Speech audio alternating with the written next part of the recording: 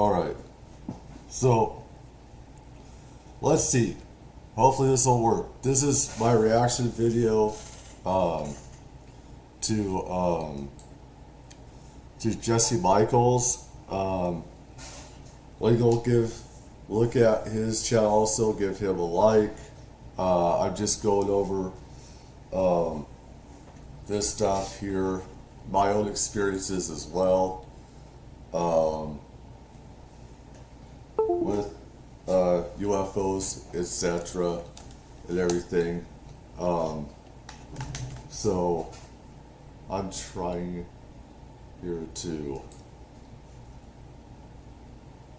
I put on a secondary internet connection in case stupid T-Mobile cuts out.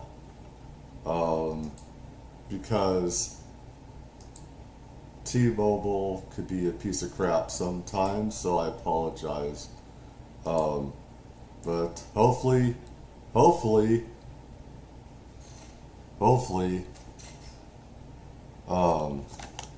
good. Hopefully we are. Let me see here. Hopefully we are.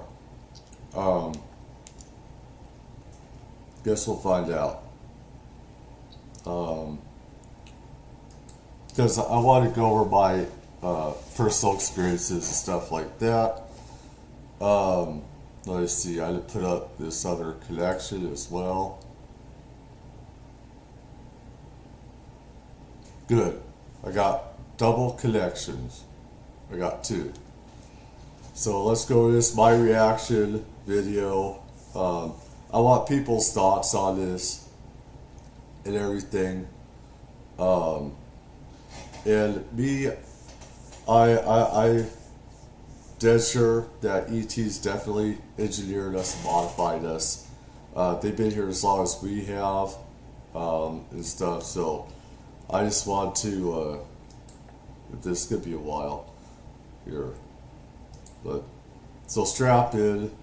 Jesse Michaels, give him a shout out, give him a like. So I'm here with my new friend John Blitch. It's an honor to have you. You have maybe the this guy is from DARPA scientist, I guess. So most interesting CV of anybody I've ever interviewed. Ah. You were a Delta Force. You worked at DARPA for a long time. You managed some very interesting programs there. You're a cognitive psychology expert and doctorate. Is that right? Well, I'll push back a little bit on the word expert. Sure. Because one of my favorite definitions of expert was from Dr. Ruth Meyer my first time through graduate school at the Colorado School of Mines. And she said, because my first thesis was I built an expert system to recommend which robot to pick to go into rubble. And she said, the definition of expert, I don't know. This was, in front of the whole committee. And she goes, well, X is an unknown quantity and a spurt is a drip under pressure. So everybody cracked up. I was loving it, right? And so, I don't claim to be an expert in anything. All I would say is that I've made a lot of mistakes, and that's a good path to learning. So you really came on the public scene around this, recent UFO whistleblower revelation. We've really crossed a Rubicon of sorts in kind of UFO alien world, where you have this guy Jake Barber, who's went through kind of the combat control pipeline, Air Force Special Forces, ended up being kind of sheep dipped, to use like an intel military world term, where he was sort of erased as a person. He was director of helicopter, operations or whatever for a specific company, generic company, but really he was retrieving UFOs. And he has come out with a story via me and Ross Coulthart, and he talked about retrieving an egg-shaped craft and then an octagonal craft. And you've come out in support of him, and you've had some incredibly interesting experiences yourself that came out in this Ross Coulthart interview. And so, do you want to talk about some of your own, personal paranormal experiences? Sure. Well, first of all, I want to thank you for letting me take off my academic jacket, right? I Yeah. should have had like leather pads sewn on the sleeves or whatever and relax a little bit. Hence the shirt, I right? love So, the shirt. Yeah. so Just to make some funny, I think we need to regulate these chickens. You know, this virus going around, I don't believe it when they're hatching eggs this big. We need to do something about these turkeys and these chickens. They're going to take over all humankind. They're going to hatch out these eggs, and who knows, they're going to be like big Terminators. Big Terminator creatures, and eat us all. Watch. I just had to put some jokes there because it's going to be serious as well, but I want there to be some jokes as well.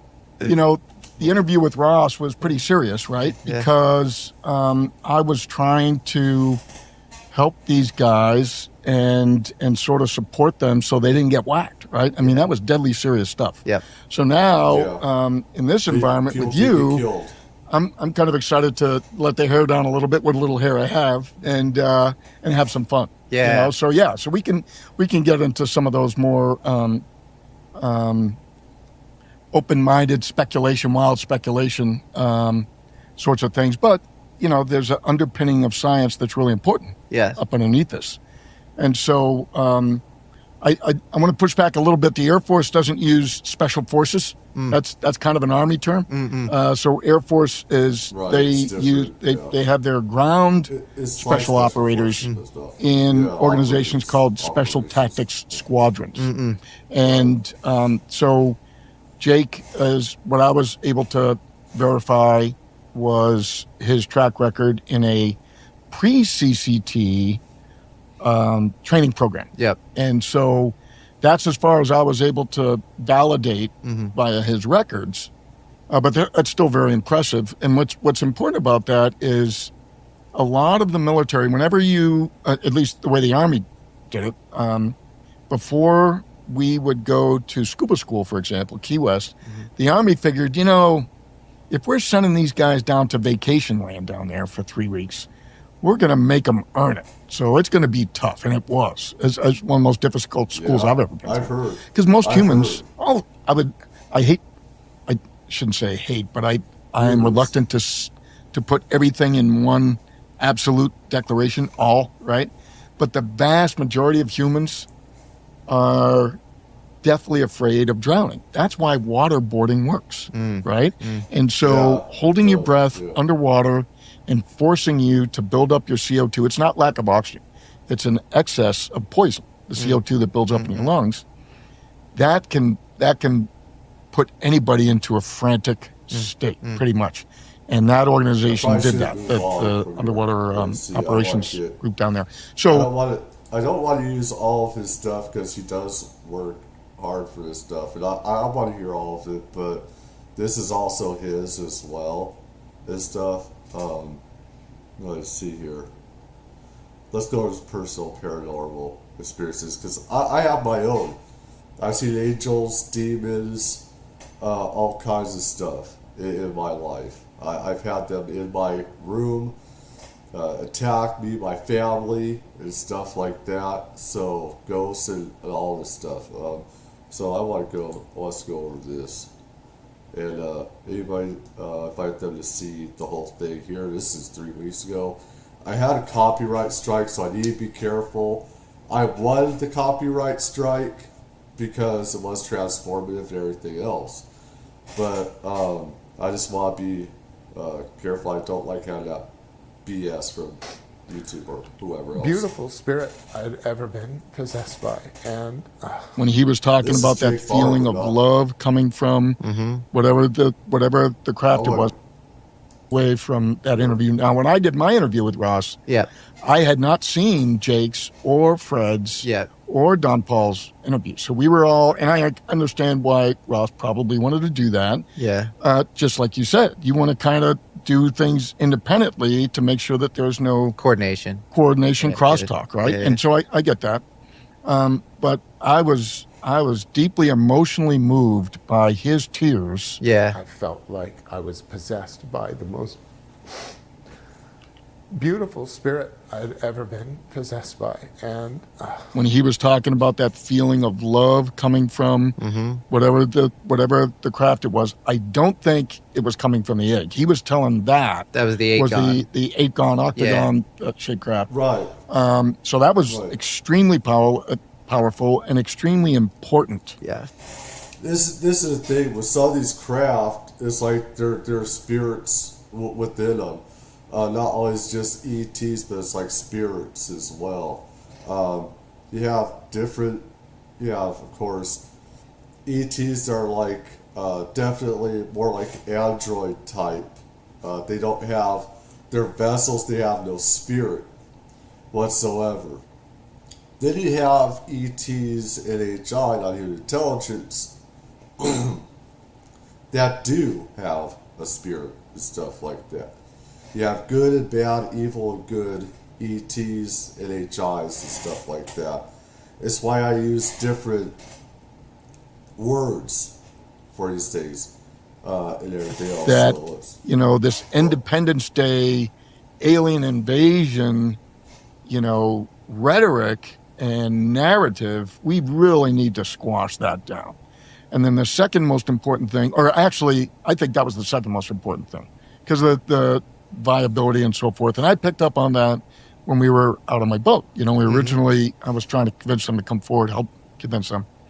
But the most important thing was his refutation of ontological shock. And he said, and I asked him immediately after I saw him, called him and said, hey, can I use that quote in my book if I ever get this damn book published? I don't believe in ontological shock. I believe in ontological relief. And I couldn't agree with him more. That I think, current society is, look, we are sick and tired. We have lost all faith and confidence in our government, not just our government, but the world's governments across the board. So we're way ready for this. They're all corrupt. Right? And They're so all corrupt, right. that was my most important takeaway from what he said. And the other aspect of that that's kind of interesting, hypothetically, since we're happy speculation here, right? Maybe that craft itself could have been a living being. The thing is with world governments, especially U.S.'s superpowers, is that they want to keep the rest of us in the dark. They want to keep us like cavemen, Neanderthals. And they want extraterrestrial, NHI, non-human intelligence stuff, all that stuff for themselves. They want to use it and weaponize it, as well as psychics and remote viewers, and use them for assassination purposes as well, and for criminal cartel type of behavior, using different defense contractors and stuff like that. They're even out to kill each other, be top dog and everything. This is one thing that Jake Barber was talking about, and stuff that I've heard about. It's just, we have criminals that's running our government and other governments, and they don't want humans to be able to communicate with ETs, extraterrestrials, or non-human intelligence, with spirits and stuff like that. They want to control it, and they want us to be a slave to technology, artificial intelligence, and all of it. They don't want us to be enlightened. They don't want us to be more than human, because we're not human. These are just vessels. Okay? I'm not human, you're not human. We're just much more than that. And they want us to be stuck in this phase, in this alternate reality here that's not real. It's real, but it's not real. Right? Stuff. You hear that Yeah. from time to time. So the woo-woo literature, in my two libraries, my peer-reviewed academic literature on one side of my basement, and then my woo-woo literature on the other side, those are really starting to overlap now. Yeah. And so there's plenty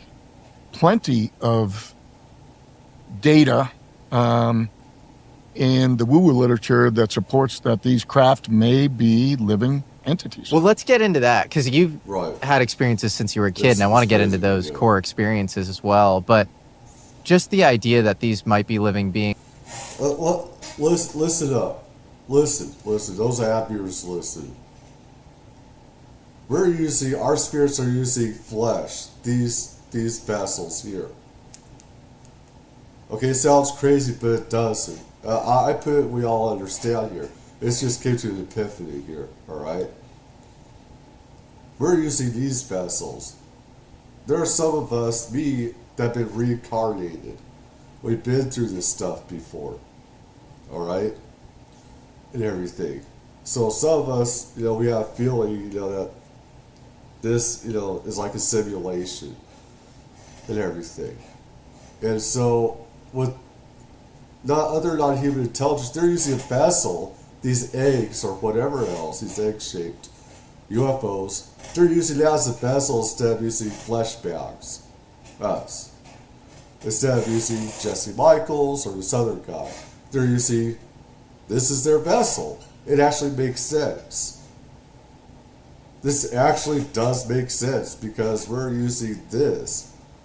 This isn't even who we are. We're spirits are made of electromagnetic energy. When I have my near-death experiences, I found that we're energy, heat. We're heat. We are energy. We are not flesh and blood. We are all much more than that. So for them to use these eggs, these saucers as vessels to go in and back out of time to other dimensions and other worlds, it actually makes sense. It sounds crazy, but it doesn't.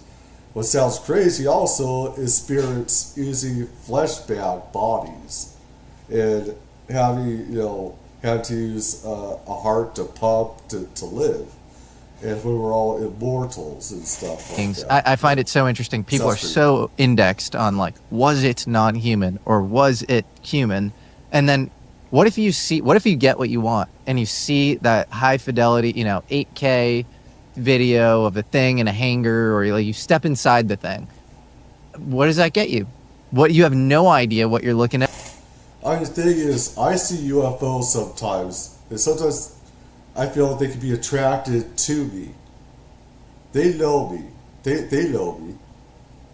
I see, just days ago, I took a picture of a snowball type UFO, just going out, and I saw a glint out, going east. It just went there. It just like a glint, just showed it's just gone there. It just went somewhere else. There's stuff like that, and the stuff is not really crazy. It isn't, At that point. And so, to the extent you've been studying this stuff for decades, because you call yourself part of the invisible college, what what are we looking at? What's the greater ontology or worldview or metaphysics that comes with aliens, which have to just be the tip of the iceberg? Fellow alchemists, it's a new year, and that means it's time to get organized and take control of our financial wellness. For me, Rocket Money has been an absolute game changer. It helped me uncover all sorts of subscriptions I totally forgot about. Like a few I had no idea I was paying for months after I stopped using the services. With Rocket Money, I canceled these in just a few clicks, saving money instantly.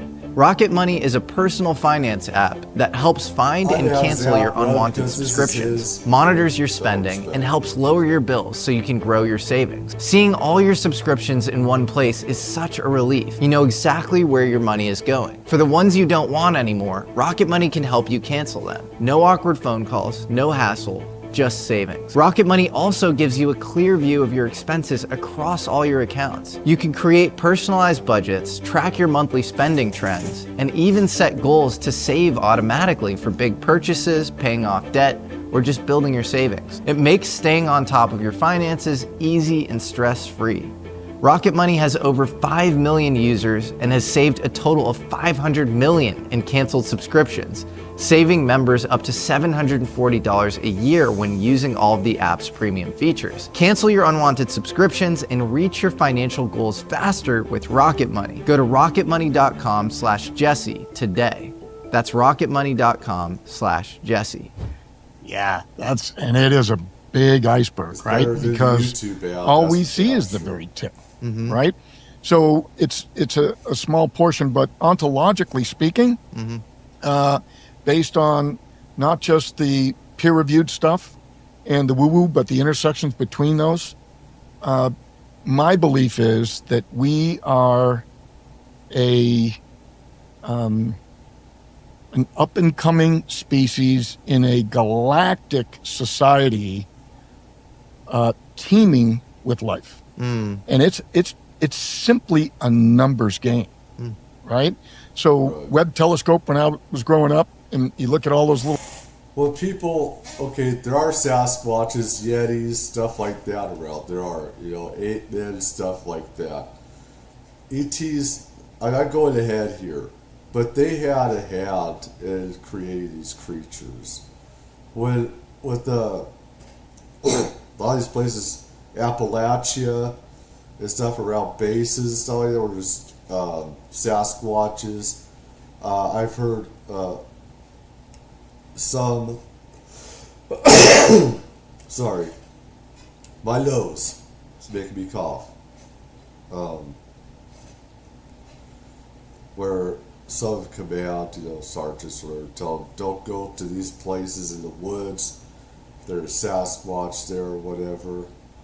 And around these places and around national parks, there are UFOs seen where Sasquatches are. And some people even film this. It's on Discovery. So it's on Discovery. When they're doing Sasquatch investigations. And so they also abduct Sasquatches. They abduct them. I think it's one reason why some of them want to kill us sometimes. They don't like us. Is because they can see us as a threat, as them abducting them. And so they're doing exams on these Sasquatches as well. It sounds crazy, but I invite people to look at, Discovery, online and stuff like that. That's from, I believe, let me see, Max.com, and one of their channels is Discovery and stuff like that. And has some people from intelligence talking about it. And so they had in our creation and so many others, and manipulate genetics and stuff. I get ahead, but I just want to throw that in little case I dots, and I'm forget it. fascinated. And the little dots are, you think they're stars, you're told they're stars, so those must be solar systems. And then as we go from Hubble to Webb, and we realize, whoa, wait a minute, those aren't solar systems, those are galaxies. So a galaxy with billions of solar systems in them, and then the dust that you see in the background, those are galaxies. Yep. Right? And so it's just mind-blowing, Yeah. the magnitude of that, right? Yeah. And so the likelihood that, and then when you take the age of all this, are 4 billion Yep. years here, right? And you They think it's 4 billion. They think. extrapolate from that, it is a ridiculous notion that we are alone. Let's keep in mind, the scientists that are in charge right now are pretty much like Neanderthals. They're in charge of everything. They don't believe that UFOs or ETs even exist and stuff like that. So whatever they say, I take it with a lot of salt on a bad open wound. And everything. So I agree with that. Anyways. And you have the Drake equation, the Fermi paradox, all these things mathematically pointing to, it being Occam's razor that we're not alone. The Right. most Those are likely more answer is that we're not theoretical type alone. things that are And actually simultaneous to that, how do we know that our Mystery scientists cosmological don't like models are right at all? Because our physical models of the universe are always wrong at any given time. They've just always been Right. wrong historically. It is. So they're probably wrong Yes. now. And I Yes, think they about are. like a rocket that's 2 degrees off course, and then it ends up 99 degrees. You know, it's like air propagation. It Yeah. ends up like way off course because it's 2 degrees off course, and then that multiplies down the line. Absolutely. It's not linear. So, like, Right. what if that's true with our models of physics, where our understanding of, you know, the microscopic might be way off? Like, we can't figure out quantum gravity, for example. There are like issues with our understanding of the physical universe on like a really small scale.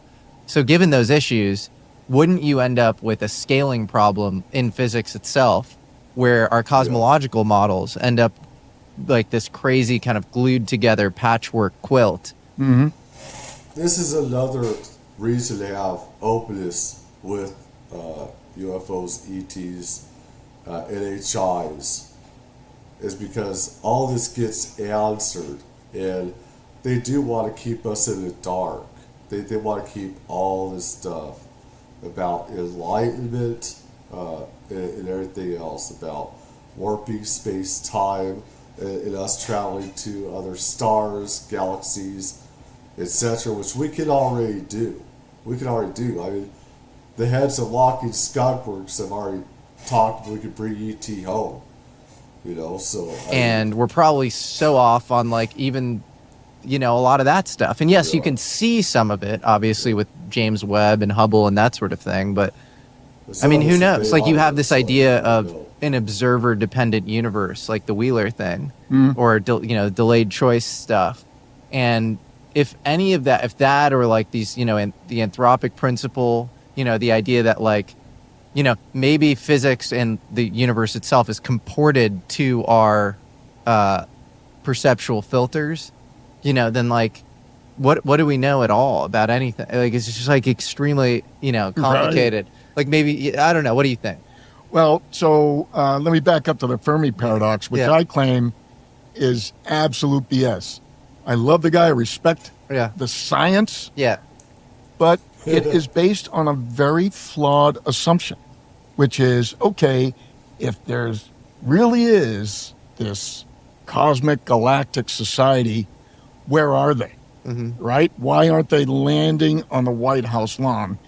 Well, the underlying assumption with all of that is that they want to reveal themselves from a special forces parachute behind enemy lines and study a society and then pick them, choose them, and then train them to rise up against their own tyrannical government. We don't want to be found. And so my overlay of my bias is sometimes they want to be found, sometimes they don't. Just like this is facts, okay? They like to watch more. A lot of them just like to watch us monkeys. And some of you are just here for sightseeing. Some ETs, NHIs, are here just to sightsee, just watch the show. They don't want to be seen. It's like they want their privacy. It's like Disneyland or whatever. Oh, God. And some are like, what are these monkeys doing to themselves? Why are they so stupid? And others, they want to abduct us and do experiments or whatever, right? And so, I mean, it's different for each, you know, species, race. It's different. Some want to enlighten us. Some of them want to use us and abuse us. Sometimes we want to be seen blowing up a bridge to show that that country cannot defend its own people, right? Or maybe we stay behind and we get some of their own folks to do it. So it's part of this influence thing. Yeah. Well, there's also, you know, you have like the 3-body problem, this great Chinese sci-fi trilogy. Yeah. And in that you have the dark forest analogy and this idea that it's actually adaptive often for aliens to hide themselves or to infiltrate and to do, you know, sort of deceptive scheming and not to just like land on the White House lawn. Right. And especially if you're dealing with this like sort of, you know, unevolved, like if humans are like not where we need to be and you present yourself and you're seen as this kind of foreign invader or whatever, like that's not going to go well, right? So you'd rather just like incept them with ideas, kind of subtly manipulate them or whatever, but go about your business. And it's actually adaptive from a survivalistic standpoint to just not even show yourself, not reveal yourself. Well, and you can totally invalidate, if you're a behavioral scientist, right? you can totally invalidate all of your experimental results, trash your own experiment by revealing yourself, right? And so we have this notion of informed consent. We were talking about this last night, about the Well, that's the thing. Some of them see us as a psychological experiment. It's a psychological, sociological experiment. A lot of them just rather watch and observe. Yeah, be observers. Some don't. It depends. maybe there's a galactic IRB, Institutional Review Board, that That's really fascinating. So it's almost like, yeah, you can't bias Yeah, the experiment, so you yeah. can't Right. show yourself. That's so interesting. Do you Yeah, think I've that we heard are about it. humans are an experiment, Different. some sort of genetic Yeah, experiment? we are. We my are. belief is that Yeah, we absolutely, are. absolutely. We are From what an occurred with experiment. me, Yeah. and again, a lot. This is from everything that I've gone through. We are an experiment. We are. We are much more than the experiment, though. That's the thing. Out of the experiencer literature Yeah. is strongly suggestive of that. And a lot of us, I don't want to speak Subtitles, yeah. for all experiencers, all abductees. Abductees are a subgroup of experiencers. There are plenty of people that have interactions, Yep. right, that are positive and kumbaya Yeah. and good for you. Yeah. There are others of us that have been terrified, right, and feel like lab rats. However, in retrospect, I was young. This goes back to Dr. I believe Stephen Greer. I get the names mixed up. He believes they're all good and here for enlightenment and stuff. That is complete BS and everything. And he likes to attack others for having a difference, of that doesn't go along with his story, his narrative. That's not okay. I know better than that. I've called him a liar and full of BS and everything else. And combative, Yeah. and angry. Yeah. I have a whole chapter about the angry young man where I talk about, breaking hockey sticks and baseball bats in my backyard because I was so upset because I was Felt violated. paralyzed and violated and raped, right? And Yeah. all those aspects of it. Yeah. And so I can't deny that maybe that was a motivation to become a fighter. Yeah. This is the reason why I get so pissed off at the government. I hate it because there's a lot of injustices within, of course, the injustice, jail, prison system, justice system, judiciary. We have criminals running our government, both sides of the aisle, and in other countries and stuff like that. Lots of different things. So I see a lot of stuff, and people are suffering from government injustice, and they're supposed to protect us and everything. And so I get very pissed off. I've had law of raging stuff. Law of raging. I've been in trouble a lot of times in my life. And unless you've gone through what I and others have and had stupid Christians tell you you have demons in you and try to brainwash you and stuff like that, yeah. You're gonna have a lot of that rage. I have a lot of rage, law of anger, injustice of different parts of the government, law enforcement stuff like that, and everything from stuff that I've been through personally. And So, end up in the line of work that I ended up in hostage rescue, right? It is this extremely common trope in abduction experiences where they say, gametes are collected often in some unceremonious ways. So, sperm and eggs, and it's often sexual in nature, and Right. genetic material or tissue is sometimes collected, Right. and so that's just Right. super common. In fact, even going back to Betty and Barney Hill, one of the kind of proverbial famous Yeah. cases in the U.S., I think First, 1961 in New Hampshire. Barney Hill afterwards very reluctantly admitted that sperm was basically extracted from him, and you know, it's this probably hard. Back then, in the 50s, 60s, you could talk about that. Never mind that a white woman was with a black man, was just about illegal. I believe it's illegal in some states, just about, back then. So they don't want any press on them for different reasons. If anything, they don't want to talk about it and stuff, but they went under hypnosis. And the blood curdling screams that she has went through with ET's addresses and and stuff, the evidence that they got from her and other things, and what happened to his car, and everything else. I'd want to kill those.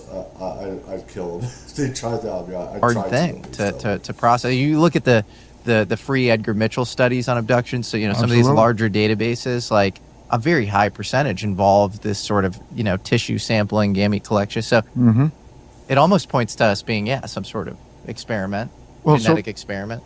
Yeah, absolutely. Well, yeah, so that's personally, usually- I don't have any recollection of anything sexual with any of my experiences, but that doesn't limit me from being compassionate towards other people who have. Yeah. So when you say raped, you just mean your space was totally violated, and Yeah, a violation of, any manipulation of your body without your consent, Sure. right? Arguably. Well, the thing is, those ETs, they have ways to immobilize you, put you in stasis and freeze you, where you can't move. You can't fight back. And they got different ways. And I've even been able to do some of that before. If I knew, I'm not going to teach it, because nobody should have that ability, I believe. But they do. I mean, they helped create us and stuff like that. So, I mean, they know every fiber of our beings, every muscle, every tissue. They're going to know how to. Plus, they got their psychic abilities, psychic psionic abilities. And these ships as well, they could just beam us up into the ships, and they could do whatever they want to freeze us in place. So they're not going to want to take us on into the real fight like that. I mean, there's stuff, they got hacks. They can That's use. of that nature. So there are a lot of folks that feel that way. But for me, in my experience, the terrifying one, I consider it a gift, because it woke me up to the notion that this body is just a soul housing mechanism, right? It's a biological craft or vessel, right, with which you learn, right? And if you make some really stupid mistakes, like I did, and almost lost my leg, then it's a mechanism to learn through, right? And so it was very much a gift. But as a youngster, a combative commando, where I was all about, violence for justifiably for good reasons, right? We're gonna break in and rescue these folks, right? And if we have to take another human life, then so be it. That's a necessary evil for the, as Spock would say, the needs of the many outweigh the needs of the few, right? So the few bad folks, if we gotta whack them to get the good folks out, that's the way my mind works. So I believe that they had to penetrate my resistance on the same level. So they had to use violence to come after me, to wake me up to that whole notion. So overall, the experience is an enormously positive one.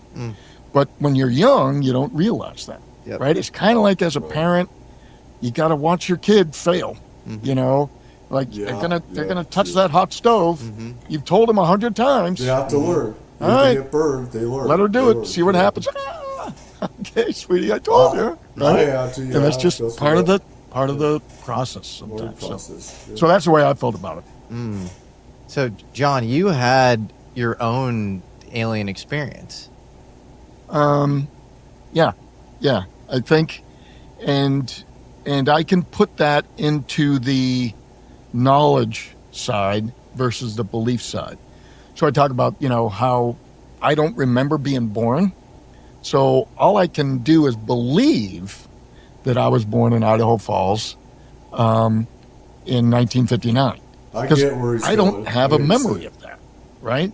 But I do remember Yeah. walking all those punishment hours at West Point, right? So I know that I got in a lot of trouble at Whoops, which is my favorite nickname for that place because it's something I said almost every day, my plebe year, right? Oops, screwed up again, right? And so the two memories that I cannot dismiss as dreams or sleep paralysis, and we can get into that, the science behind that, are a missing time mountain bike ride and I've been over some of this before, but I wanted to get more into. I mean, a lot of stuff that he says. Let me see here. Science behind praying mantis and stuff like that. Missing time bruises and let's see, mountain bike incident. I think I think we need to push this out there, the truth out there, force it out there because we got criminals running the government trying to lie to the American people. And I wish I would have started this over media like 20 years ago, but I had some stupid people telling me not to talk about it, especially about the classified stuff, my father and other people. But other people have come out and it's like, I should have done the same thing. I should have. a terror-filled night, after which I woke up with bruises. And so the mountain bike ride essentially was at least 5 hours of missing time, if not more. And so I'd gone for a ride on my mountain bike, and on the way back, it wasn't a very physically demanding ride. It was in 1995. It was right after the Oklahoma City bombing, and I was in this mode of, riding up into nature and meditating to try to kind of come to grips with some of the traumatic stuff I saw there. A young lady had to get her leg amputated just to get her out of the rubble. A lot of other stuff. I tell a story about when I first came into the Murrah building through the back, which was still intact. There was a parking garage back there, and I came upon this wheelbarrow, and right as I was, I'd already signed in. I was allowed to volunteer since I had TSSCI clearances, and because it was a crime scene, they were really keeping all the volunteers away unless you had a secret clearance because it was a crime scene, right? And so they had trusted that. So anyway, so I was all excited and ready to start helping out, and so I walked up to this wheelbarrow, and I heard this voice from behind me from the entrance, scream, "Stop!" And so I froze in my tracks right as I was about to grab it. And because I thought the wheelbarrow must be being used to get rid of the debris, and somebody had just filled it up and hadn't gotten over there.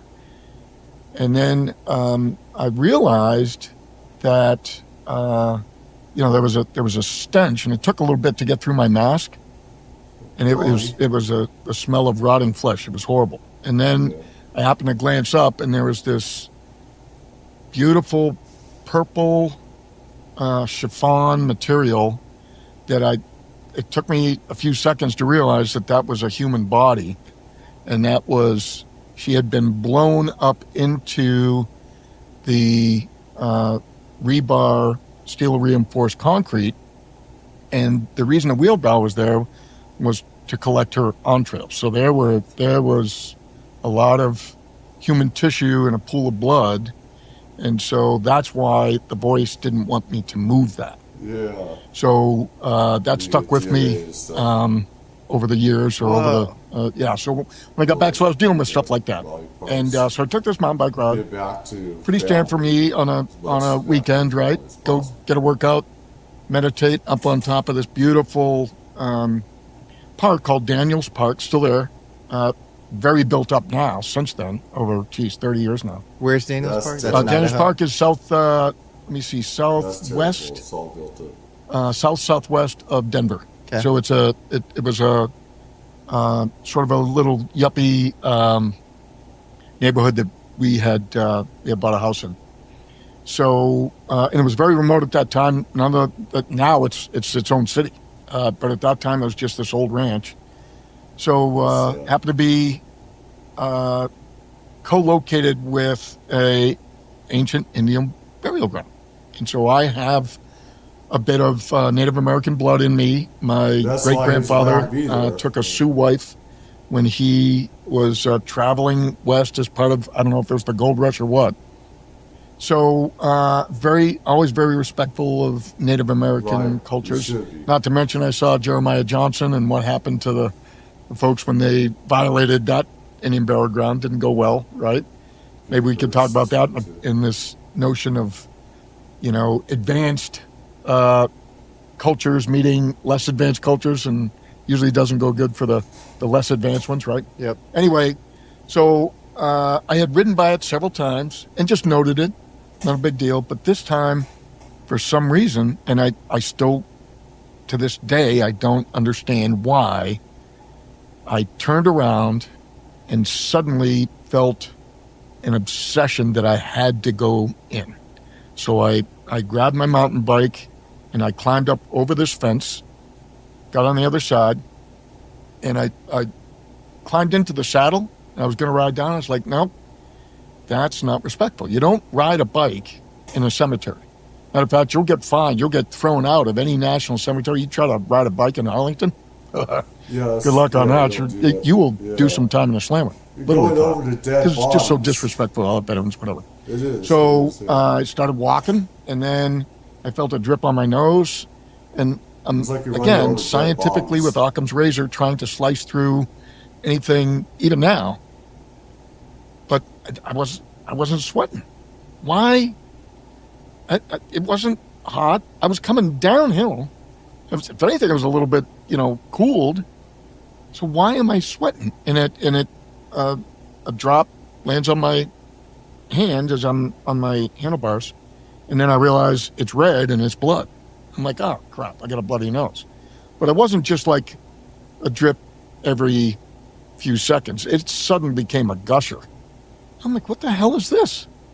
I mean, I didn't fall off my bike. We've been living here for a year, and so it wasn't like I'm suddenly dry. I'm thinking of all these mechanisms, right? And so there are a lot of experiencers and abductees who do this to ourselves. We try to scientifically dismiss it. Randall Nickerson, one of John Mack's patients, and I talked about this at length, that we don't want to believe it. So we try to categorize ourselves some other way. So I'm trying to convince myself I hadn't fallen off my bike. There was no reason for me to have this gushing bloody nose. But I laid down and I was out immediately. Like, it didn't take more than a second to me be unconscious. And I woke up freezing.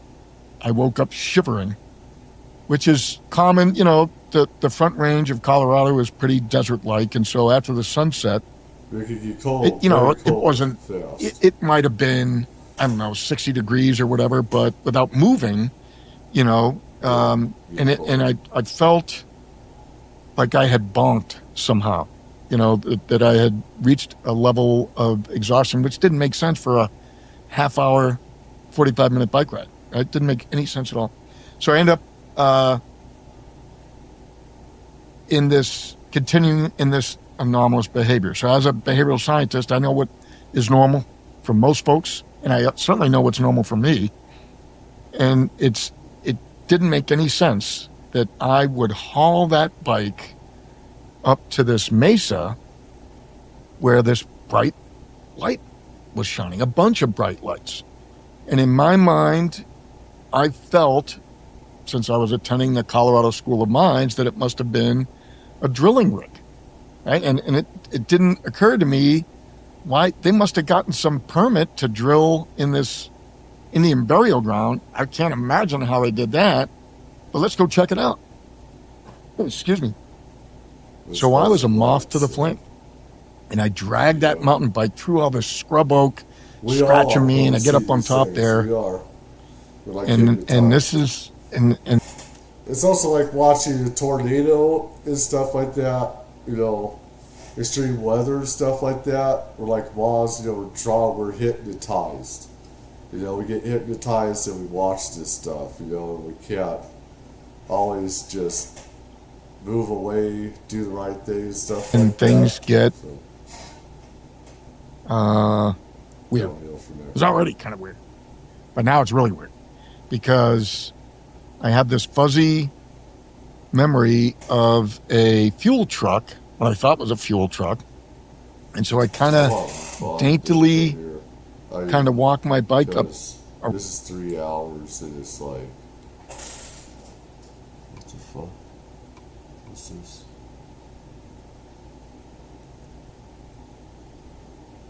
Brain mass, stuff like that, missing time, bruises and stuff like that. There's like,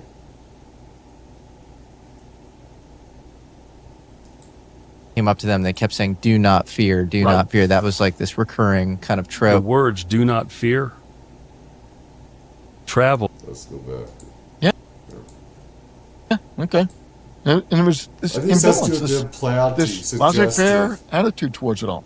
So it's almost as if in a hypnotic suggestion, you're told, in many cases, we are told, He's going over ETs, how they implant suggestive psychology into us when we're being abducted. We're not going to hurt you, nothing to fear. When they're doing rapes on us and other things, or doing stuff against our will or whatever. These are evil ETs. And they'll say, "Friend, I'm your friend, do not fear, we are good," or whatever. And they try and calm you, but you know that these are evil sons of bitches and everything. So, yeah, not suggestion, yeah. don't worry about this. You won't need to remember this.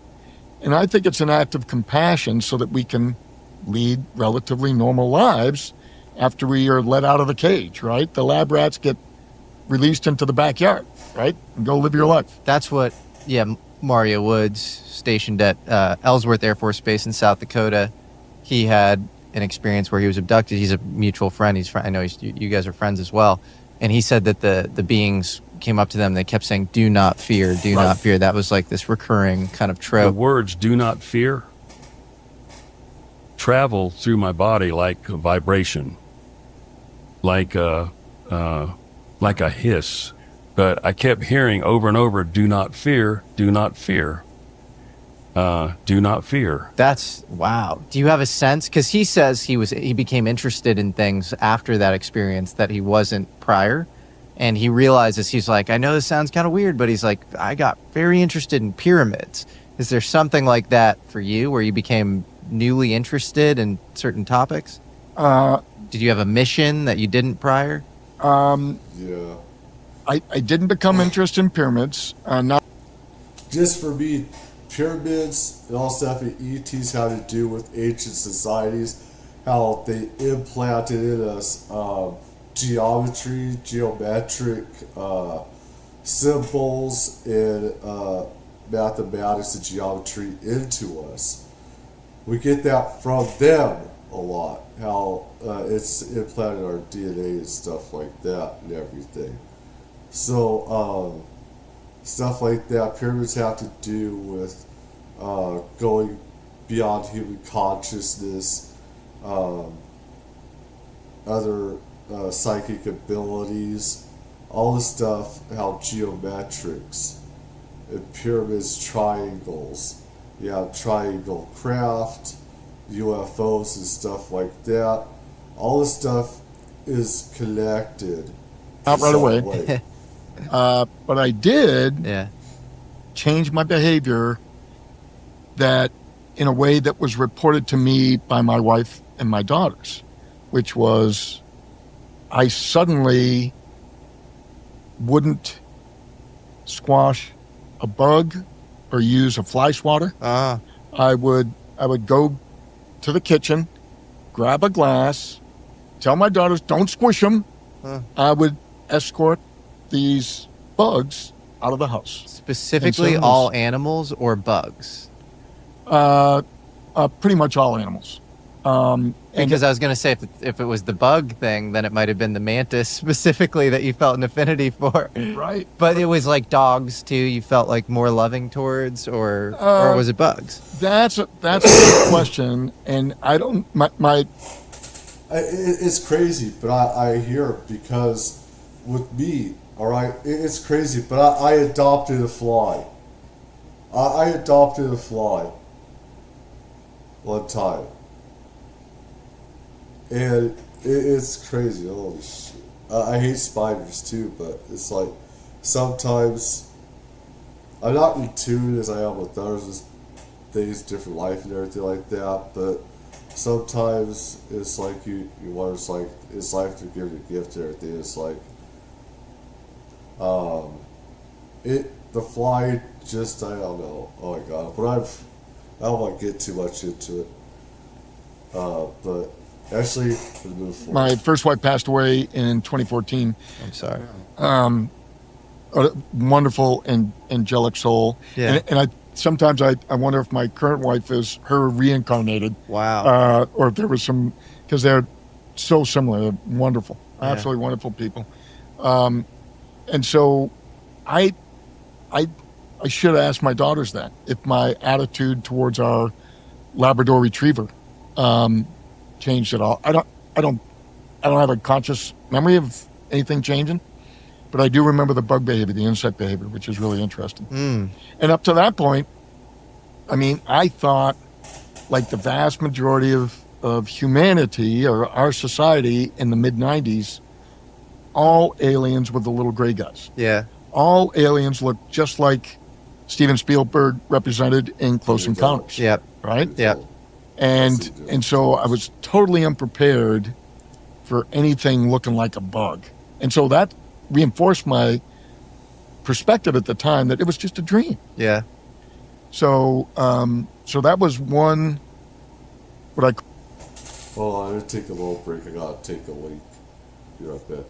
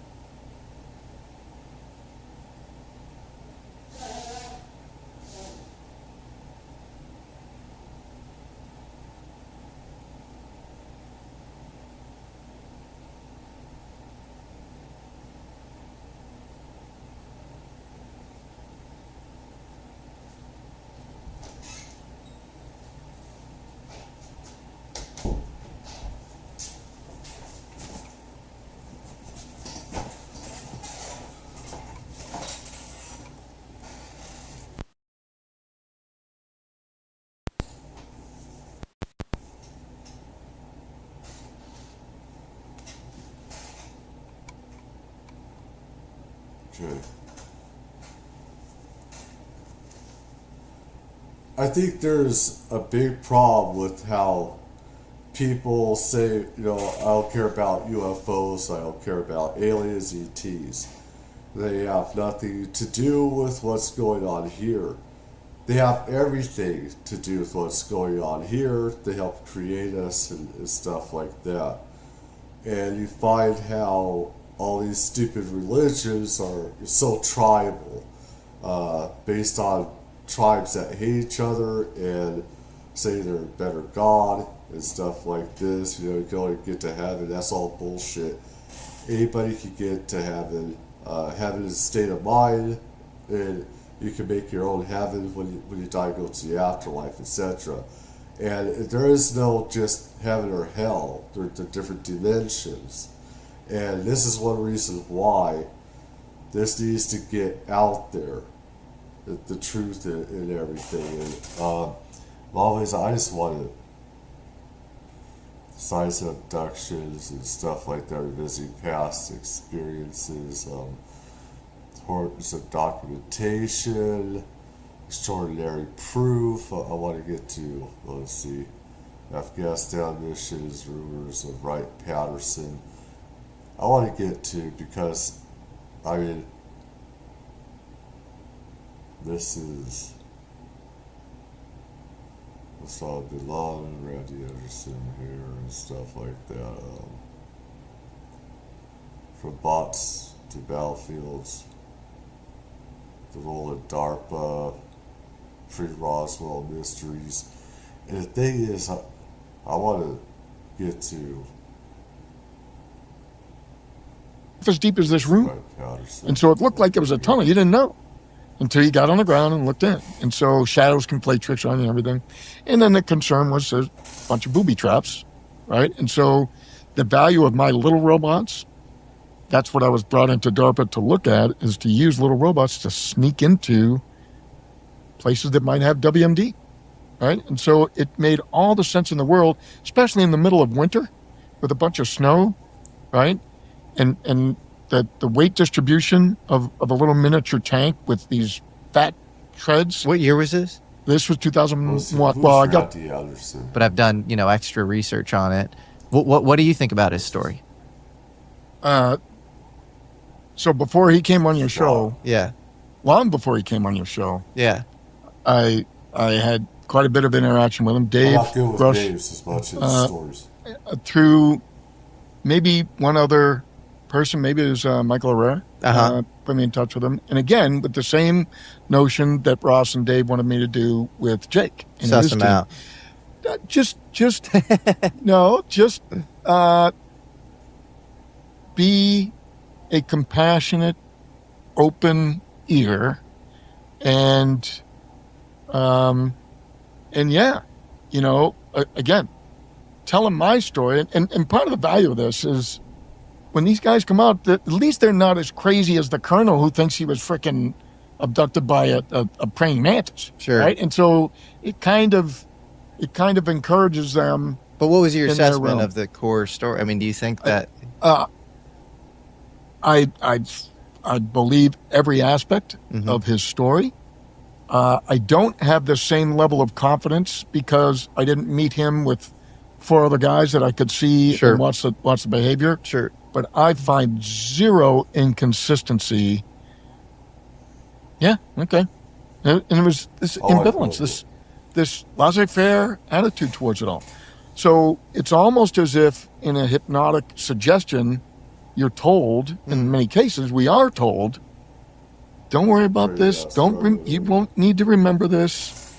And I think it's an act of compassion so that we can lead relatively normal lives after we are let out of the cage, right? The lab rats get...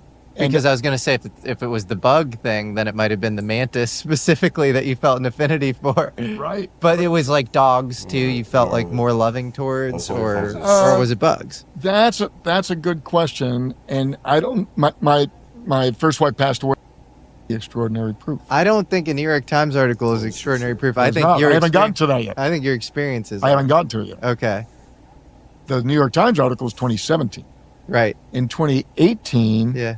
I attended a conference where a guy got up to the podium and he announced himself as a former Air Force sergeant at Whiteman Air Force Base who was a PRP qualified medic. PRP is the Personnel Reliability Program. It's the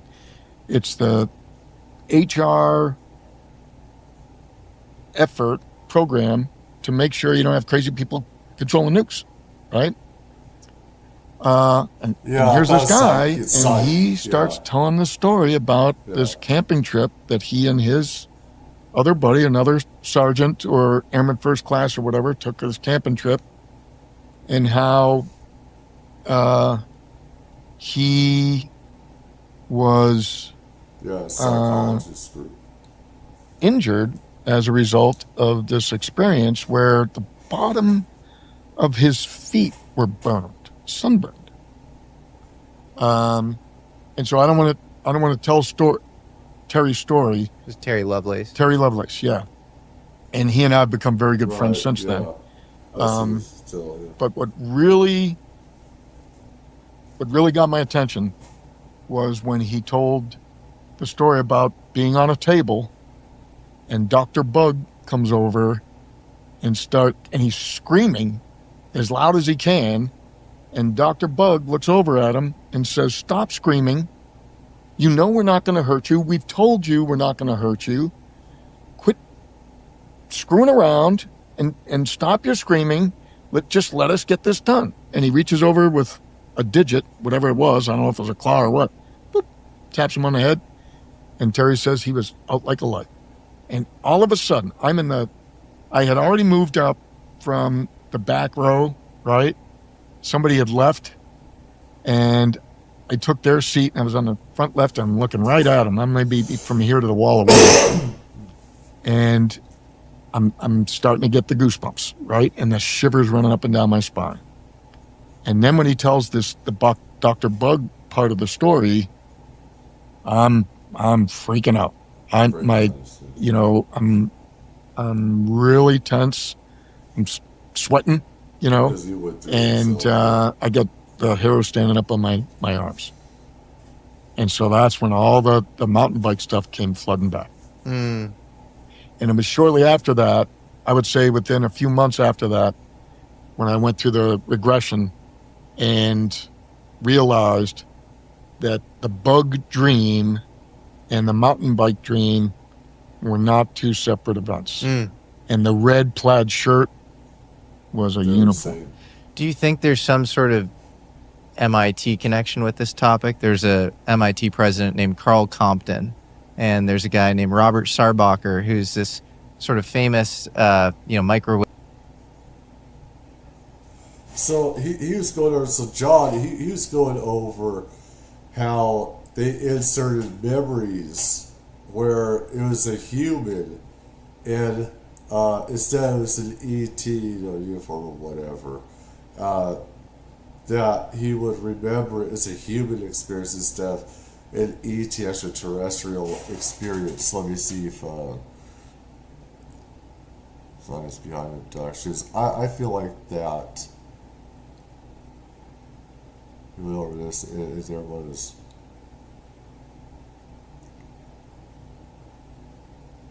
And so I'll share that There's with something you, I'm that missing details. And this was no hypnosis involved. This is conscious memory that I have right now. I've never gone back on a regression to remember any of that.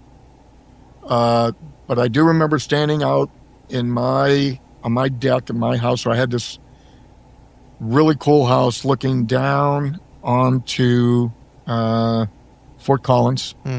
Anyway, my next door neighbor was his name was Andy, great guy, 2 sons, fabulous family, and I had about a half-acre lot between my house and his house. And he wanted to buy it from me because he didn't want me to chop it up and sell it to somebody else, put a house between us, and ruin his view of the gorgeous Rocky Mountains. And totally get that. I didn't want somebody to do that either. So he was going to turn it into a mountain bike course for his sons or whatever. And I remember standing on my deck and looking up, and there was it looked like a miniature hurricane. It was a very dark cloud with a swirl around it and a dark hole in the middle, kind of a like the eye of the storm. And I remember him yelling over to me, are you, because we're both looking up, and he looks over at me and he goes, "Are you seeing what I'm seeing?" I go, "Yeah, that," right? So I point up, he goes, "Yeah," and it looks like the eye of it is right over the spot between our 2 houses.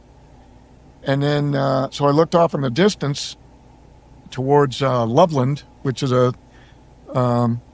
another city south of Fort Collins, and it's blue sky down there. So that was only maybe, I don't know, I should go back and look at a map, maybe 5 or 10 miles, something like that. And then I look back to the north, and there's blue sky over there, about the same distance around. So it looked like maybe, I don't know, a diameter of a 20-mile-ish storm straight over our houses. And again, here we go again, right? Irrational ambivalence. We both go back inside, right? Instead of me going over to chat with him like we did all the time about mountain biking, about he was a former Army guy. He was in the honor company there that used to do all the funerals at Arlington National Cemetery. Great dude. And so it would have made all the sense in the world for us to just sit there, maybe have another beer and talk about it, right? At least until it started raining. Nothing. We both went back inside instead of doing the neighborly chat type of thing we've done hundreds of times. And why? I remember later on, fairly soon thereafter, going into this sort of OCD behavior that is very common in the literature. So if you read any of Kathy Martin's books, Yvonne Smith, all of John Mack's stuff, right? A lot of these folks that have spent their lives researching the abduction phenomenon, you find this very, very common. That it is. I had to close all the drapes, and not just have them closed. I had to. Sometimes I would tape it. I would tape the drapes. How whack is that, right? I couldn't afford to have the slightest little sliver of a gap because I didn't want those big black, almond communion eyes from Whitley Strieber's book staring at me through that window. And I would check them and recheck them. I know what that's like. Lock all the doors, etc. I know what that's like. I didn't find out until much later, when my dad passed away, that he would go check all his guns. He would make sure his big old 44 Magnum was loaded, right? All this type of stuff. It's an inherent thing. And then so I remember I resolved myself. I knew they were coming. It's this feeling you get, chill down your spine, and I'm like, you know what? I know I'm helpless, and this is part of the terror, right? I'm helpless. I know there's nothing I can do, so screw it. I'm just going to go to bed. You guys just get it over with, and let me get back to my life, right? Next morning, I wake up. I'm in my skivvies. I go straight downstairs. I had shut down my my rescue robotics team, my second nonprofit, laid everybody off because of my female. That's another long, crazy story. But I went and got this video camera that I hadn't used in 5 years and fish it out, put a battery in it, and I come upstairs and I immediately start videotaping my arm, the inside of my arm, because of those 3 bruises. Why would I even know they were there? That's a weird thing. And why is it only on one arm, not the other arm? And why did I immediately go tape it, right? And it's almost as if I knew that I had had this post-hypnotic suggestion, and I wanted to take the picture before, before I forgot, right? It's like I'm trying to outsmart them, get ahead of them, right? It's the weirdest thing. What was the core experience? Like, what did they do to you in this case? I don't remember. Oh, so you don't remember that? I don't remember any of the core experience. Okay.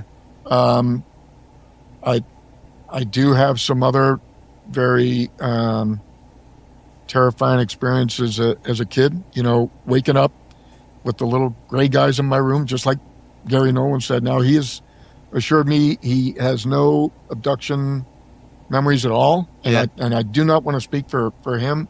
I just want to thank him for being for. But he does say that he remembers grays in his room, and I think he was riding his bike.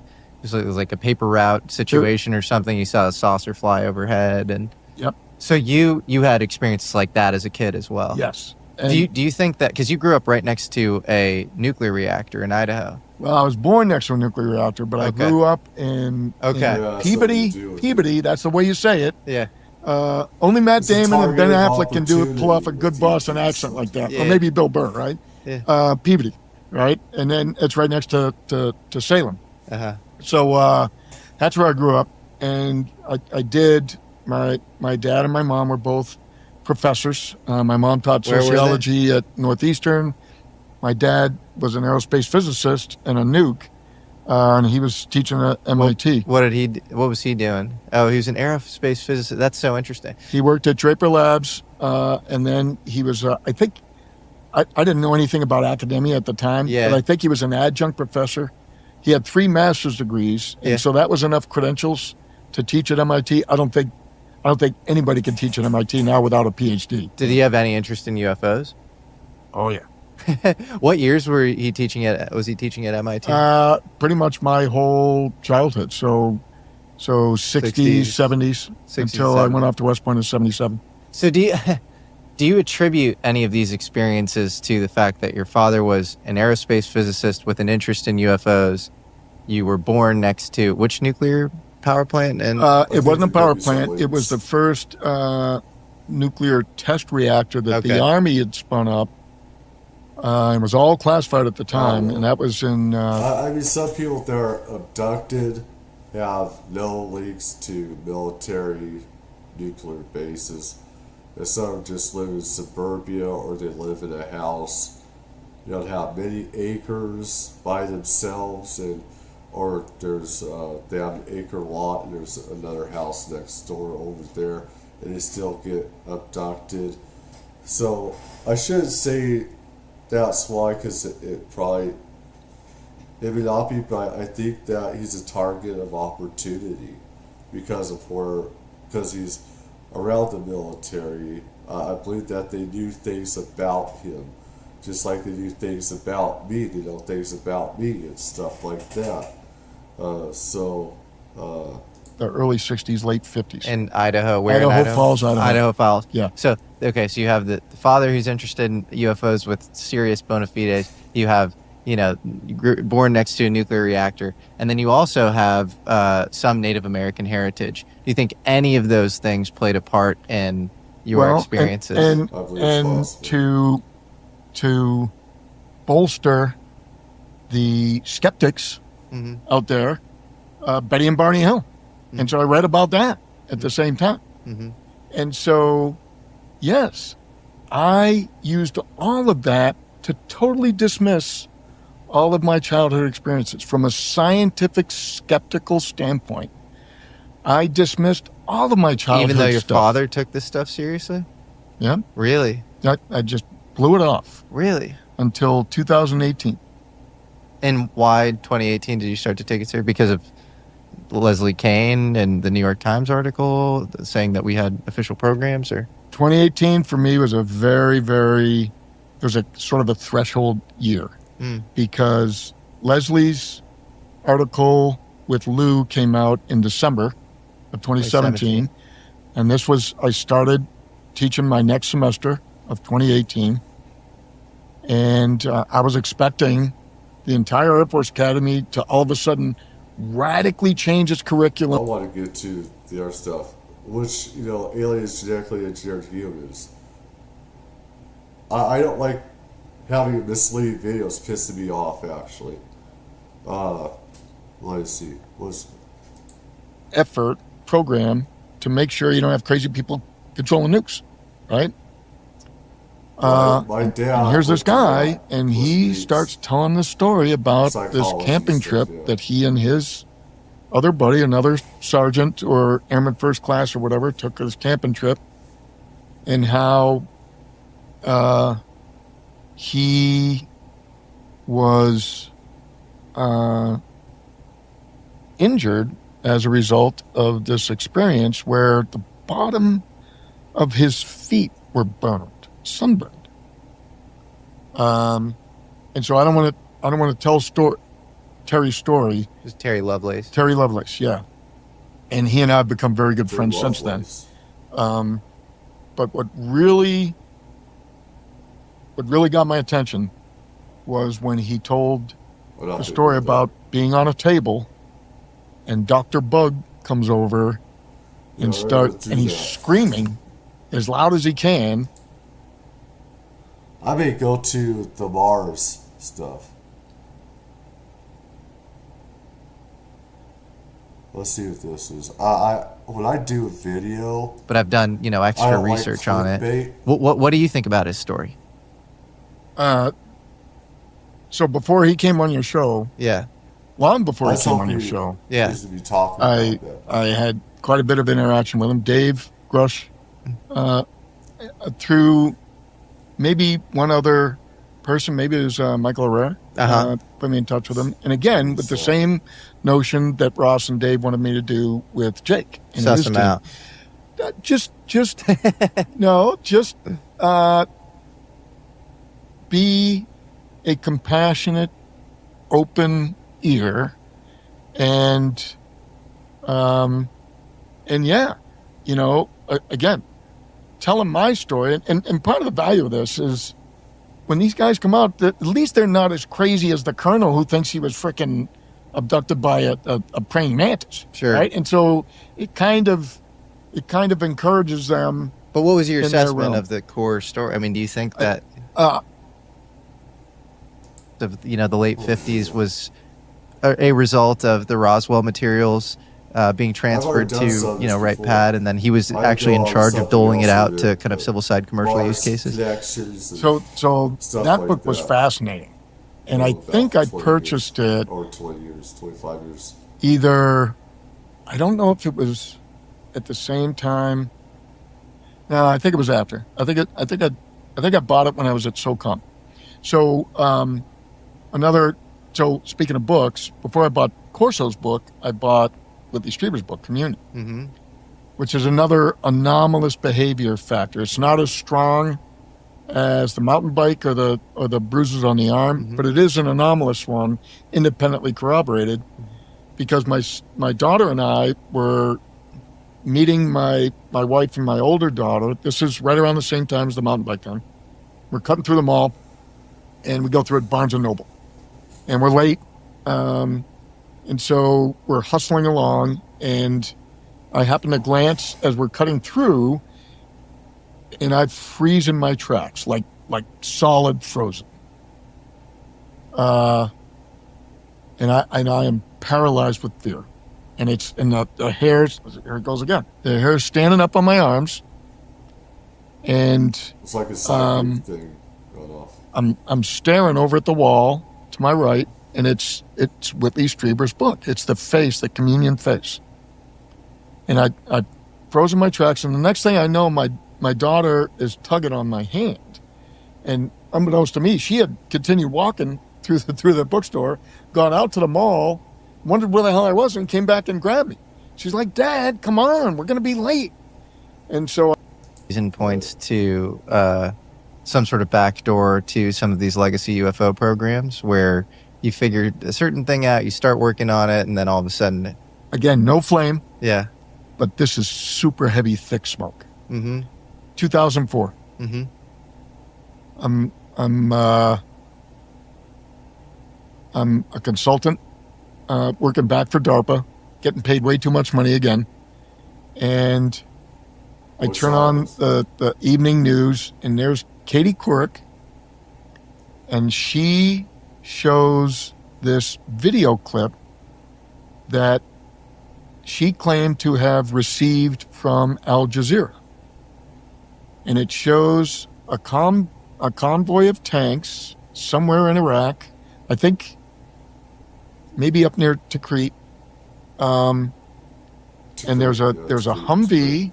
No, the lead element in this convoy was an Abrams M1 tank with like a plow on the front that was supposed to be able to deflect IEDs. So IEDs were just really becoming a big threat. And so a tank could run over an IED and nobody would die, right? So the tank's in the front, and they're coming, they come around this kind of a serpentine route through this village. It's a compound. A lot of the Middle East has small walled compounds. And there was no gate, it was just open, and this tank comes screaming through, and then I think it's followed by either another tank, but behind, I don't know if there's another tank. Maybe it's a Bradley fighting vehicle, a armored personnel carrier, and then behind that is two Humvees. I just remember the Humvee in back. So then it sort of screeches to a halt. There was no acoustics, but I could, from my own time playing with tanks myself, I could almost hear the tracks grinding. Screech to a halt, and it rocks a little bit. And then she is narrating the video, and she says, "Now watch the right side of your screen." On the right side of the screen is this pixelated image that the only reason you get your attention is she's cued you to look over there, and it's fuzzy. It's like pixelated, it's fuzzy.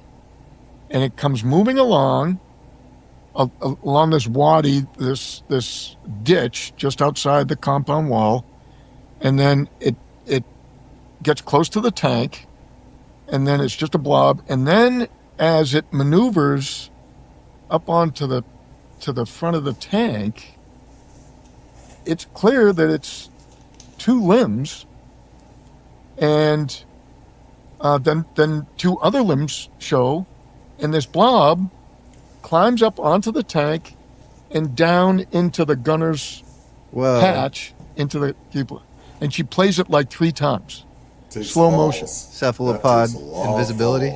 and I'm like, holy crap. Yeah, cool. It's like, that's why my program was canceled. Somebody was already doing this. Yeah. That's what I thought. Well, sometimes I think DARPA, like RFPs, are like, we would love this to theoretically happen, but it's like, we already know a lot about this, and we're just going to give you a little limited information set, and you can, we'll see what you can do with it or whatever.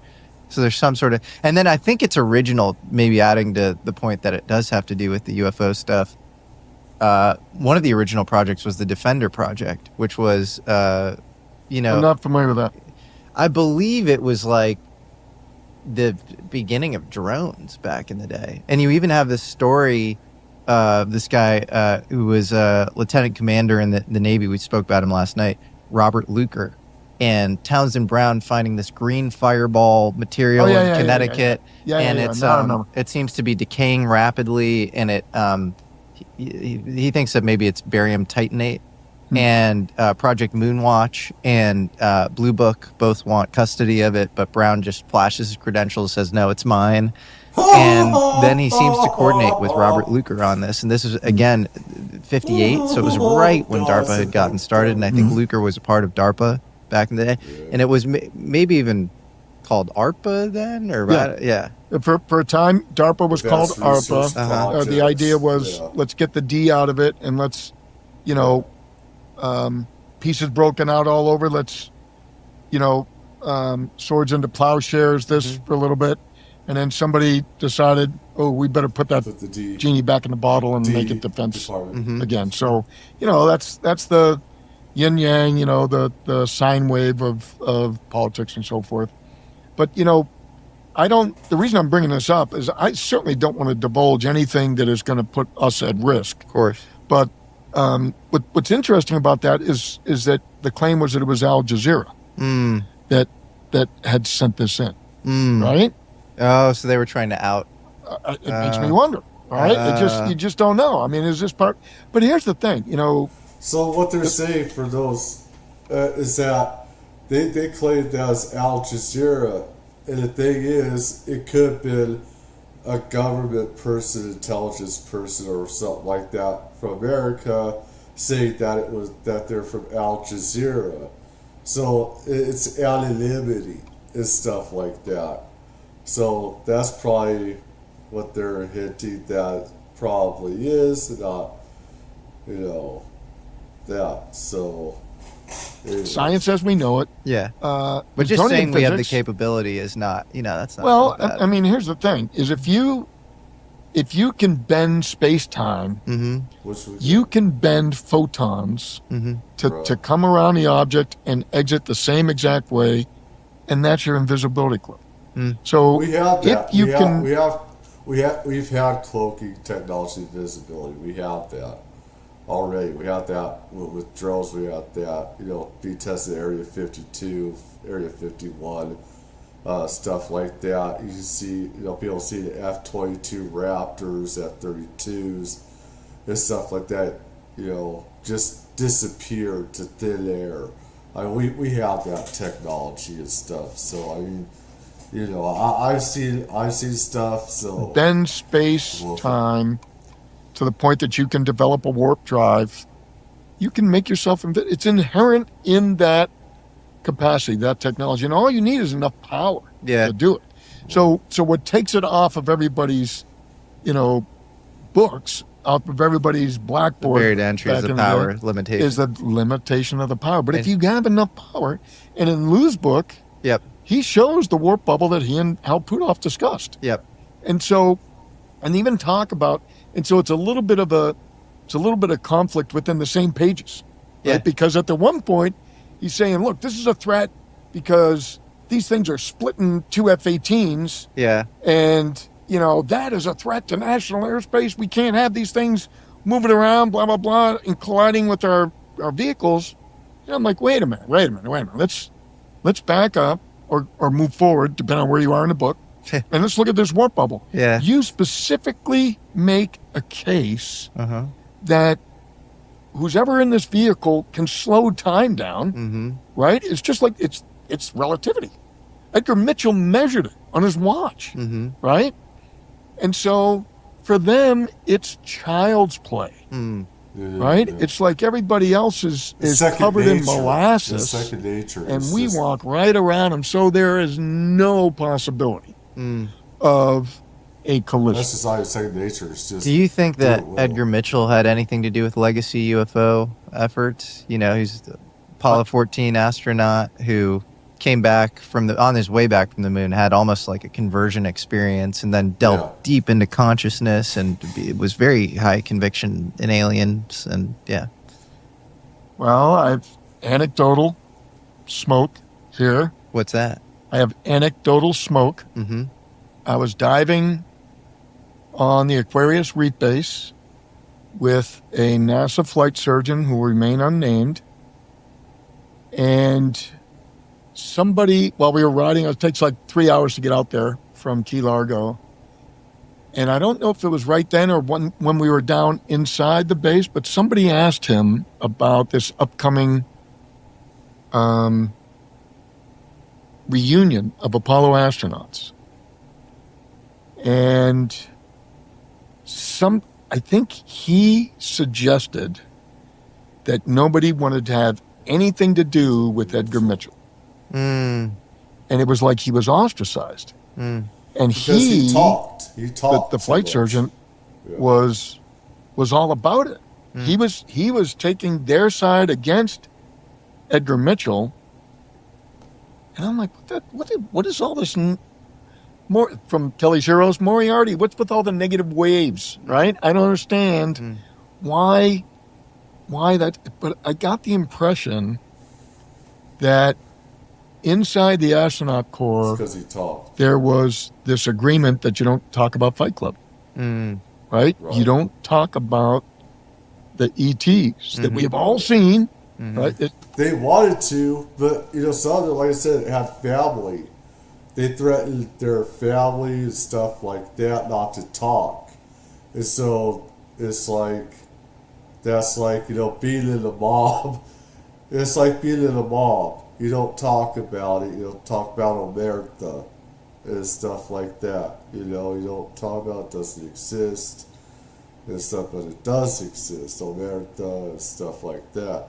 So it's like that's exactly the way it is with the military and intelligence, defense, secrets and stuff like that. And NASA has a very dark side that people don't know about. Scam artists. Again, like speculation.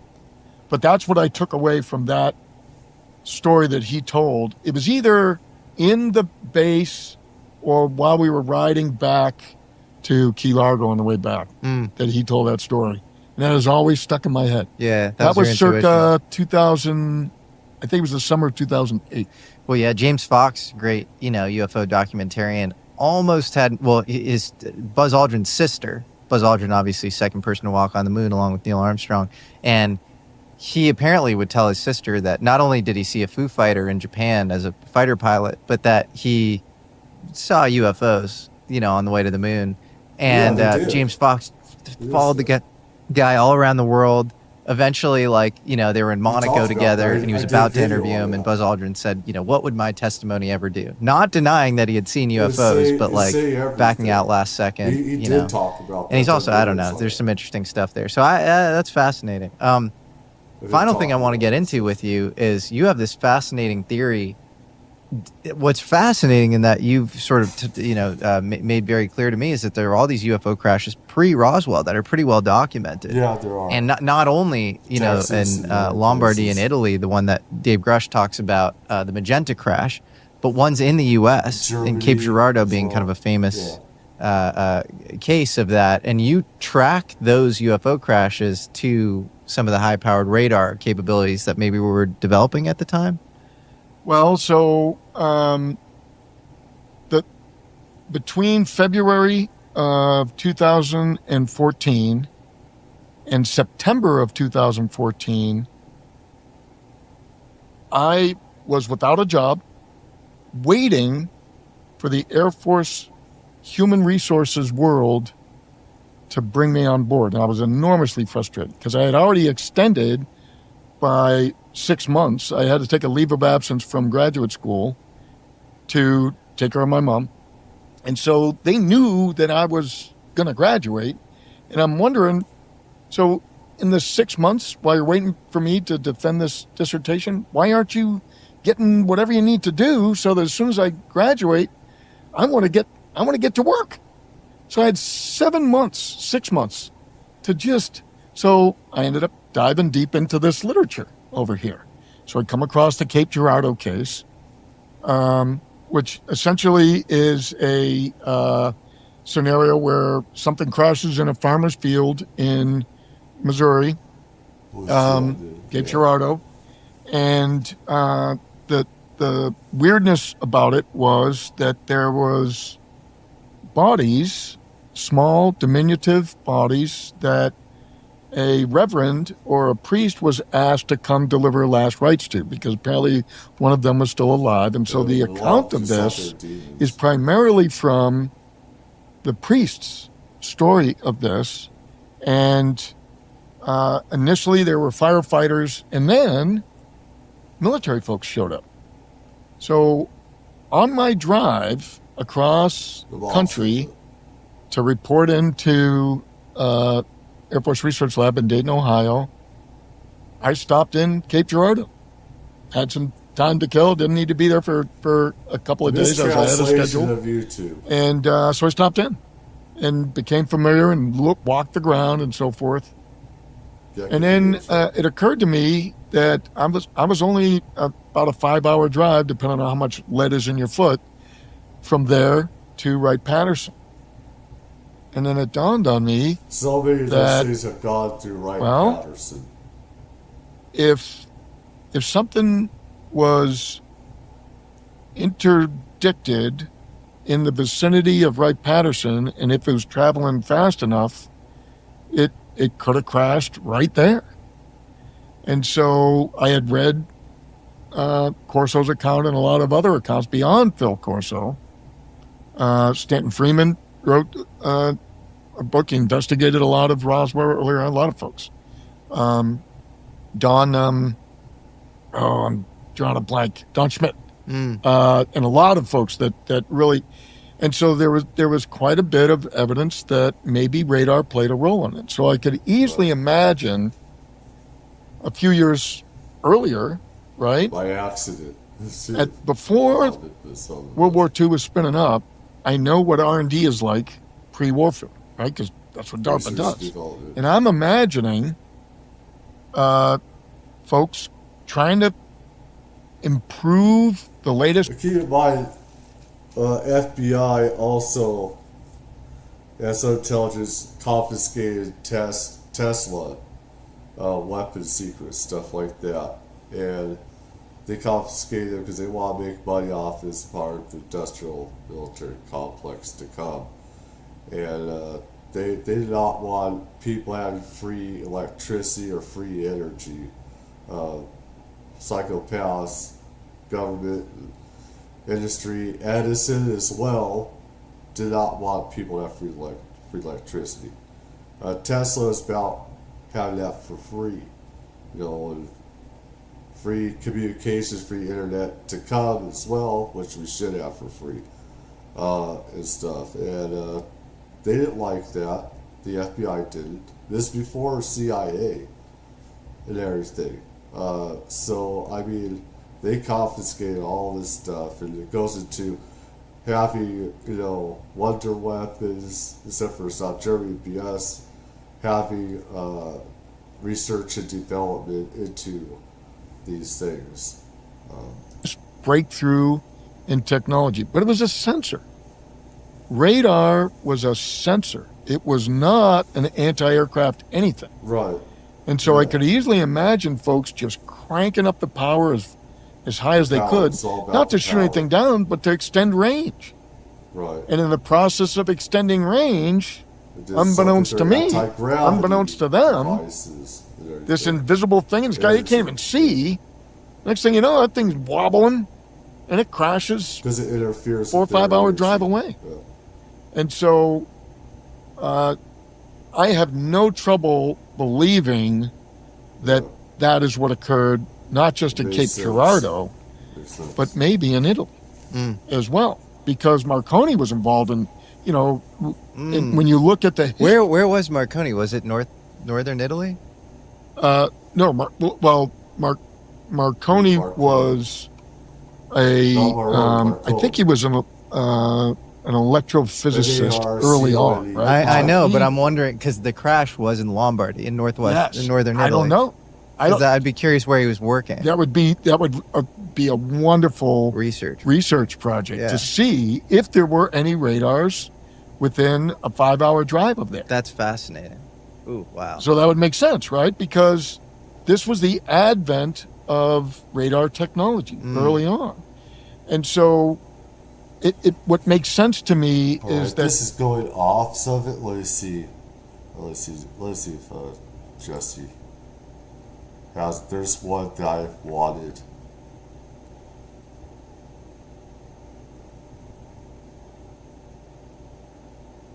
This is the one here. I have probably somewhere. And this is one of them. I believe this is not.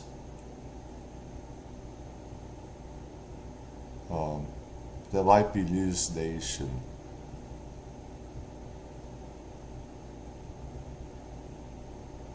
This is a long one as well. This is from Jesse Michaels as well. But I know about this stuff for decades for these others to do. I should have done this a long time ago myself.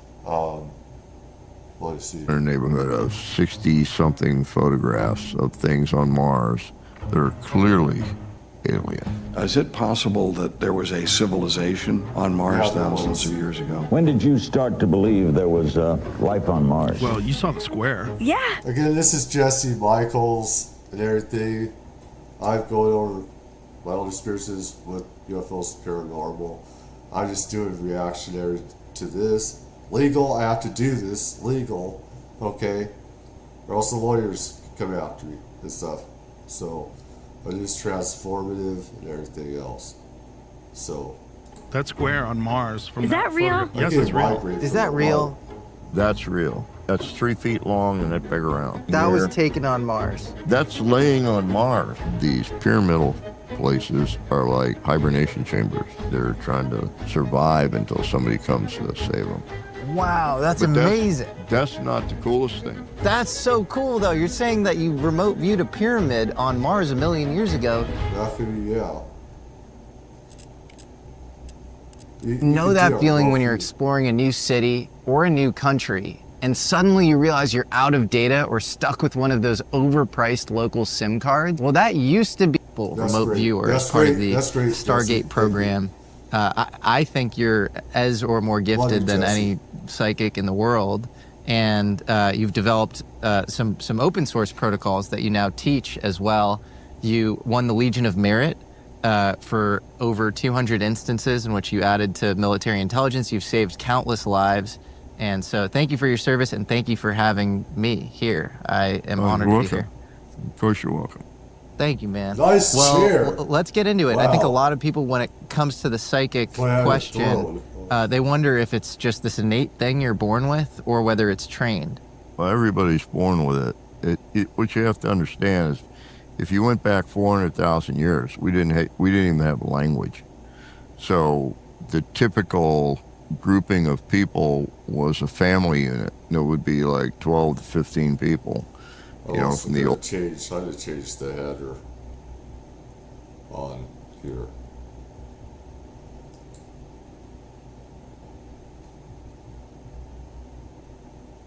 Yes, edit.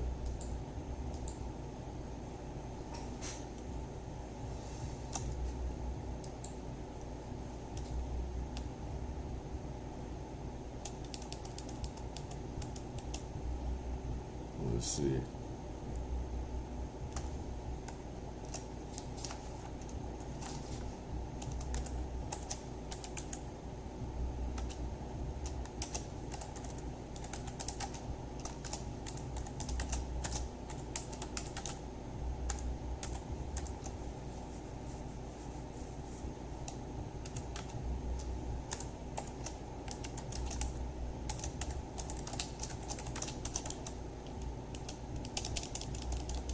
If I can learn how to spell, I can't see very well with these glasses. I can't.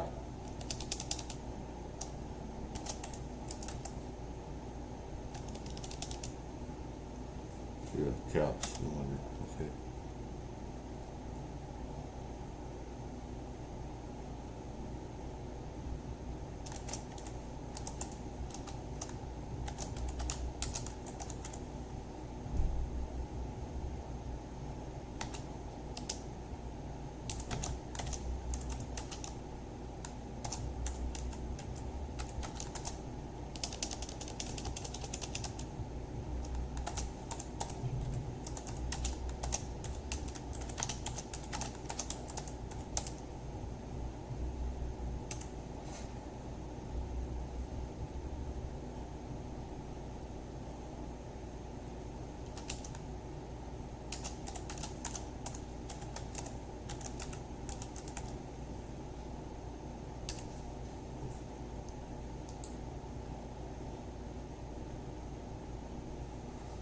All right. I think I could close those blinds real quick. I think I will because I'm getting a migraine. It's the reason why I'm sometimes in the dark. Because it's really bright and people can't see it, how bright things get. Anyways, hold on a second here. Hold on a second, everybody. Anyone that likes this, please leave a like, a comment. I do this so people could comment the stuff in their own experiences as well. But hold on.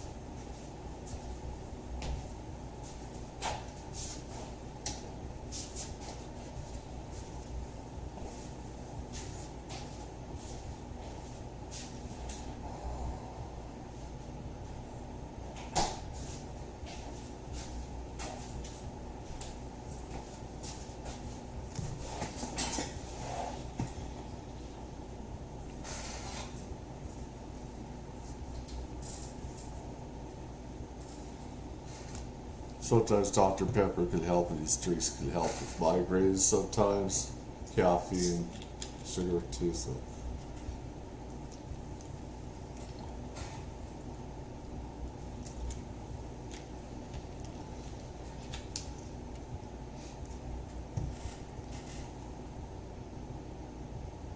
Older all the way down to the youngest. And we actually didn't have a language. We couldn't speak to one another. We started out grunting and pointing. Again, this is Jesse Michaels, reacting and everything, with my own experiences and stuff that I already know about and heard about. Mars here, used to have life there and everything. You know, I've seen pictures decades ago and stuff like that, and I know that ETs have had bases, you know, Mars, you know, the moon, and other structures and stuff like that. So they have ETs, HI have traveling routes throughout this solar system, other solar systems, galaxies, stuff like that. So it actually makes sense. But Pointing. So the men did the hunting and the women did the gathering back in those days. So you were at high risk just doing either one of those because the animals were extremely dangerous. So if there were 6 men, 8 men circling an animal for a kill, they had to know what each one of them was doing and if they were in the right place and doing the right thing. The same thing with the women. If they were out gathering in a place where they were looking for roots, let's say, and it was tall grass and a saber-toothed tiger came into that grass, you couldn't see it. But instinctively, just like you see deer doing today, all the women's heads would come up. And they'd all look in that direction and start backing into a crowd because there's more defense in a crowd. So it's almost like with the development of writing and other senses that have become more emphasized in modernity, we have lost this innate ability to communicate with nature and through instinct. Think of it this way. Eventually, one family unit met another family unit. They decided to share the same cave. So you're sitting in the cave, and your strong point is that you can actually almost read somebody's mind. In other words, you're reading other human beings because you've been doing it your whole life. And you're just starting to develop a language. So you're sitting at the fire, and the guy across from you is a new stranger. First time you've ever had a stranger sitting there. And he's kind of oogling your spear. You know, like, oh, man, that's a good-looking spear. You pick that up. He's a dead man. He starts checking your woman out. You know? So that didn't work. So Mother Nature does what it always does when it has to fix something. It's instinct too, but it probably installed an early filter of some kind. Sometimes. Maybe it was in the callosum where the mind There's paranoia interchanges too. information. Yeah, the corpus callosum, which divides Right. the left and right Exactly. hemisphere. So it probably did that in order to just slow it down a little bit, make it a little more harder to perceive. Well, that's interesting. Have you heard of Julian Jaynes? The origins. Well, he talks about the bicameral mind Uh-huh. and the origins of consciousness, and how there's a splitting between left and right brain, and the corpus callosum is that sort of splitting. And when you think Yeah. about schizophrenia, it Yeah. deals with anomalies in the corpus callosum. Right. And Kim Peek, he's the inspiration for Rain Man, actually had cephalitis, and that allowed him seemingly to download all of this information as if it was from the cloud or something. And so it does seem like there's a part of that brain which divides the left and right Which is brain when superhuman. actually hindered Yeah. allows for more downloads. I mean, Yeah, it's like, the thing is, like, some people that could be, like, retarded or whatever. There are things about them that make them a lot better than most of normal people and everything, how they treat others, stuff like that. There's certain people with autism, they have these, the telepathy tapes and everything else, how they can communicate, telepathically and everything else. The mothers and the kids and everything, right? And so you have that part that makes them mentally inferior, dumb or whatever. And they're not so dumb, because that other side, there's the psychic abilities and everything that's above us idiots, us dumb Neanderthal cavemen and stuff like that. They got that, and we have the ability to go further and to know everything, psychic and everything like that.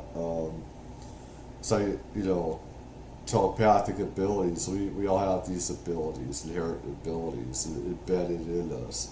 And, technology like we're using, artificial intelligence is replacing and taking over what we, really have, and stuff like that, these abilities.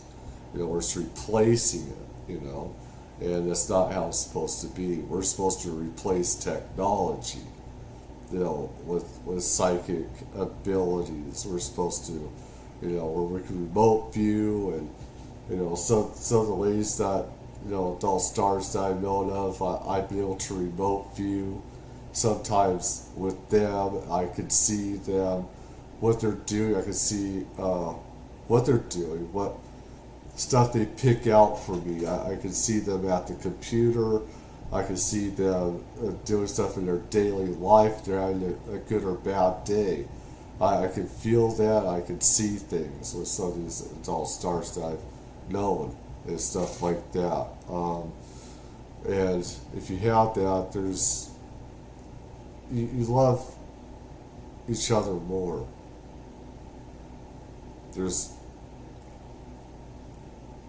Or with me, they don't totally understand. They don't exactly, but some of them that they know that it's like, this is where We did a lot of studies when I went from the Army into the research lab. We did a lot of studies while doing remote viewing. And it turns out there were a lot of things we discovered. Some of them were there are actual brain cells throughout the nervous system. So if you want to talk about mind, you have to talk about the entire body now, because the entire brain is in the nervous system, and it's also in the head, in the skull. Your senses are exquisitely sensitive for a lot of stuff, but we don't pay any attention to it, because if we have a problem, we go see a doctor, or we look it up in a book or whatever. Right. We didn't have to have that instant understanding for what was going on. So it atrophies naturally. And Right. what I find really interesting is, I don't know if you're tracking this, but one of the #1 podcasts in the country right now, something called the Telepathy Tapes. And it's nonverbal, often autistic children who have extremely high rates of clairvoyance. And so one has to wonder, is there opportunity cost with the language that we have developed. And when you're Yes. not relying on that language, do you revert back to a more primordial form of Well, communication? Psychic, it brings telepathic, consciousness which we're into supposed to an do. arena where you no longer are sensing the surroundings or the situation. I believe that a lot of language is, of course, made from tribalism, different tribes, and how they wanted to be away from each other. This is how he did it through time. It's like I could go back in time sometimes, and I could see things, right? So it's like how tribes did it is that people broke off for different reasons, some good, some bad, all right? That there had to be some, okay, tribal feuds. You had to develop language, different language, scribbles and art and everything, characters, depending where you get, depending where you are in the world, right?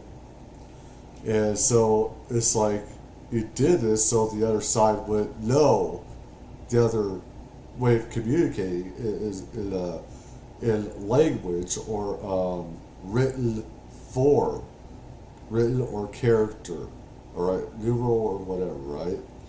So you're doing away with the telepathy and the psychic part where people can see in the mind and stuff like that. You're just shutting down. And you can shut down. I can shut down people. I've shut down some psychics try to go through my head. I run interference or whatever so they can't see, right? It's what we've done throughout time is different tribes, break off from each other.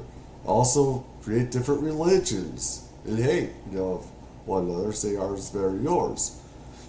It all makes sense. It all adds up.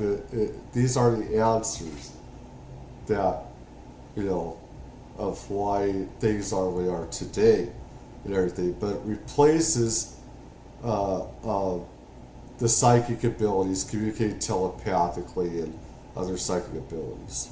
So. It's called situational awareness.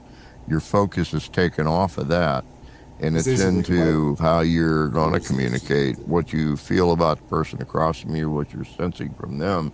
So the warning system that was very functional 200,000 years ago becomes more dysfunctional. Well, you take somebody and put them in combat for a lot, or you put a policeman on the beat at night alone, or a fireman's in a building on fire. They got to know when to back out of that fire because the building's going to collapse, or where not to go in the alley because it's an ambush. So you become more situationally aware about the entire area around you instead of just where you're sitting. When do you first recall as a child being like, okay, maybe I'm kind of good on this sort of psychic stuff? When they decided, some of the gangs in the area decided they needed me as a token white kid. Oh, that didn't work boy. for me. To literally mentally scout what might happen to them or something? Or? Well, it was more of I didn't feel comfortable with people that I know might have not liked me as much as the other kids, or were waiting for me to be alone with my change from going to the store for my mother or something. It became a danger for me in many cases just going to the store because I had that $5 bill in my pocket or something, that kind of thing. Do you remember any specific instances where you got some download as a child and you were like, as a child? Yeah, you knew something was going to happen before it did, or? Not so much specific instances. I just remember being alert all the time and hearing voices sometimes that would tell me, don't do this, don't do that. Interesting. Or back off. Don't go down that road, go down this road. Not to go and stuff I remember we were on the phone one time and you were talking about just shamanic traditions generally. In the beginning, the people who kept small tribes of humans alive were shamans. And often shamans, from a physical perspective, wouldn't be the most adaptive. They might be sickly or protected actually by the group, by the tribe. Right. But extremely, from like a group selection Some of those level, crazy extremely lunatics, adaptive for the too, tribe some because of them. they're Some of them essential were for mystics. scouting what might kind of come around the bend. Well, the shamans make all the decisions. I mean, Yeah, they did. notice things They did. like Go to a war. blackbird lands play out on a when you certain play out. limb and faces a certain way, and that means something to them, but only because it's tied to maybe what the weather's going to do. But Right. they're not observant enough to know the weather's changing, but they are observant enough to notice the blackbirds. So they sort of superstitiously anchor things being caused by the environment that relates to changes and things that are going to be dangerous.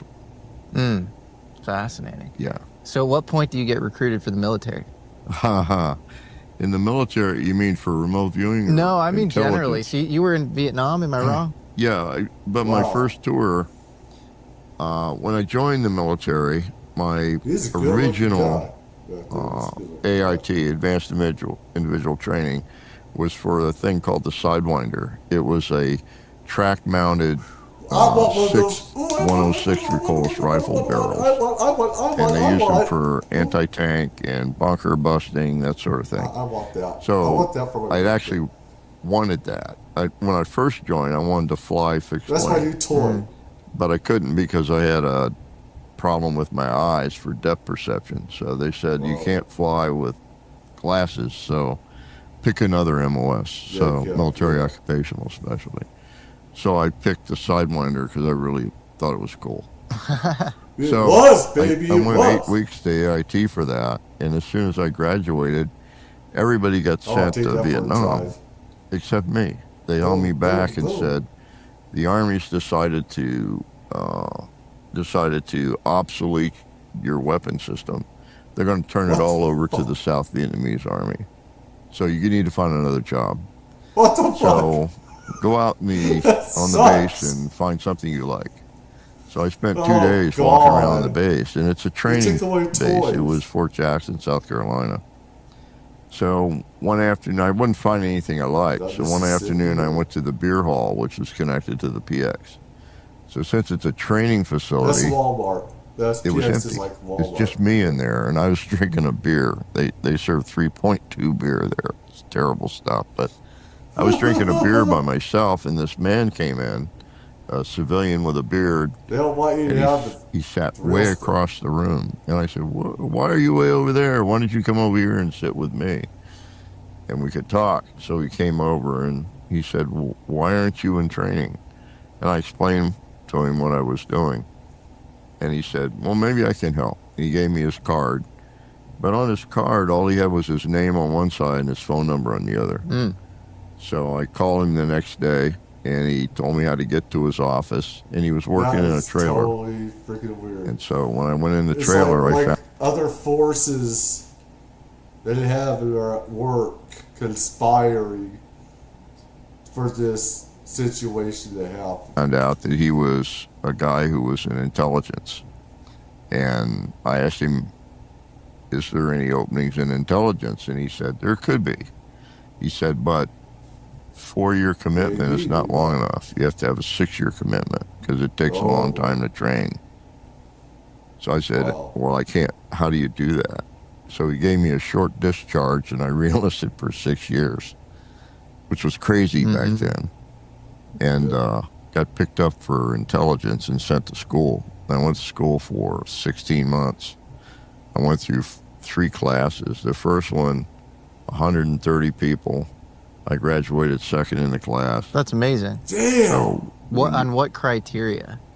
this was all about radios. Okay. Learning to operate all, Chinese radios, That's Russian still- radios, yeah, American okay. radios, all those kinds of things. So you're pretty technically savvy. No, I wasn't. Yeah. Okay. That's what the Alerts. training's for. Ah. The problem was international Morse code. I had to learn I international think Morse me and both code. jumped the gun. And I had to learn to send it and receive it with a pencil and a open J28 key. My dad. And I had to be able to do that at 20 words a minute. Right. 20 words a minute's fast. And I got to 10. And I was getting closer and closer to graduation date. And if I couldn't get past 12, I wouldn't graduate. I'd become what they call a 11B, grunt with a rifle. you know where you go when you're a grunt with a rifle. So I went out through a hole in the fence to a hotel downtown. We in go the back to the town, war. It's still going shot on. pool and drank beer all night. About that. Came back. I was late for class. I went into the classroom and sat down, and the instructor came over and he did one of these. Oh my God, where have you been? And I told him, I said, I can't do this. And he put the headsets on me, handed me the key, and said, you're going to have to, or you're going to Vietnam. So I passed You're going to 10, do 12, 15, You're 20, gonna do 15, No one wanna 18, go 22 that day in like 2 hours. Something popped in my Yeah, head. you did. And it's just like a language to me now. So I But even graduated. there, you're showing this ability to learn. Yeah. You're saying you're not technically savvy, but under certain, No, duress. it's like a language, that's- though. yeah. You know, if you have to translate things in your head while you're do listening, it. you're not really body learning the down, language. Yeah. It's when you automatically know what the person's saying in that language, that's learning the language. It's interesting. I was talking to this woman named Dr. Diane Powell, who studies a lot of these nonverbal children, and she was saying that the mind itself is a sense. And I didn't quite understand what she meant by that, but you're kind of corroborating that. Yeah, because you have to understand everything about your senses is a conscious sensing. Your mind is telling you what these things like your eyes, your ears, your nose are telling you about the world at large. The problem is you're locked inside a bone box. Right. So all this out here is just a figment of your imagination that your mind has put together. Yeah. So the eyes alone, to give you an example, the eyes alone vibrate, and we don't know, we can't even tell it's happening. The reason they vibrate is they're actually giving you two different pictures with big black holes in the middle, because the back of the eyeballs where the nerve root connects. So there's no rods and cones there. So to get rid of those big black holes, it's called dithering. It produces a multitude of pictures very quickly by vibrating the eyes, and it overlays and washes away the black holes. So then it combines the result, and what you see is what your mind has created out of. Well, this is the thing. Our eyes can actually not see reality all the time. Our eyes don't always see reality. It puts things together that our human minds knows, which we put things together through the years, and the brain deciphers that, well, this is what we think it is. This is most probable what this is, so we're to stitch these pictures and all this information together. Keep in mind, it's like we're actually upside down, and the eyes in the brain, the eyes have to flip us around, because if you do anything on human anatomy, the eyes and everything, is that originally we're upside down. Imagine how crazy it is. That would be, we'd be throwing up and everything. We'd be unbalanced and everything. Though we get used to it, because that's just reality. Just like we're used to see it this way, right? But thing is, what he says is totally right in everything, and how things become processed and frames. We see things in frames per second. So to say, and we see things just like running fluid, just like on film. That you take film and how films used to be made. You put all these pictures together, just like in a movie theaters used to be, right? Just like this.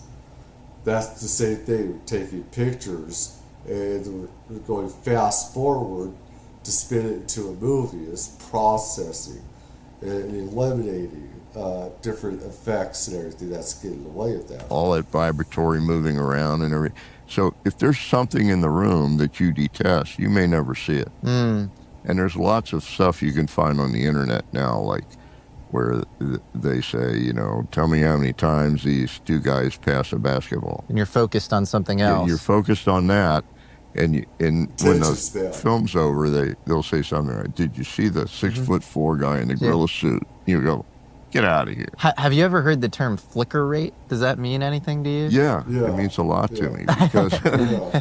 because that has an effect as well. Yeah, it does. All of our senses are not exquisite. Can you They're explain what finite. Also, flicker if we rate get is to bored the and average see person? the same Yeah. stuff, Flicker we just rate ignore is, all of that and just move on. The existence of something is not fixed. It's here, gone, here, gone, here, gone, here, gone. And the eyes are looking at something like the area that you're staring at. Well, that's a flicker rate too, because of the multiple vibrations and the repicturing of it. And so if those match up perfectly, sync, it's probable that you're not going to see anything there. It's there when you're not seeing. Seeing, not there. Not seeing there. The flicker rates are off. Interesting. So it's almost like a frame rate in a camera or something. Yeah, Frame rate, right, yeah. Exactly. You've seen pictures of helicopters where it looks like the blade's not moving and it just lifts off the ground. Yeah. That's a flicker rate. Yeah. The prop spin is It's going exactly so the fast, it's same slowly. as the actual frame rate of the camera. So it's freeze framing the prop only in that position So all the eyes can time. deceive us. And given that you're getting these sort of So cameras, disparate frame rate, images that your mind has to sort of 30%. reconcile, Yes. it almost feels like whatever symbolic conventions you have in your mind Right. somehow defines what you see. And those are developed culturally from birth. What everybody's told you reality is constructed like. It's all the things that have worked up to that point. And there's a lot of things you will never see because you just simply don't process it. Right. It would be like if someone has never seen a violent act in their life and they're sitting next to a table where a guy is shot and killed. The guy just simply shoots him, drops the gun, puts his hands in his pockets, and strolls out. There can be 8 people watch that happen, and half of them will not have seen it Right. So because it's too traumatic. what you're almost saying is that reality itself might be like radically subjective. It And- is Yeah. radically subjective. It is. It's Yeah, what it we is, yeah. intend to see or need to see or feel like we can deal with. And so your intention somehow is super fundamental to what you And actually like see, you or your erase it. attention, It not happens- either of it's those. happy to be. But even worse, it's I the just same erase with stuff or just the does it ears. 'cause It's the the same trauma with of what I've been taste through. and It smell. erases those memories Smell's of pretty what I powerful saw. though, because smell goes right to the brain. It does not mess around with, being manipulated in any way. Well, the olfactory region is right next to the hippocampus, so it's Right. very nostalgic It's like- sense. When you smell the saber-toothed tiger, Uh-huh. you could bet it's there. Oh, yeah. Yeah. But you may not Or recognize the smell. Sasquatch. They smell like rotten eggs. Smelling it causes you to freeze frame and say, Or something's wrong. I can't go any further. I need to back out of here. That's because the smeller just told you it's there, but you have not cognitively You may known not see that it, yet. but it's there. So you find yourself going through these tests for intelligence and passing with flying colors, especially under duress. You know? I was in the top 3 of all 3 Well, you don't classes know that I about went this, through. so- I went from the class of 130. I was second in the class. So I went in another class that had 25 people, and I was first in that class. Then I went to a Which class was it? with 5 people. I was the only one in uniform, and I graduated first in that class. So everybody went off to Vietnam, and they retained me for like 2 weeks. One day they came in and took all my uniforms away and sent me to Lynchburg, Massachusetts with $500. Said, buy I like clothes. it, that So I Lynchburg. bought a whole I lot like of clothes that. in a suitcase. Came back, and then the next day they put me on a C-130 at an air base close by, and I made, I think, 9 stops that night, and I was in charge of 2 big pallets of classified material. So I had to Test. release it to the proper people with the right credentials, and the last stop we made was 1 box, and they said, take that with you. And I got off the plane, and the plane took off. And I was standing looking at a very short runway in the middle of nowhere. There was a shack made out of metal, and I sat on this log because there was nobody else there. And it was warm and wet. And over on the left, the water was like pale blue, and on the right, it was deep purple. And that island went off in both directions as far as you could see, but none of it was wider than 3 football fields. So it's like a shoestring. And I said, where in the heck am I? And a guy pulled up in a baby blue Jeep wearing shorts, white T-shirt, and flip-flops. And he walked over and he said, are you Joe? And I said, yeah. And he said, I'm your boss. My name's Sal. And I was on Eleuthera in the Bahamas. So my first tour was 18 months within a whisper jet of where I grew up. And so your initial job is transporting classified material, or what was it? No, I can't even talk about my initial job. Okay. My cover was Air Sea Rescue. Interesting. So it was interesting because I was a lifeguard, Red Cross lifeguard. I could instruct people on how to swim. Cover. And half the unit couldn't swim, and we were supposed to be saving people. So I taught people who couldn't swim how to swim. But that was covered for something else. Right. Yeah, it was. Yeah. That's like a weird movie or something. Yeah, It's like a sitcom or something. And it turns out there was a man there who, he was a diver, and he used to clean the legs of oil wells out in the Gulf of Mexico until he got sucked into the mouth of a fish once. It scared him so bad. You know, a big grouper that's the size of a Volkswagen, just when they open their mouth, creates a vacuum. And he was cleaning the legs of this big floating platform with a steam wand, and this grouper was very curious, so it came up behind him, and it opened its mouth, and he... I know it could happen. I know the waves and how dangerous. No amount of money would get me over there, because it's no. That's like instant death for you. Hell no. I don't care how much I get paid. Ain't gonna happen. He was smart. He got sucked backwards into this fish's mouth. Oh my God. It didn't hurt him or anything. It just, he got stuck in this grouper's mouth. Jesus. And they spit him out finally. And it frightened him so bad he quit his job. And was rehired by the downrange people at Cape Canaveral to clean the connectors on underwater cables. It's pretty gnarly, man. Speaking of gnarly and intense, you fell out of a helicopter or No, I didn't fall out. What happened? Were you pushed out? That was in latter part of 67. Oh, We had these helicopters that had special jobs they did. And we had 3 of them. And they were special because they put larger engines in them. And we had electronic equipment mounted in them that did certain things, which was classified. But it really hurt the enemy, what we were doing. It took them about 2 months to figure out what we were doing, and they took out all 3 helicopters in 10 days. I was in one of those, and we were coming into Pleiku City to land. And as in Vietnam, because of the heat, a helicopter can't just lift off and land unless it's in a higher elevation because the air is too warm. Yeah, it is. So at Pleiku City, you would take off like a plane. You start moving down the runway and lift off. The same with landing. So we were landing this one day, coming off a mission, and they called our number and yelled, brake right, brake right. And we rolled over to the right, and this big bomber came in all shot up. So we had to wait till they cleared the runway. So we went out over the trees just outside the runway, and we're hovering there because it was cooler.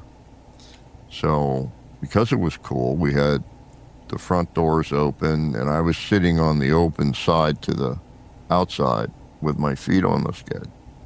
I was just being cool in both ways. Cool sitting there and cool from the air. And we got hit right in the belly with an RPG, and it blew the helicopter up. It fireballed, and I woke up on the ground. Jesus. Basically, I got blown out. We lost Felt at least hundreds, if not thousands, of helicopters. At least hundreds of helicopters got shot down. Or Vietnam, that's a most dangerous job. Was going in and out of LZs, landing zones, enemy zones, stuff like that. Hot zone HCs, stuff like that. It was a fucking nightmare. What they went through is crazy because so many got shot down. So many helicopters did. Very most dangerous job. Those guys did is beyond brave, beyond heroic, beyond supernatural. It's beyond like superhuman. Just stuff like that. all probably a little over 100 feet That's to the wild. trees, and You're lucky landed. you survived. I landed in the sitting The tree or position. something? You know, just bang, with my legs out, sat. I could see my rifle in front of me. It was dusk, and the forward observer who saw that happen Gun. radioed back that That's your life. Your gun is your life. he didn't think there were any survivors. This is He six said to nobody the could have bottom. survived that because it fireballed. But since we had all the doors Angels open, got you. everybody was blown out of the helicopter. Nobody died, but people were really messed up. That's a miracle that you survived. Well, I Yeah. tried to reach for my gun, and the Yeah. pain made me pass Oh. out because Oh. I had compression fractures from my jaw to my butt. Your spine must have Yeah. been just Oh, completely shit. messed up, Oh, it was. and your nerves as a result of that. So I couldn't get to my gun, so I found a big rock, and I pulled my boot knife out, rolled under a bush, and lay there all night. And you could hear people in the brush poking around. So I think it was VC Viet Cong? or somebody looking Yeah. for us. VC, Viet Cong. Yeah. Yeah. So the next morning they found me and took me to the MASH unit and put me in traction. They Mash. put these Mash. screws in my skull and hung wire with springs with these heavy sandbags. And I was on this cot. And I was like that for maybe not quite 2 weeks. And when you're stretched out like that, you become very relaxed. It takes a lot of the pain away. But then they came in one morning and the nurse said, we're gonna have to get you out of here because we have a lot of people more coming pagans. in. We need the room. So they took me out of traction. And I'll tell you, the one thing you never That's want to the military. experience Yeah. is when your spine's been stretched for like 10 days or so, It goes and then you swing your feet off the cot and stand up, yeah. everything Yeah. goes back into place. You don't want to know what that feels Oh like. God. Oh man. No, So I no, said, no. I'm still hurting. And they said, here. And they hand me a jar about the size of this cup full of Percocets. They said, walk it off. So I took the Fuck Percocets you. and went back to the unit. Jesus, Like, okay, no, you man. got walk that. it off. Percocets, like, And did you okay. and you eventually recovered, or did that? Man, that get a lot. That got a lot of men though hooked on drugs. That's not. They should. I mean, this is a military for you. You know. Oh my God! They just give you all this stuff. We have these idiots running, government, military, and stuff like that. They don't care what's going to happen. They get hooked on drugs, narcotics, all stuff. This is what happens. This is what. All right, but that's a lot. But people easily take more than they're supposed to, and people also accidentally killed themselves by accident because after you take so much of these painkillers, I know because I've had them before, these painkillers, and they also want to put my mother on a drip, just drips in you. Almost with me as well, almost, talking about that. Because what happened with my back, I couldn't walk, from time to time and stuff. I know what pain and suffering is like. I know very well. Most of my life has been pain and suffering. But, with this, it's like, You know, you have to. You don't feel the effects anymore unless you take double, triple, and then before you know it, you end up dead. I didn't Persist recover through your life? completely, Yeah. but I recovered to the point I could deal with it.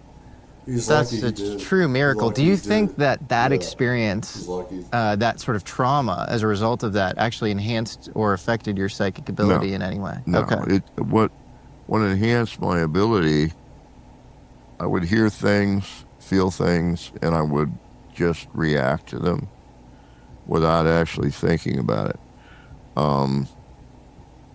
I'm looking for an example.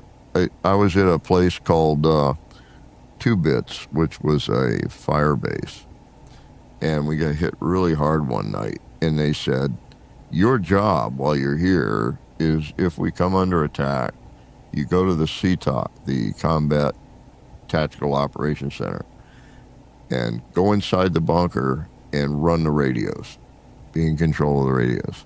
So when we were attacked, I took off, went to the bunker, You call me NVA. and I was going down the steps into the bunker, and I heard somebody yell, freeze. So I stopped, and I looked around, and the whole bunker disappeared, just vaporized. Some guy got in there with probably a backpack of plastique and blew it up. So everybody in the bunker was either killed or wounded. Jesus. And I woke up Wow.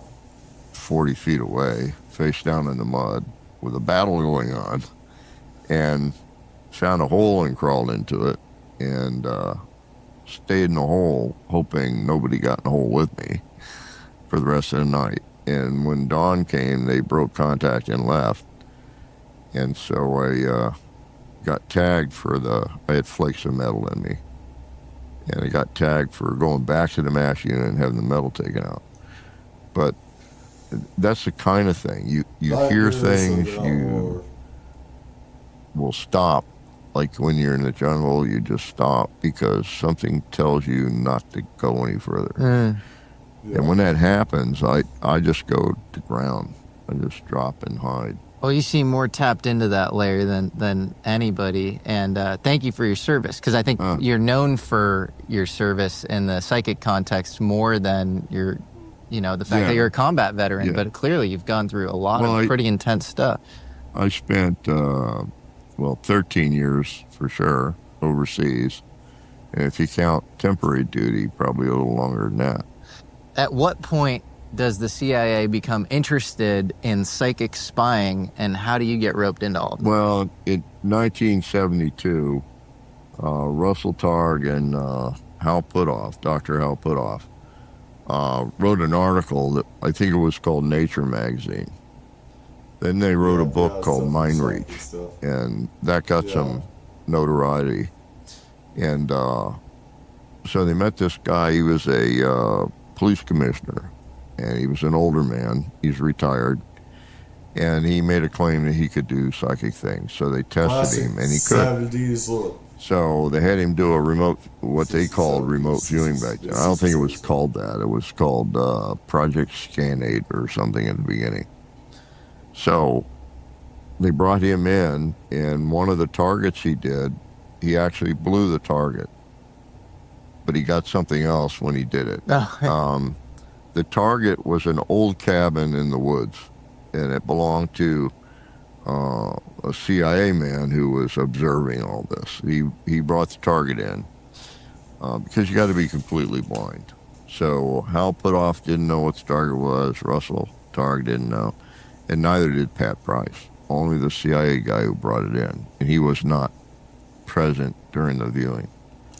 So what Pat Price did is, instead of describing this old cabin in the woods, he described a clandestine site, which happened to be fairly close to the cabin, but over here.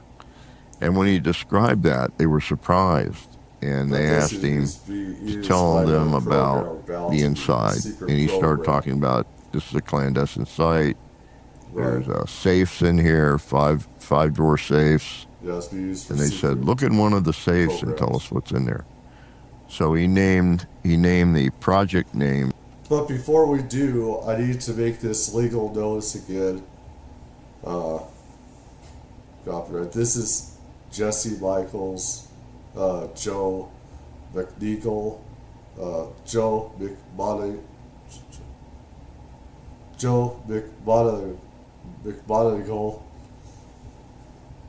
Usually I'm good with names, with pronouncing stuff in different languages. McMonigal. I just need to say it, Monigal. Yeah, okay, McMonigal. Mars used to have alien life. This is ET, stuff like that. I'm going to transformative fair use, along with my own experiences with this and stuff like that, paranormal. So, that goes here. I need to leave a like and everything else. Jesse Michaels, look at his stuff and everything. Good stuff. So. Of like 3 or 4 safes. Not safes, files within the top drawer of the safe. It turns out all that was true. Wow. And when they found out, the CIA went, whoa, this is really fascinating. So they came and they tested him on a couple sites in Russia, areas in Russia which we knew existed, but could not get into. And he not only reported on them with accuracy, he talked about machinery and stuff there, like a big tower and these things they call gores, these giant slices out of a giant steel container, that sort of thing.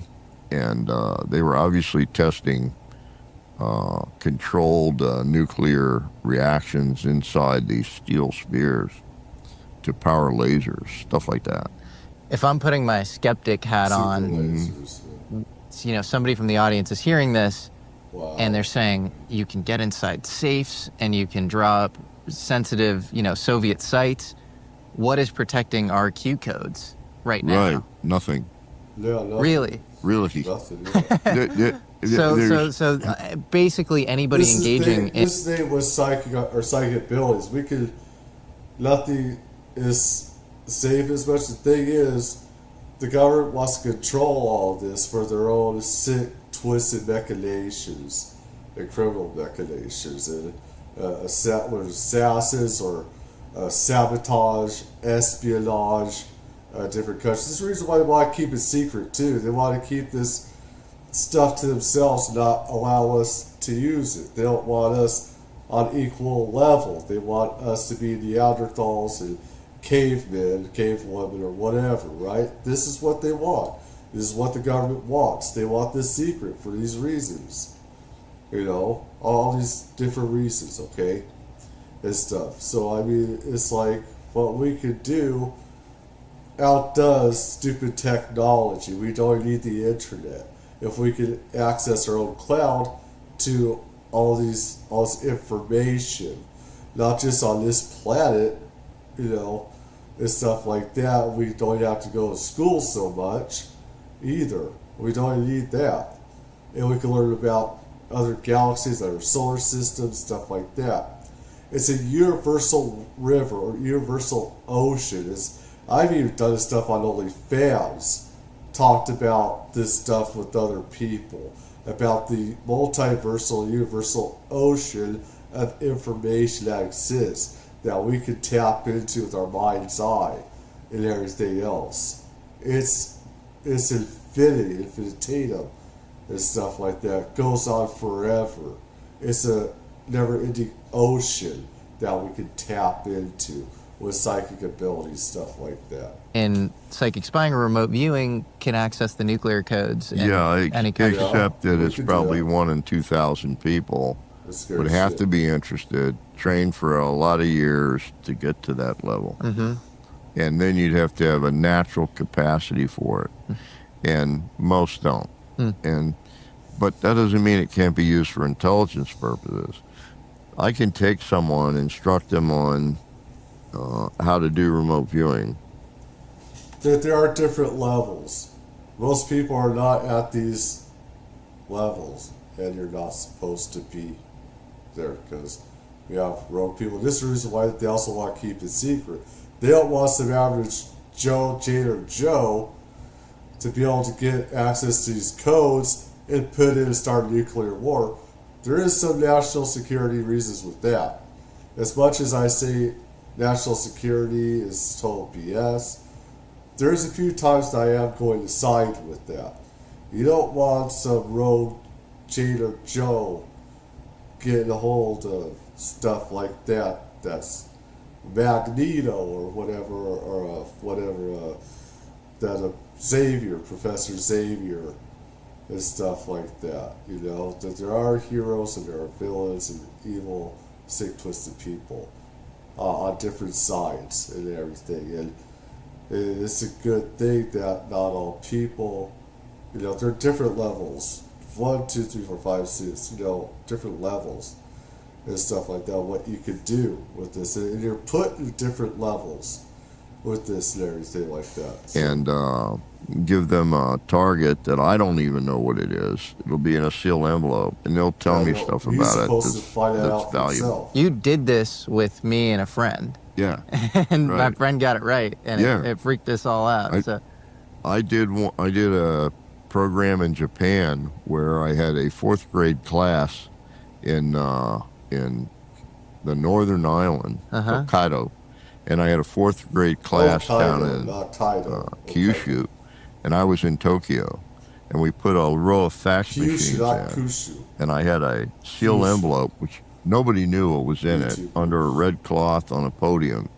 And what I did is I trained the 2 classes of kids in like 10 minutes on how to do a remote viewing. And then we had them do the remote viewing and draw the first thing that came in their mind. And they faxed it in, and we posted all those returns. So we had 70 pictures on the wall.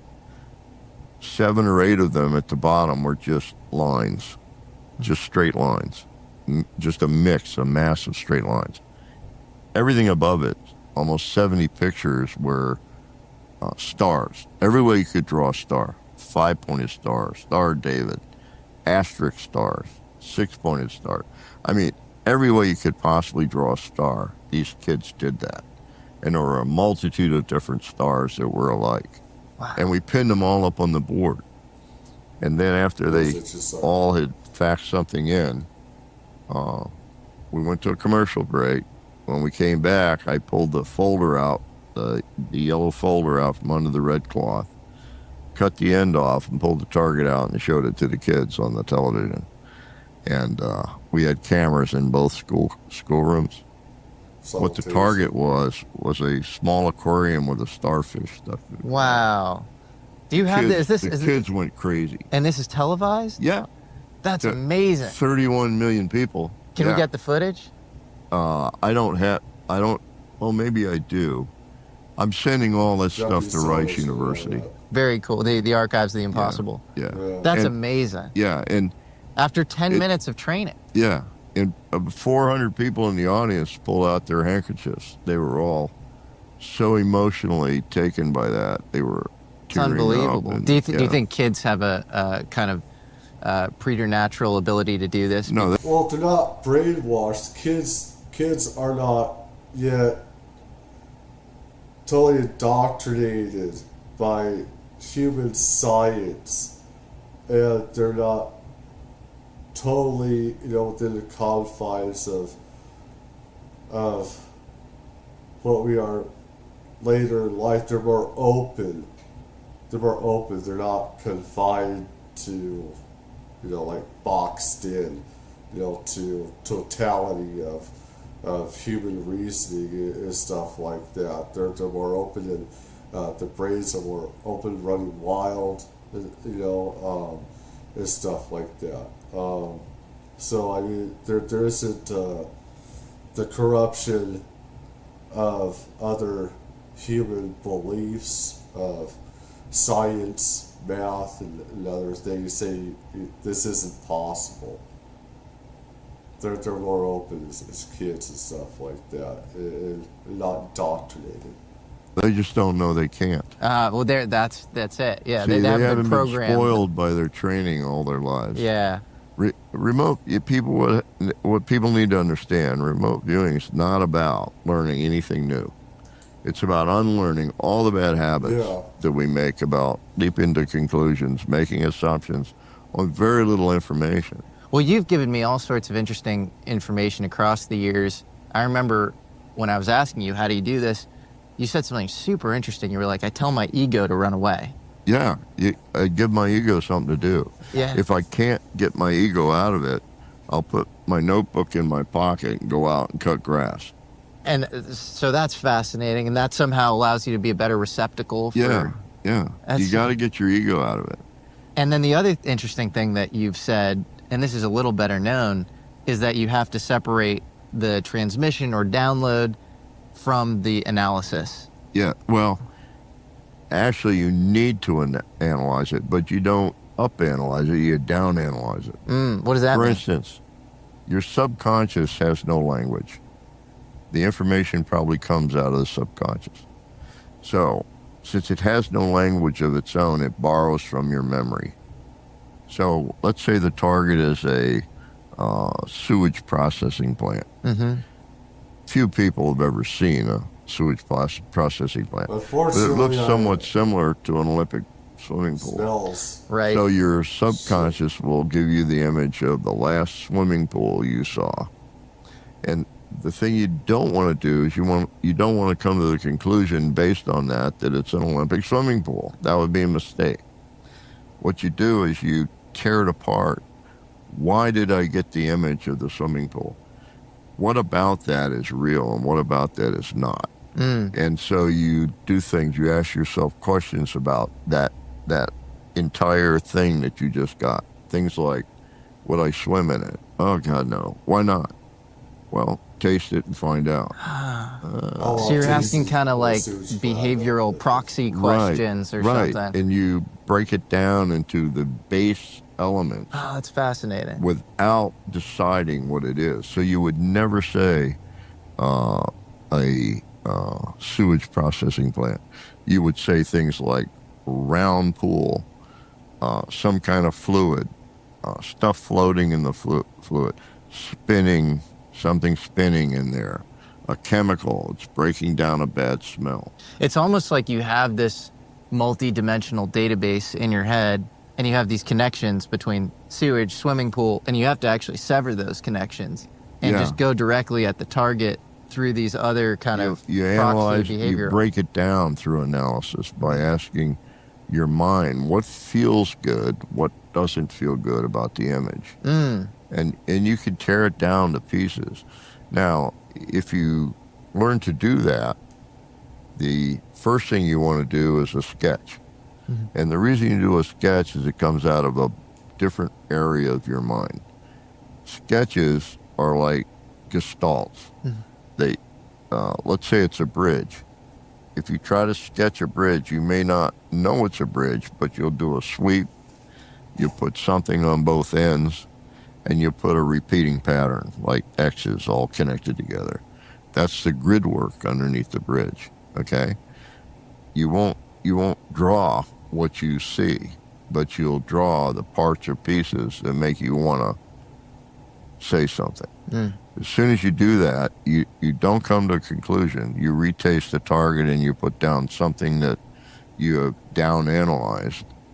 So by the time an analyst gets it, it doesn't look like anything specific, but the analyst, you have to remember, is working on a problem and he has collected all the data that's possible, he or she. And so they're sitting at a desk. They know everything about the target except the answer they're looking for. They get your material and it guides them to an area that they may look at a different way, and they'll just go, wow, that's it. That's the answer.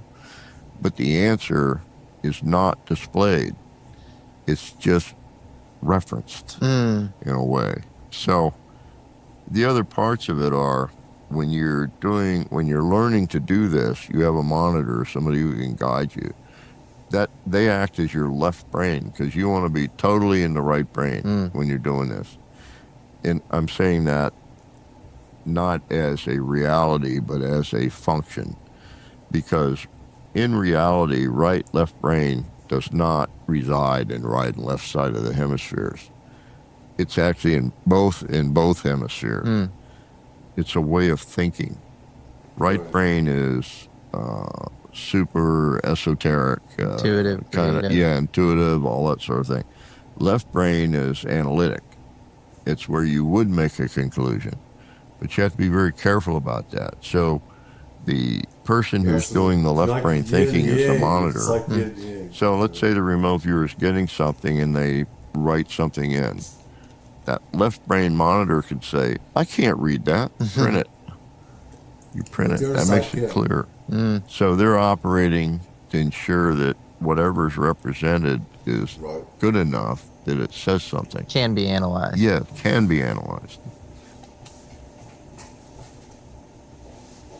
So I put this up.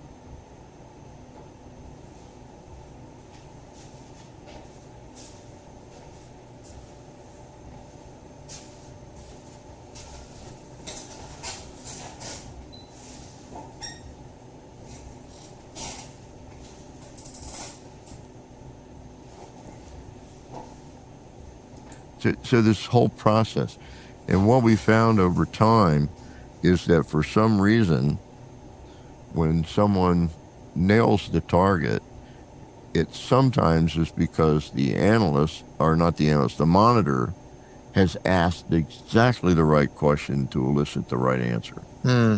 So in reality, both are being psychic.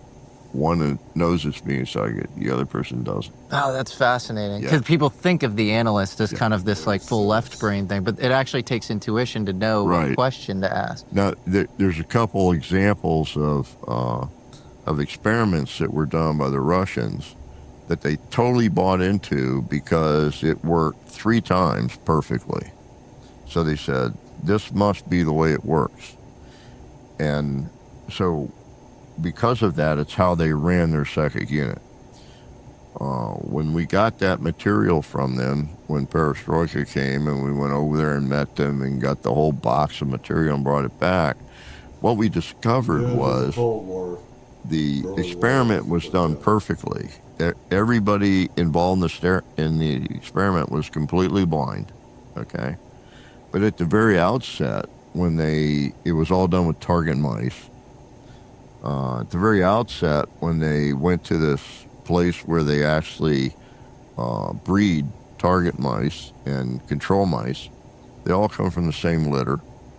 So this guy went there and said, we need you to randomly number 12 target mice and 12 control mice. And the guy said, okay.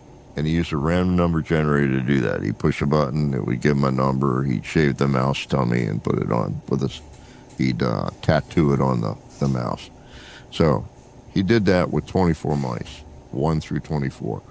Some of them were controls. He wrote them on the paper when they were controls. Some were randomly selected target mice. So all the numbers were different. They put them all in a cage and sent them to the Ural Mountains, 1,600 kilometers away. Now, as soon as you put all the mice in one cage, they're competing for sex and food. So their anxiety goes up. Right. So the task for their remote viewers, so to speak, their psychics, was decide which are the target mice, which are the control mice, and only in the target mice raise their anxiety high enough to make them sick. They did that. They sent the mice to another lab that didn't know what was going on, and they killed the mice, analyzed the chemicals in their brain, and listed the mice from top to bottom, most anxiety-ridden to least anxiety-ridden, and drew a line between the top 12 and bottom 12. It was a perfect match. All the bottom ones were controls. All the top ones were target mice. Wow. They did that 3 times, and outside of one mouse bear, it worked perfectly. Wow. All 3 times. So they That's taught their scary. psychics to target American congressmen, senators, Uh-huh. cabinet, president. Do you know of any specifics there as far as... Yeah, it didn't work. It didn't work because the methodology didn't work. And what was the fatal flaw? What was wrong with the experiment? Everything was done double blind. You tell me. I will tell you.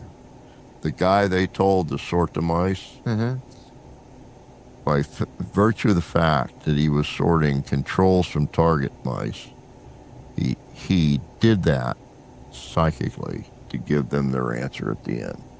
So he was the only psychic functioning person in the whole thing. Their psychics were not.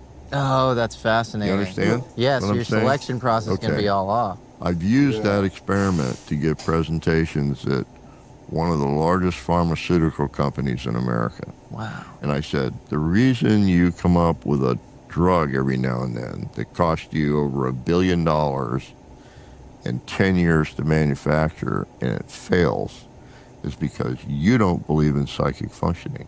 Right. And somewhere in your process, you have a psychic. Right. And they're giving you exactly what you want to see. Right. So because you don't buy into it, it doesn't work. It costs you a ton of money. Yeah, these stupid psychiatrists, psych people don't believe in this and think that you're crazy. I mean, some people are crazy, but some of it is their abilities that they don't know that they have also could be making them crazy as well. Okay, so these drugs can, totally destroy these abilities and dumb you down. And a lot of these drugs can also cause suicidal, homicidal thoughts, with the so-called antipsychotics. All right, they can actually cause what they're supposed to get rid of, and that is suicidal, homicidal threats, and not threats but thoughts. All right. And I don't know if they still have these on the bottles, but back, my time, they'd have on the bottles what they could cause. The very thing that they're not supposed to cause, they actually cause. And stuff. There's something wrong with these stupid pharmaceutical companies. When they could actually create more of the problem and stuff like that. So, for some people, they do help. They do help. I remember when I had a concussion, I was hearing voices. All kinds of stuff. I went crazy. I should have been in a hospital until things were off, and it got me. I forgot to even use this in court. But this is one underlying cause of how I got into jail, is because some of the stuff that happened with the concussion and everything, and how fucked up my head was, which is already fucked up enough as it is. But concussion sure as hell didn't help, and how how you get into jail and other stuff like that. And some people, that I know that have heard voices, yeah, medicine can help. It can, and for others, it does the exact opposite. It makes things worse. Keep in mind, people are different. They're supposed to be different. They're all supposed to be the same. And this is what a lot of idiot psychiatrists and psychologists don't get. There isn't one type of way a person is supposed to act. We're all supposed to be different, so. Well, yeah, you get into these because of that kind of epistemological, tautological loops. Right, yeah. Because if you have, it's like whenever I put out anything around this subject, you have to get, James Randi, you should win $1 million if you are able to prove this. this. No, you don't. I can tell you about that, too. Well, yeah, because, we're talking about it right now, but if there is an effect, inherently, then there are experimenter effects, and there are witness observation effects. Right. And so if anybody present comes in completely trying to be a skeptic, it's going to affect the experiment itself. Yeah. The scientific method involves a priori skepticism. And so we're talking... Because it's the negative waves, negative vibes. It actually does something to your psychic senses. It's like how like radar could like bring down some UFOs. It's the waves. When you get these negative waves into your head, that's interfering with your psychic abilities. That's the truth. That's what happens. It's dumbass rabble. Talking about kind of an epistemological paradigm shift, not just a scientific paradigm shift. Except your perceptions are wrong. What do you And mean? I'm going to tell you why. Yeah. Because there are things from a scientific standpoint that when we tested them, absolutely guarantee that a psychic function will not occur. Absolutely guarantee. And what are those? And you can test it a million times and it just will not work. How do you do that? How do you turn off the psychic function? The sun is above the horizon.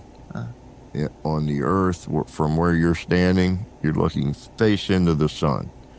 You just did a fourfold reduction in your psychic functioning. Interesting. Where you are on the planet, at what time and what day has an effect. Why is that? Okay, no, I'm not finished yet. Okay. Okay. There's Let things her like finish! that we know to be true. What else? Okay, well, I'm not going to go into all of them because there's too many. Okay. But if they list all those things and hand it to somebody and say, if you're doing any three of these, you will not function right. Okay? And then somebody comes in the door and says, we have a problem. We have somebody being tortured to death. We need to... This also has to do with our human bodies and how everything affects the body, affects the brain, and how we process information and everything like that actually makes sense. So know where they are. You'll violate it all because of the intent. Intent overrides everything. Wow. So what you're saying is correct, but if the intent is an imperative, you will override it all.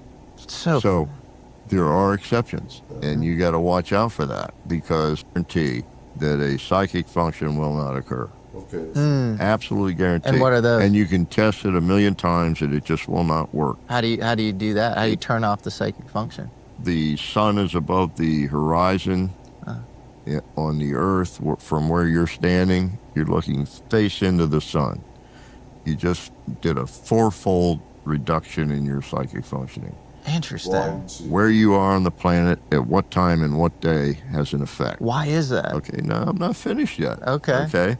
There's things like that we know to be true. What else? Okay, well, I'm not going to go into all of them because there's too many. Okay. But if they list all those things and hand it to somebody and say, if you're doing any three of these, you will not function right. Okay? And then somebody comes in the door and says, we have a problem. We have somebody being tortured to death. We need to know where they are. You'll violate it all because of the intent. Intent overrides everything. Wow. So what you're saying is correct, but if the intent is an imperative, you will override it all. So there are exceptions, and you got to watch out for that because people who say, no, we did everything to block viewing, they're wrong. You can't block it completely. Well, you're almost, this is, kind of an extrapolation, but it's almost implying that there's an intelligence on the other side aiding you. Because if your intent matters at all, like, why should it? If it's just this kind of mechanical, deterministic, scientific process, why should your intent be able to override any of these conditions? Well, it's intention, attention to detail, and expectation for outcome. Okay. If you're the only one dealing with that, it'll work. If there's 5 people involved in that experiment and none of them are focused on that, it may fail because there's just too many possibilities for failure as a result because the intent is not just your intent. It's everybody's intent that's involved in the experiment. If it's a post-grad student being paid to act as a monitor, he doesn't care what happens. Automatically, any scientist coming into the room, which is what you're talking about, they don't care if it works or not. They get to publish, they get famous for their publishing. So whether they're successful or unsuccessful is immaterial because they're supposed to be indifferent to the outcome. Okay? But in remote viewing, if you have a scientist monitor all the people involved, 5 or 6 people, and you do a remote viewing and the intent is to save a life, everybody's on board and it'll work every single time. Fascinating. Yeah. So there's a lot to this that comes out in the science and the study of it. If you don't know the science in detail, it's so easy to fail, screw up, all those kinds of things. With regard to the Amazing Randy, the payoff was not $1 million. It was an investment that would pay you eventually $1 million over 30 years. Jesus. What kind of intent is that? Secondly, he's the one who picks the target, does the judging, and tells you whether you're right or wrong. So you could rig it. I'd never participate in an experiment like that. I've been challenged so many times to do a live remote viewing double blind on camera in a prime time way in front of 25 million or more people that anybody else would shy away from that. Yeah. I've been successful every time. Well, yeah, you've done more televised remote viewings than anybody in the history. And what's interesting to me, the most controlled example of that I ever did was for National Geographic in the San Francisco Bay Area. They used 3 different film crews, so nobody was talking to anybody else. It was protected targets. It was randomly selected. I was completely blind. Ed was completely blind. The entire film crew in the room was completely blind, and I absolutely nailed it. You get a feeling like she had to park somewhere through a tunnel or something, or under an overpass. Up a walkway of some kind under an overpass, an open area in the center. And there's some kind of artwork of some kind in the center. But this artwork is very bizarre. Set in gravel, stone. And when they put it on television, they said, but you can't tell much from one result. They knew when they said that I had done probably 12,000 of those. What were the targets? Do you remember? The target that I did for them? Yeah. It was the end of the Dumbarton Bridge. Wow. In fact, I did it, the entire remote viewing was 1 minute, 30 seconds. And I heard the director go, and I said, I guess that's too fast for national television. And I said, so what I'm going to do is I'll sit in the front seat, you put a camera behind me, and I'll tell you how to get to the target. Wow. Which I did. You taught him. That is crazy. Unbelievable. Yeah, you clearly are not only precocious yourself, but you're amazing at teaching others. Well, and if you understand it, people, unfortunately, people in the Stargate program that came after the original 6 were terrified that they couldn't, do it blind. So they got hints. I will tell you that if it's not done completely blind and you don't understand all those other things about the science, in all probability, it will fail more times than it will succeed. Yeah, it will. If you truly participate and do it in agreement with the science that says, don't do this, or if you do this, it'll fail. If you pay attention to that, you're going to be 7-fold more probable of being successful. that seems to be a through line in everything with quote-unquote parapsychology. So everything. in life, Yeah. if you take a shortcut, the thing doesn't really work. Exactly right. And so we're talking about things that involve our perceptive abilities and our ability to kind of render the material world visually and memory-wise. And our ability to do that is somehow super dependent on going through the proper process. Yeah. And being instructed properly and not circumventing that kind of inorganically.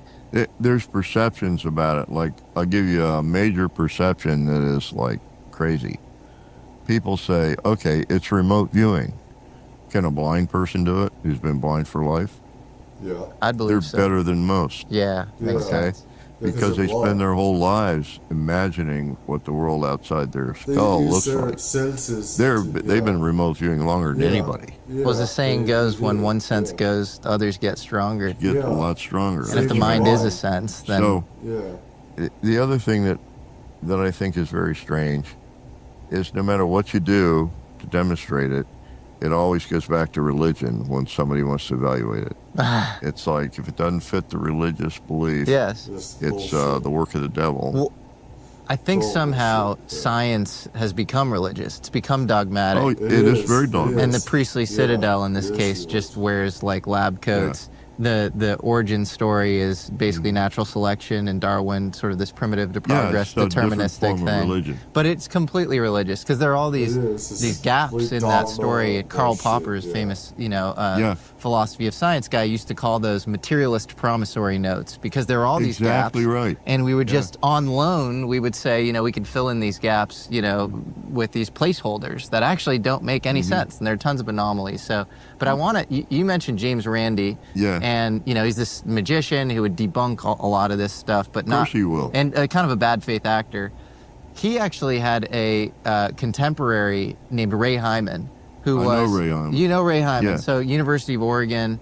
And he came into studying the Stargate data very skeptically. He's, a colleague of James Randi's, along with Jessica Utts, who is the president of the American Statistical Society. I know her personally, too. And also you hear her speak, and she is just completely beyond reproach as far as her integrity. She's probably one of the top 5 statisticians in the world. 100%. Wow. And she goes through all the Stargate data, and she says not only is this replicable, the p-values, which is basically the probability that you would get this stuff off the chart, way more replicable than psychology, for example, which we all take pretty seriously. And so I think it's important context for the audience. But let's get back to the core chronology of Stargate itself. So 1972, the CIA starts to get intrigued.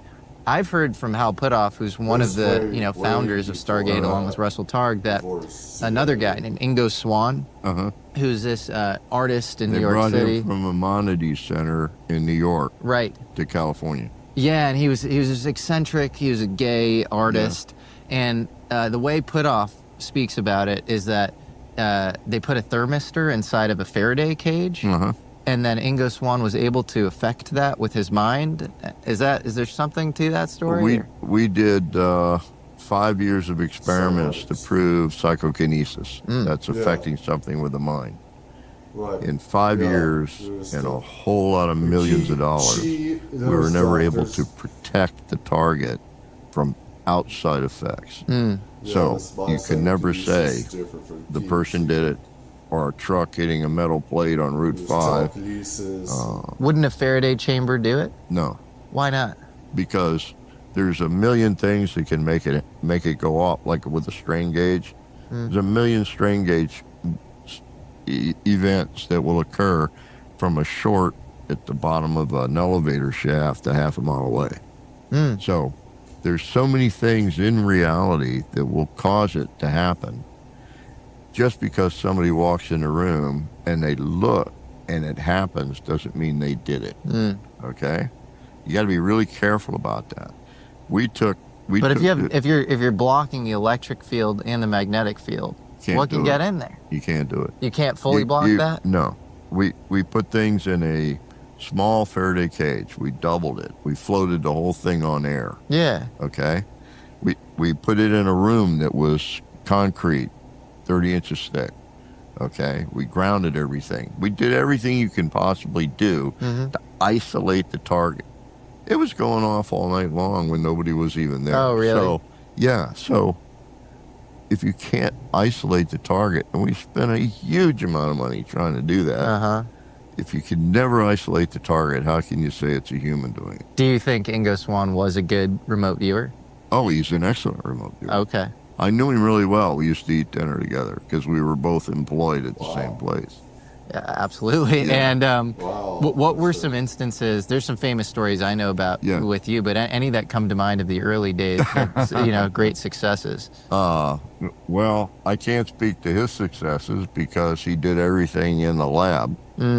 and not in the wild, so to speak. You know, where it's a real test. Do you want to tell your famous submarine story? Well, I can. It was not just me, by the way. It was But before we do, I need to take another leak because I got a treat for migraine and everything else.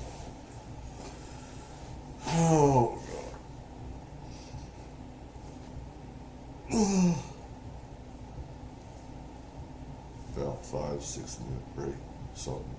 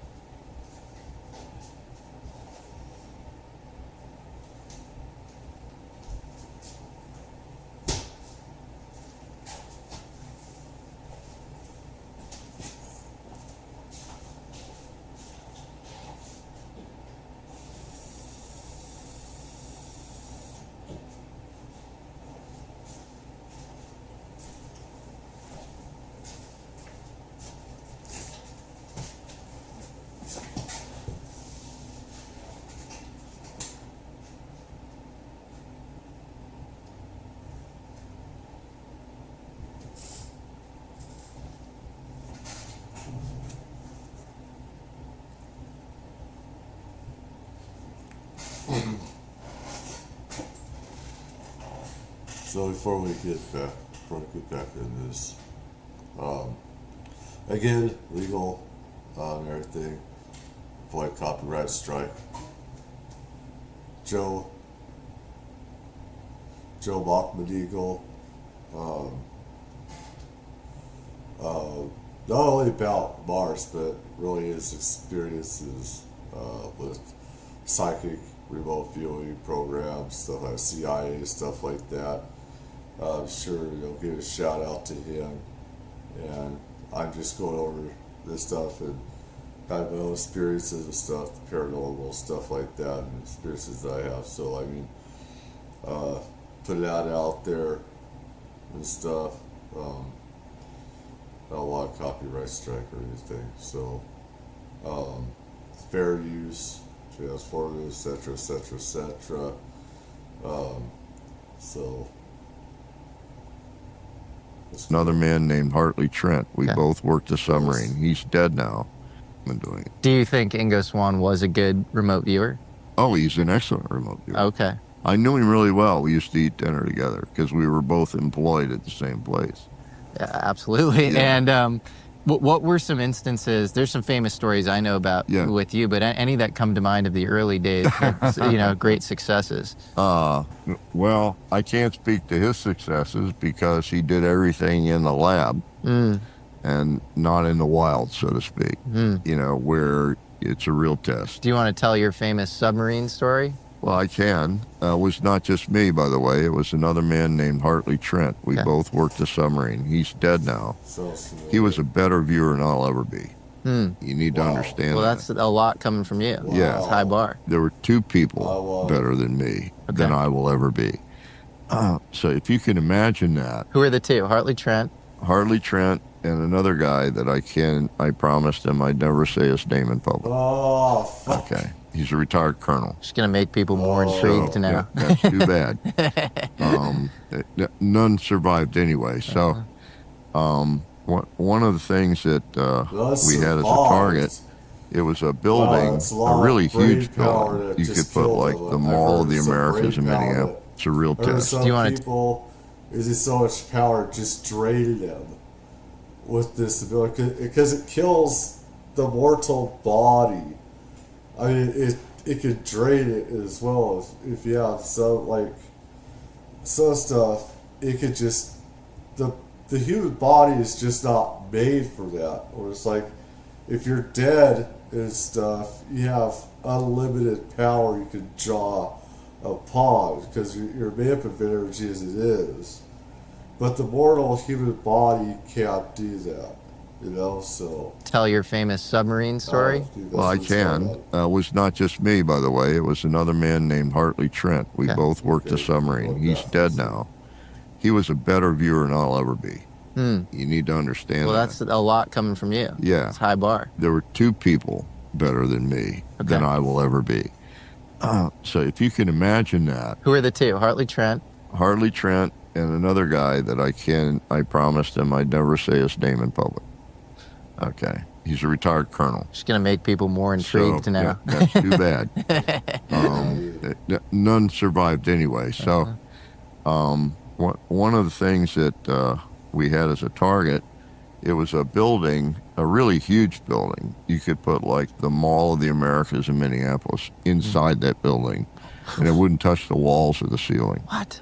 Yeah, and it was detached from water. It had no relationship to the harbor, and it was set off the harbor, and it had guards, fences, everything around it, and they had railroad tracks going in, carrying in tons of stuff, and coming out empty. I've seen some And they of that. couldn't buy a picture of the inside of that building. They were offering, I think, $2 million at one time for one picture of the inside of the building. Couldn't get it. It was bumped up from a number of different intelligence agencies to the National Security Council, which is as high as you can go. Absolutely. That's run by the vice president. It has representatives from all the other agencies there. What year was this? That was 79. Okay, so under Cardinal. Latter part of 79. Yeah. That was like my third target that I ever worked on. I don't know which one it was for Hartley, but we both worked on it simultaneously. We just didn't know each one of us was doing that. What I got was a really unique submarine because they were violating one of the major laws of submarines. They were putting two submarines together. And so they looked like two giant seas coming together. And they were using a whole new kind of welding methodology, which were high-intensity lasers. They were welding with a certain protocol. And the hull was done in a way that I can't go into, but it was different. And I said there were 20 tubes, but they were all slanted, which was the first submarine ever built with slanted tubes. Up until then, the Soviet Navy would have to stop to launch, which made them a target. So they slanted the tubes so it could be launching while it was moving. Every rocket on board was a MER-5, which meant it had 5 guidable warheads. So when it reached apex, the warheads could detach and go to different cities. Every warhead was like 50 megaton. Hiroshima was less than 1 megaton. So you can imagine the damage it would do. So these are hydrogen bombs. It could sit, yes. Yeah. It could park 100 miles off America's coast and eradicate us in 18 minutes. There'd be nothing we could do.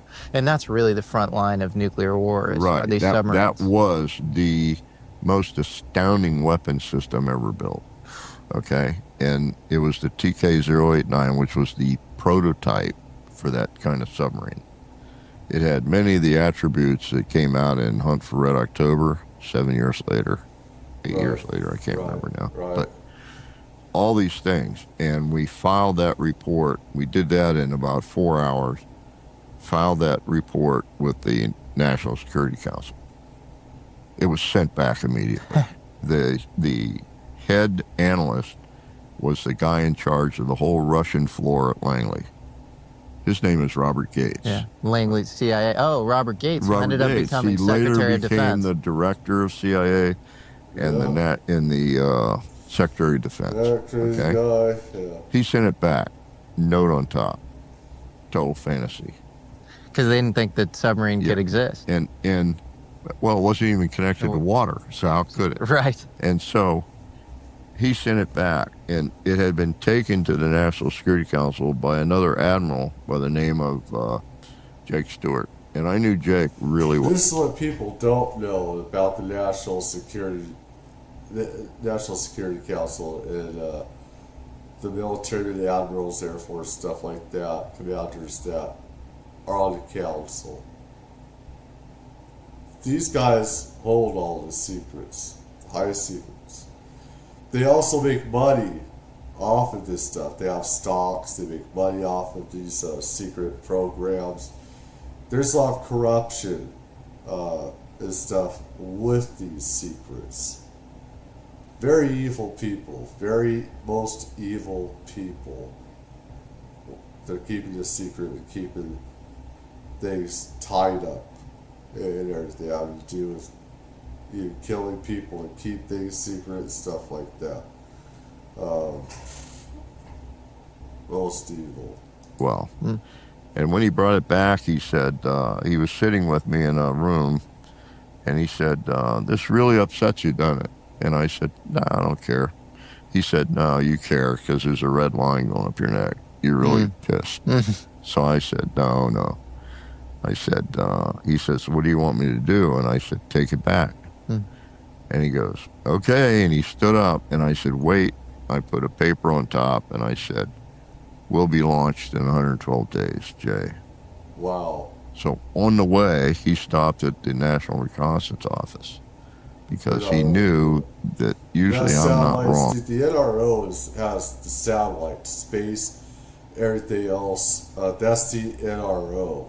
There are way too many fucking intelligence agencies that corruption breeds out of. And stuff like that, and keeping things secret and stuff. Most people just think of the CIA and stuff, or NSA even. No, we have over 20 different intelligence agencies that we should not have. It has development, research, weapons and stuff like that, espionage, reconnaissance, surveillance. All these things, and this NRO, yeah, that's where satellites and everything, space and everything comes in. You're talking about, we got secret stuff in space. That's where NRO comes in. You got, NORAD, stuff like that. Especially when I'm pissed.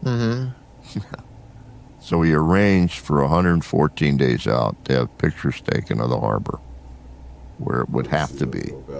He says, what do you want me to do? And I said, take it back. And he goes, okay. And he stood up, and I said, wait.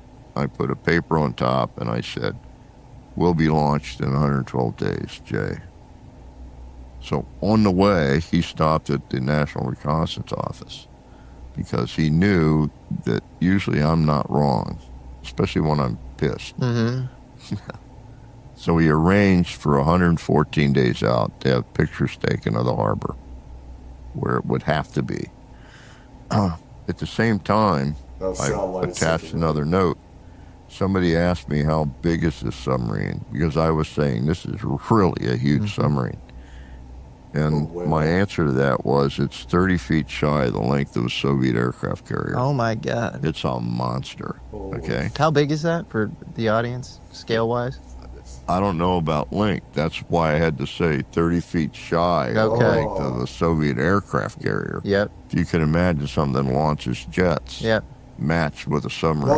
Not even Massive. as big as American carriers, but they're still big, very big. I mean, they only have a certain amount of aircraft compared to our 80 aircraft or whatever.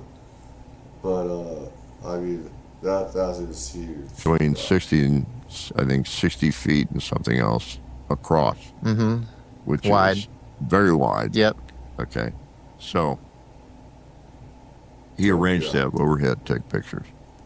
114 days out, when the pictures were taken, it was the side of the building was gone, trench cut to the harbor, and the submarine was tied up to the side of a Soviet aircraft carrier to block view of it from the entry to the harbor.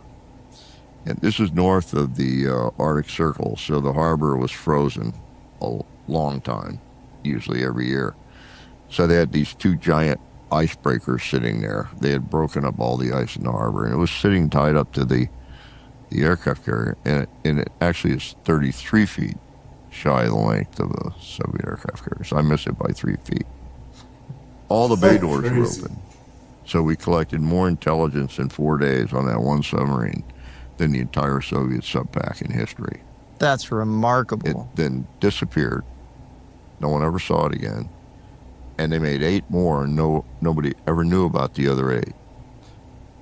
But you can assume, based on the data we were able to collect, we defeated their weapon system, because now we could identify it easily in the water, put a hunter killer on it, and track it everywhere it went. That's a miracle. Yeah.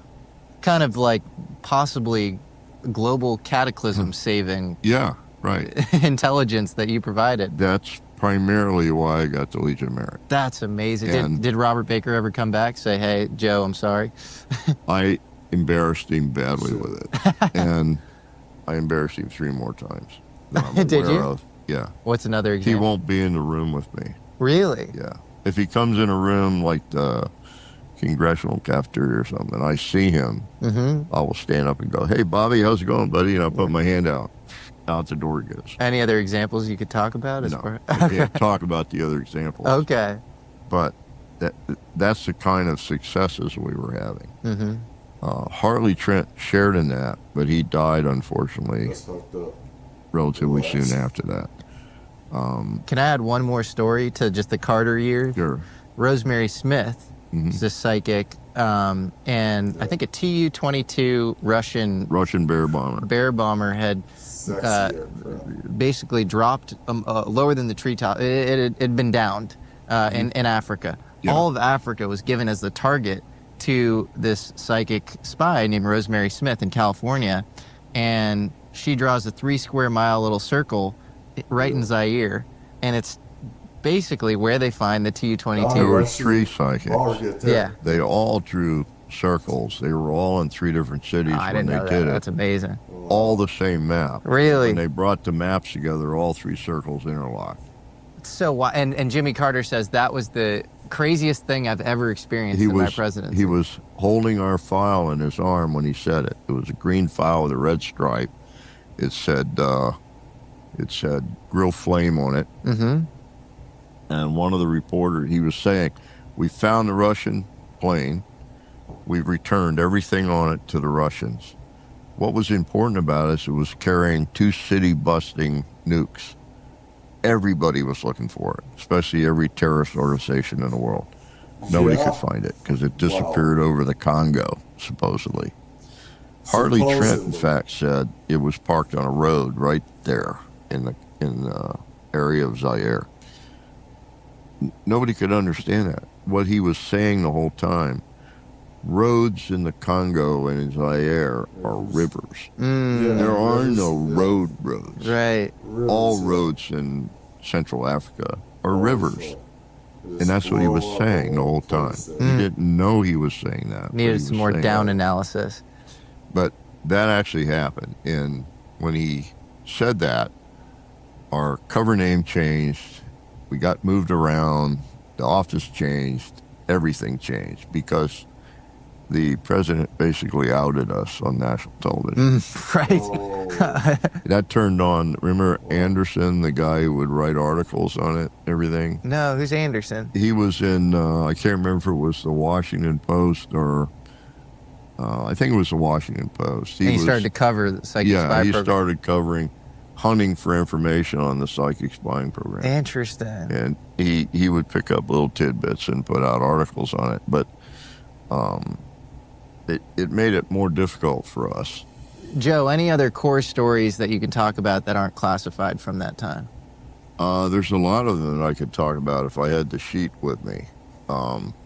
We had what's called the blue book, the blue briefing books. There was 2 books, 2 folders with 160 successes in it, which were just like the submarine. Okay, that kind of weight. That's amazing. I'll give you an example of another one. The MX missile program. Remember that? They were going to produce another 30,000 miles of railroad tracks. They were going to have hundreds of cargo cars, railroad cars. They would all be identical right down to the serial numbers on the locks. Only 1 in 20 would have an actual launcher in it with an ICBM.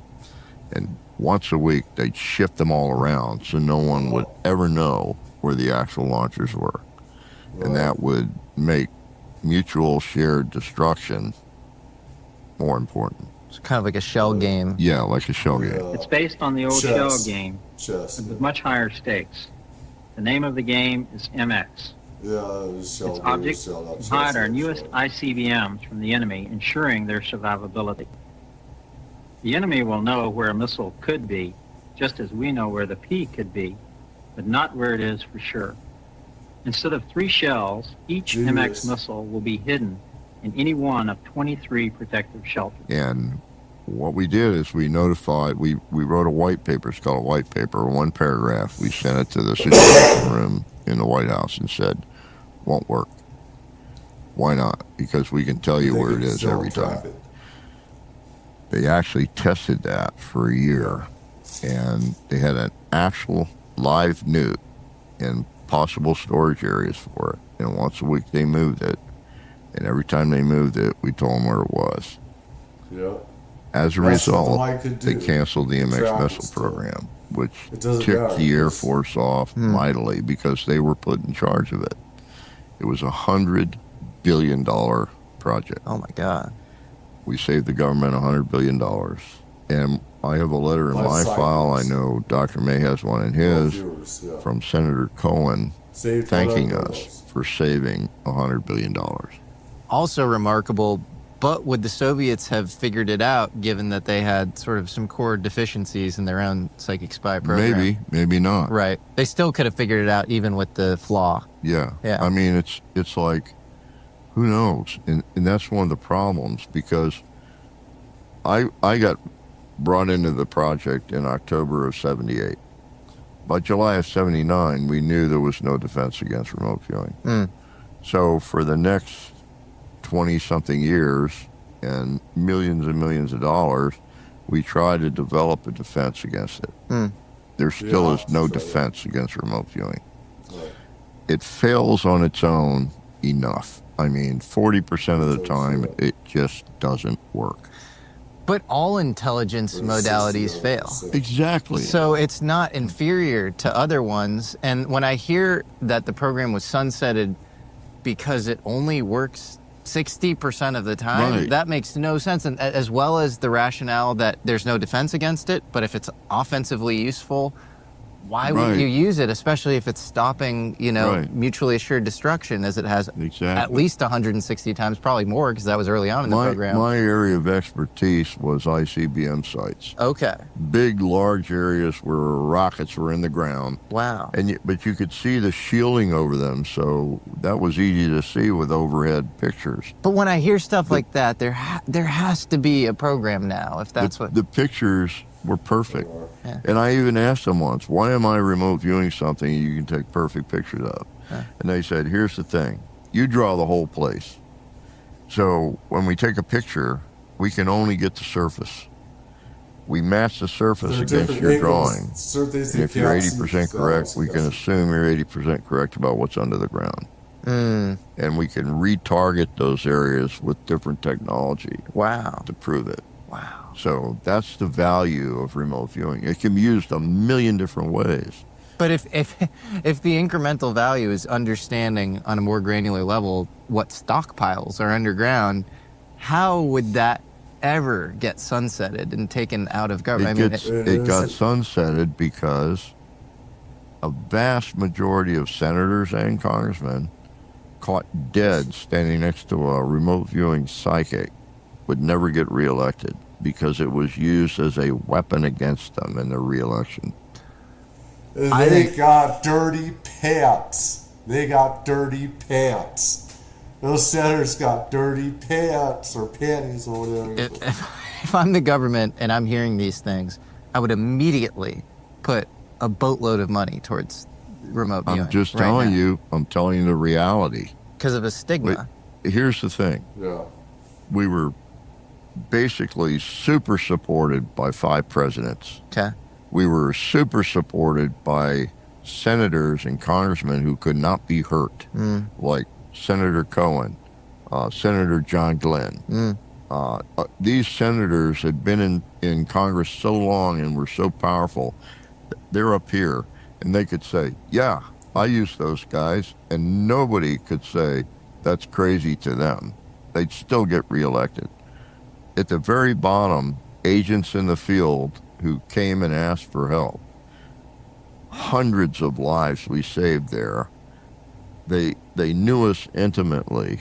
They loved us because of what the data was. Yeah, we Trump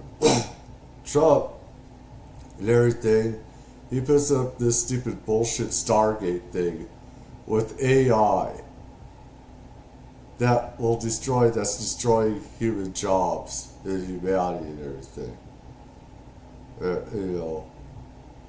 And the real Stargate, real, psychics and telepathy and everything else, that he's trying to cover that shit up. could give them as early warning.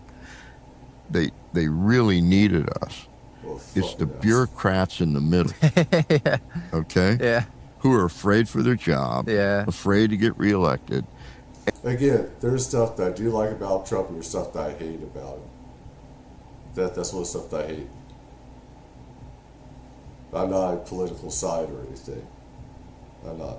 I hate them all. But anyways. And the guys in the middle are the guys who have to justify and write up why you need so many tanks. Yeah. And why you have to spend the money on it. And people are starting to ask, well, if you can just walk in and plant a charge and blow something up, why do you need the tank? If remote viewing tells you where to put the explosive. It's always the middling bureaucrats that have the most perverse incentives. And there's because they want to keep the military-industrial complex going. They make money off of it. They get off on this stuff. They really do get off on it. People, military contractors, they'll also lose hundreds of billions, trillions of dollars. Trillions upon trillions upon trillions of dollars over time. They don't want remote viewers, getting in their way, upending them, outclassing them, because that's what we all could do. We could outclass them. We don't need to spend trillions or hundreds of billions of dollars. And the thing is, we shouldn't have all these wars in the first place. We shouldn't. Part of declassifying ETs, stuff like that. It's for enlightenment and stuff like that. There's good and bad, of course, bad ones. You need defense for that. You need to have defense for that. But, it's all a scam. It's all a scam with the military-industrial complex. this thing, concept Baumol's cost disease, where Exactly. the objective of a bureaucracy is just to extend the bureaucracy, and it's not to Exactly. do anything more efficiently. Actually, that's and the opposite. The other of part of it is even worse. It's the bureaucrat politician in the middle that actually starts the war. That's right. Okay? Has no skin in the game, and his kids and family will never be affected by it. Yeah. Totally. What's wrong with that picture? Dr. Strangelove. Yeah. During the Vietnam War, I was brought TDY, temporary duty, to the Pentagon because demonstrators were throwing balloons full of blood and stuff on military going in and out of the front entry of the Pentagon. Little rats. My job The was, thing is, the soldiers were just doing what they were told, following orders. That pissed me off. Attacking them, they're just as they're told. They're following orders. They could not do it. They get court-martialed. They could face prison time. Luckily, all of them were pardoned. All of them were pardoned. Was it Gerald Ford that did that, I believe, that pardoned all of them? I believe. I don't think it was Reagan. At least Gerald Ford. All that.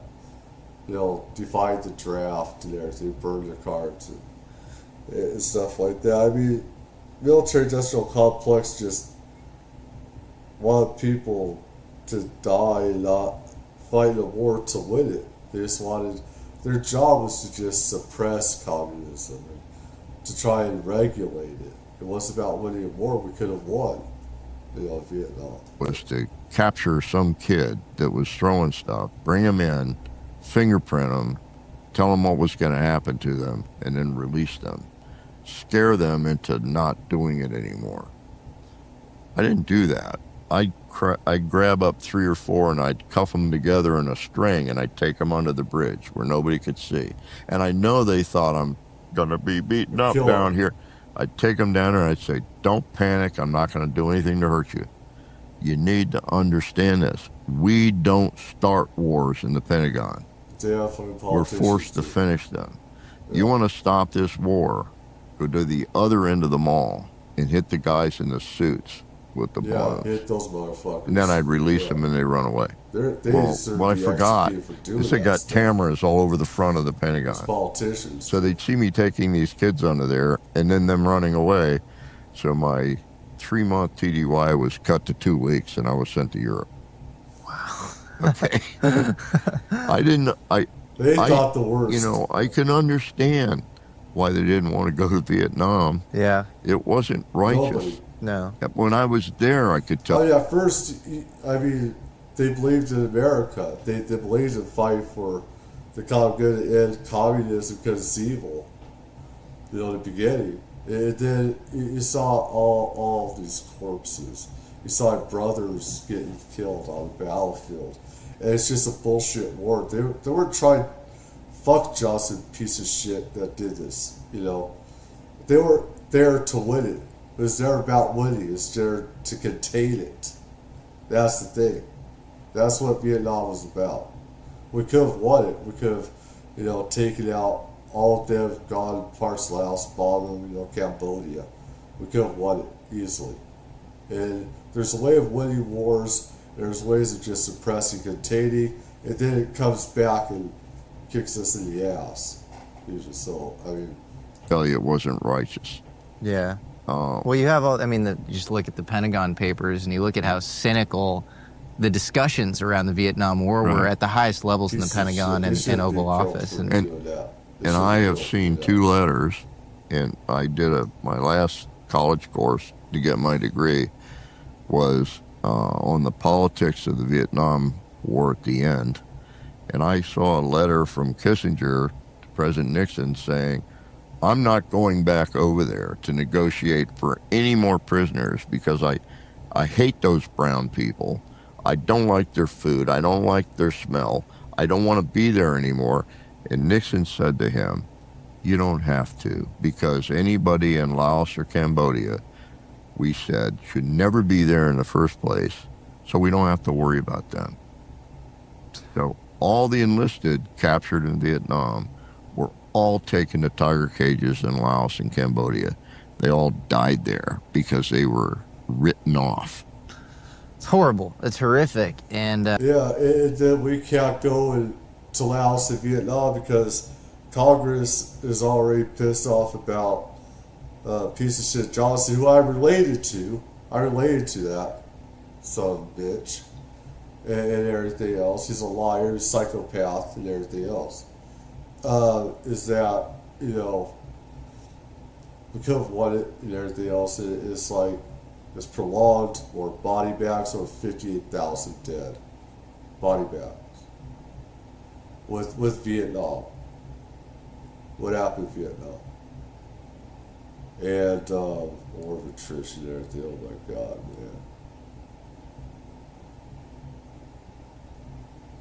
man. And so, I mean, if you want to win a war, you go to other countries, do you got to do to win it. And take the enemy out over there. And get our prisoners of war out there. They had it there because they knew that Congress was already skittish. And we weren't there to win it. And everything. And at that time, you know, you didn't have to declare a war with Congress. It had, you know, it had the same rules back then where you needed Congress's permission. That just had, you know, the limit right now is 500,000 troops, all right?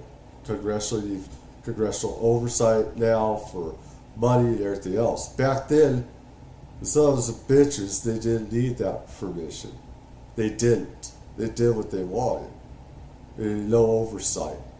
And you could have over 1 million troops, 700,000, million, or whatever. And you had no regulation, you know, with the president and everything. So it's a lot different back then. But what needed to get done was not done with the Vietnam War. It's the exact opposite.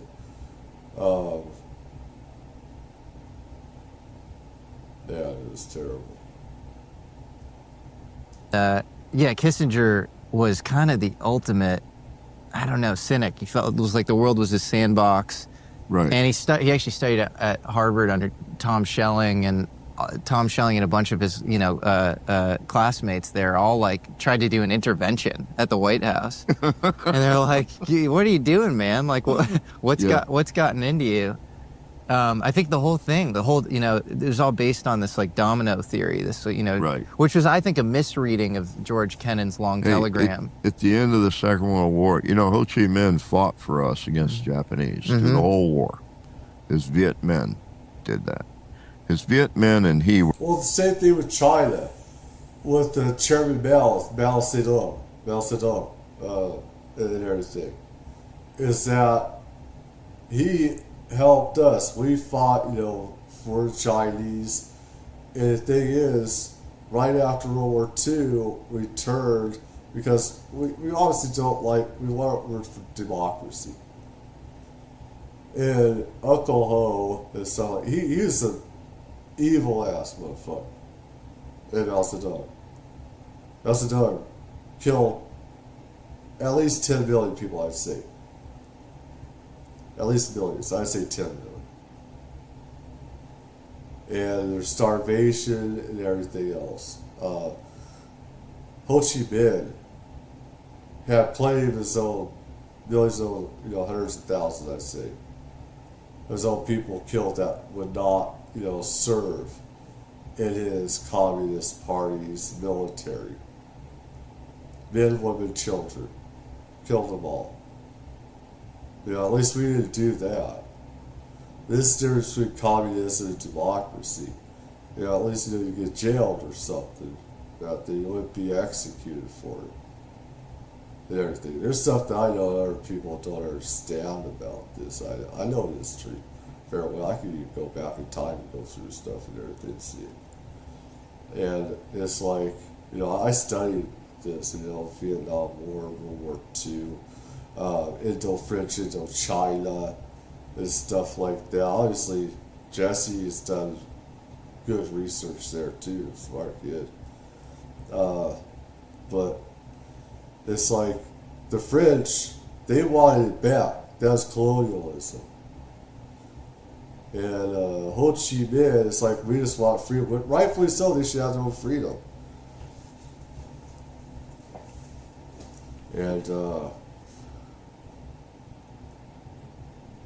all these bad feelings and stuff like that. It's like it's like that's their fucking land. They deserve their own land, not to have the French and everyone else, the Americans, and I hate communism and stuff like that, but it's like that's their land. Were never communists. They were nationalists, okay? Yes. When the war ended, they That did that, changed. by the way, because John Donovan delivered a very rare butterfly collection to him, parachuting in with it taped to his chest. He started was the main progenitor of the OSS at the time. Well, Wild Bill Donovan. Yeah, Wild Bill Donovan. Yeah. Well, I mean, also, before we get into that, you have Stalin that really Mao Zedong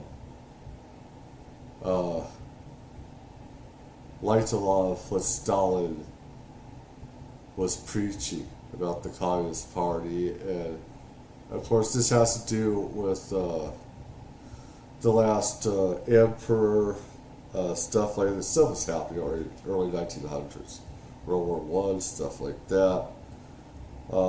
There's cause and effects all through history that's going on at the same time going through history right now.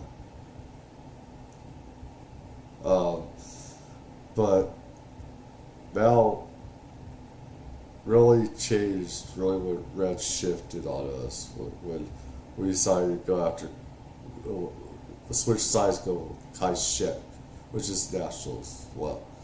And so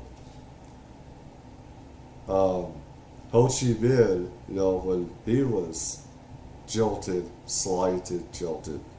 he went for Mao Zedong and Stalin, and everyone else. And he totally redshifted it. They redshifted, told him it went at 180. Talked Ho Chi Minh into fighting for us. Yeah. And so the Vietnamese fought for us during the whole war. At the end of the war, Ho Chi Minh sent an impassioned letter to our president. And what he said in the letter is that here's a copy of our national constitution. It was identical to ours. He had quotes, direct quotes from Jefferson.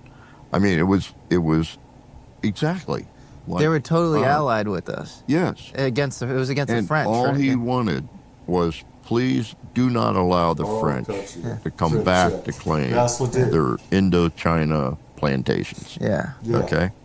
The French, on the other hand, said, oh, you're starting NATO? Well, we're not going to be a member unless you support us in our quest to go back to Indochina. So the president made a decision. NATO was more important than Vietnam. Yeah, there you go. We could have avoided the whole thing. And I think Ho Chi Minh felt like Wild Bill Donovan had saved him. He did. And he felt a real collegiality there. Yeah. And then things just took a weird turn, and it just. And I think that was maybe one of the primary reasons why the CIA then went into South Vietnam. The thing is, I'd say that the people didn't want that war in Vietnam with France. The French didn't want that either. The French Foreign Legion lost big there. Was that battle? It was a turning point. The Americans won that one, and they thought it'd be the same with us, and parallels to the French and the Americans. I can't believe I forgot that battle.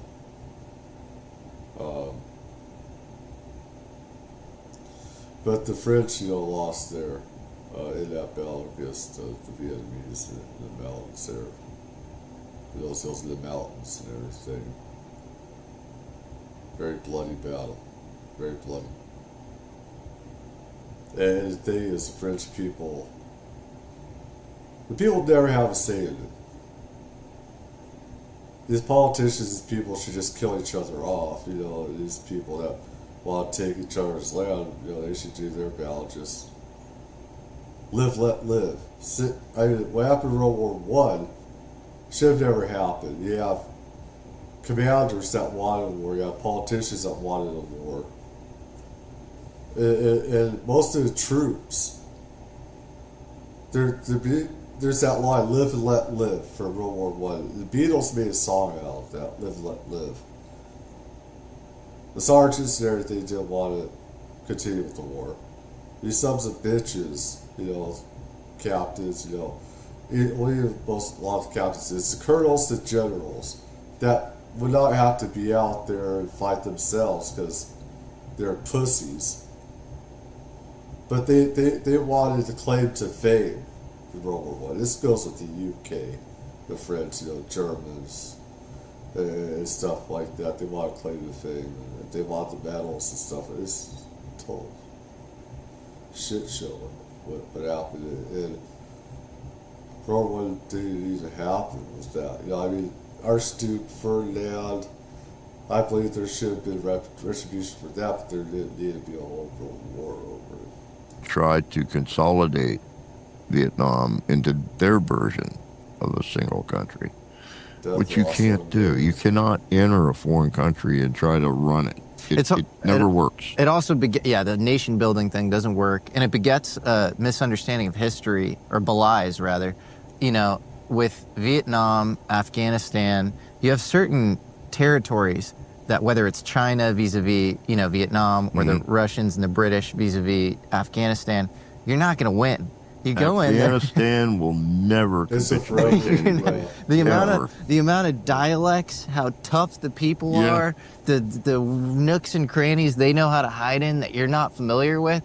you're just screwed at the outset. Doesn't matter how much manpower, what Right. resources you have, and so There's a guy that lives just across the border in Pakistan. Lives in a mud hut. He's got a big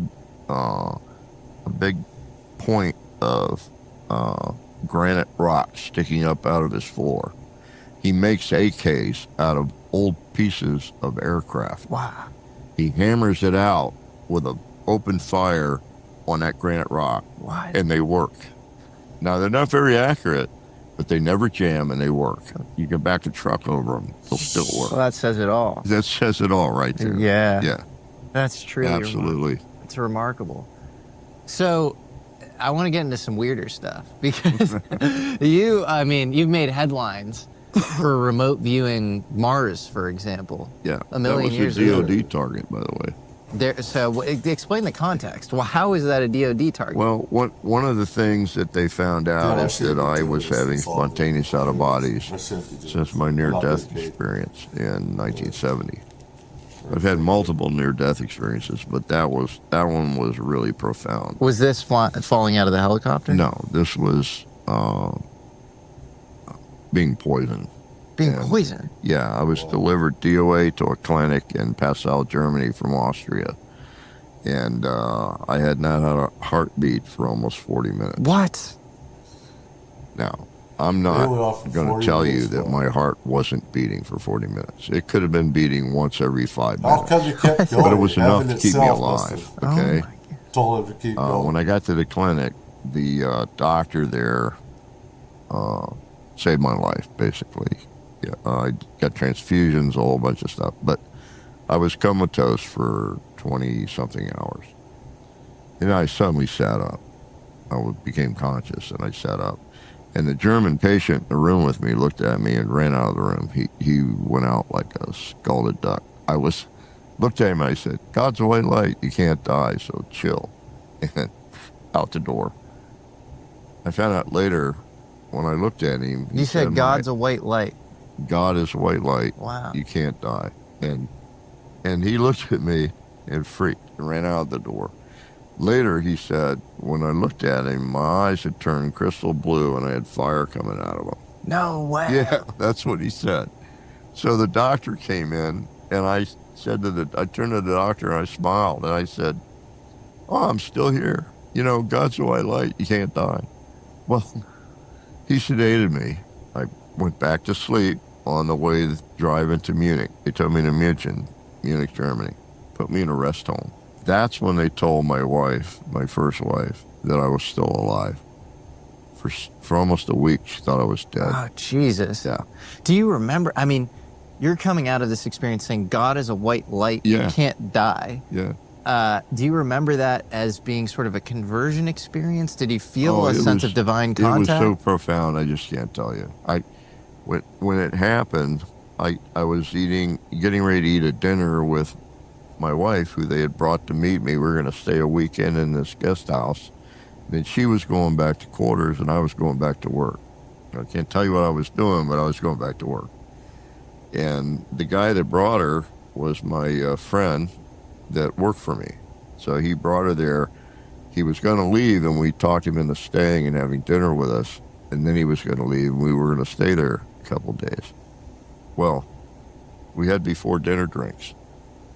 When I drank part of the drink, I started feeling like I was going to projectile vomit. Oh, no. So I didn't want to be in the restaurant doing it, so I said, excuse me, and I headed for the door. And I was in a rush. When I hit the door, it was a swinging glass door. When I hit it with my hand, it was like somebody snapped their fingers.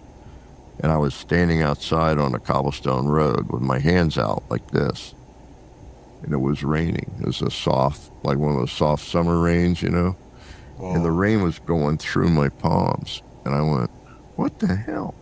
And I looked up, and there's this figure half in and half out of the door. So I drifted over there, and that should have been a giveaway, by the way. I drifted over there, and as I was going over, my friend came out, pulled me up in his lap. Back then, there was no such thing as CPR. So he started punching me in the chest and yelling at me, breathe, you know. And every time he hit me in the chest, I was in my body in excruciating pain, looking up at his face. And I was trying to say, stop. And about the time I get the stop out, I'd be back standing on the cobblestones watching. This happened like 4 or 5 times, and then I stayed out. And I watched. And he got up. My wife dropped to the pavement with me. And then he showed up with my car and put me fireman's carry into the back seat. It was a British equivalent to CIA, our CIA, Army, Navy, Air Force. Everybody was in this building in Europe. It Really? was a consolidated headquarters. It's like a UN of intelligence. Yeah, kind of like that. You say what country it was in? It was in Germany. It was in Augsburg, Germany. Ah. So I was there. We broke in. I was the with that because he's the guy, Journeys Out of the Body guy. So they actually paid him to train me. So every Thursday night, I would leave right after I finished the remote viewings. I would drive down to the Institute here in this town and crash. I get there about 11. And then early in the morning on Friday, I would start working in the lab with Bob. We'd work there Friday, Saturday, Sunday. And I go to bed Sunday night, and I get up at 4 a.m. or whatever and drive back to Fort Meade and do remote viewing. So I did that for a long time, many months. And so I was being trained in that when I was taking a nap. It was a Saturday evening. I'd been working for 2 days with Bob, so I was tired. So he was doing some kind of work in the lab, and I was taking a nap in the isolation chamber we have in the lab. And he woke me up. He said, I have some people here from DOD. They brought a target. And I said, oh, really? He said, yeah, I have the envelope in my shirt pocket. They gave him a sealed envelope he folded over, put it in his shirt pocket. And I have a card here with GPS locations. So I'll read them to you and you tell me what's there. So the first GPS location he read was a huge pyramid. And I said, right away I said, this must be a new discovery because it's huge. It's way bigger than the one at Giza. That it is. And it's got monster rooms inside, which is not making any sense to me at all. Before we get this, again, I just say it's for legal to talk to you, right? This is Joe McMonigal. Mars used to have life, have alien life.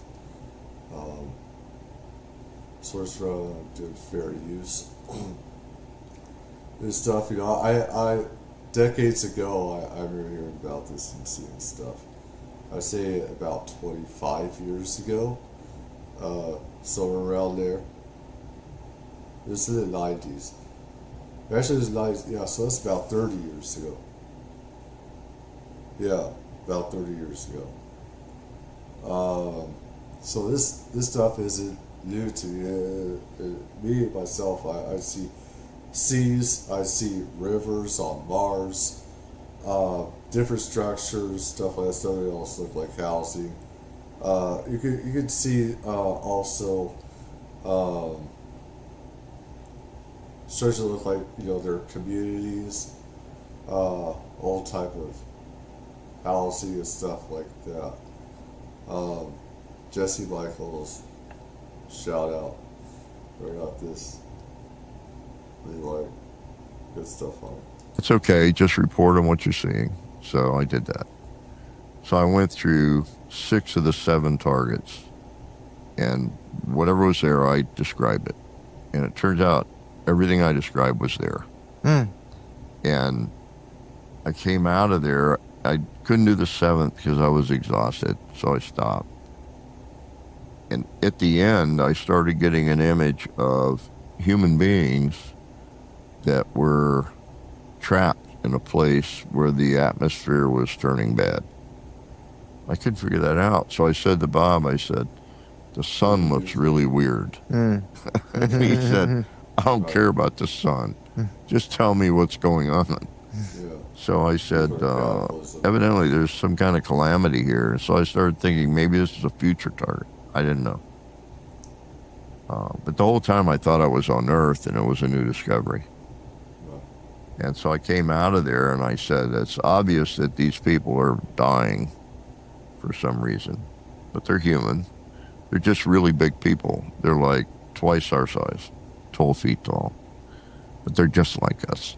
And they're dying, and these pyramidal places are like hibernation chambers. They're trying to survive until somebody comes to save them. And he says, well, what is this target? It's just like a new discovery or something.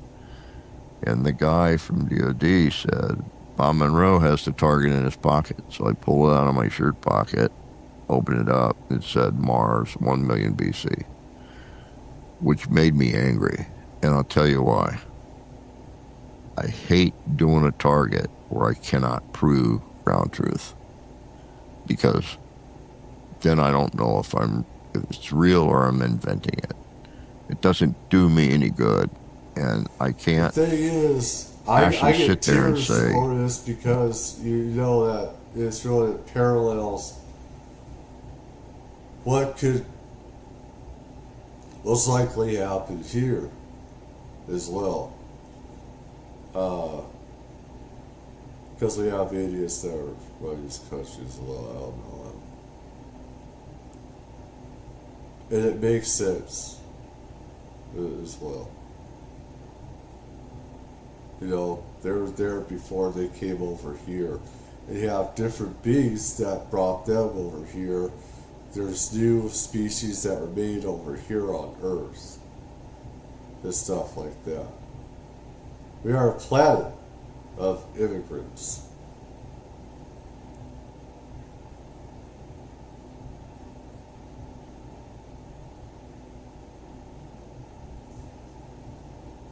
This is exactly 100% correct. It's unfalsifiable. Yeah, unfalsifiable, but unprovable. Mm-hmm. So it made me angry. So I said, give me the card. I took the card and the envelope, put it in my shirt pocket.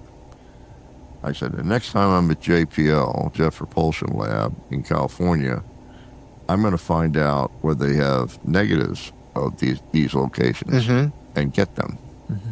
And Bob said they'll never give that to me. And I said, they damn well better, because we pay for all those pictures with our taxes. Exist. Yep. They can't classify those pictures because they're in space. Just end up killed. So some people have. next time I was in California, I went to JPL, and they have a big counter where you go in and buy pictures of space. Scrubbed, So I went up to airbrushed. Those are airbrushed and stuff. So you're not gonna see UFOs, structures there. They have it fixed. And everything else. NASA's a big scam and a big counter, and the guy said, "How can I help you?" And I said, "I have this card here," and I handed it to him. And he looked at it, and I said, "I'd like to see the 4x4 negatives for those locations on that card." And he went, "Oh, this is the old city on Mars." And he turned around, pulled a drawer open, and gave me a packet. Had all the negatives inside. So they're in my book, Mind Trek. Wow. Yeah. So what do the negatives show? It shows exactly what I described. It shows pyramids? It shows a big pyramid. It shows an old fort. It shows a wall that's collapsed. On Mars? And yeah. Can I see them? Yeah. I'll get a copy of my book downstairs, bring it up and show it to you. I mean. Wow, that's amazing. That's not the coolest thing. That's so cool, though. You're saying that you remote viewed a pyramid on Mars 1 million years ago, and we found. How do we have imagery of that? They're mapping Mars.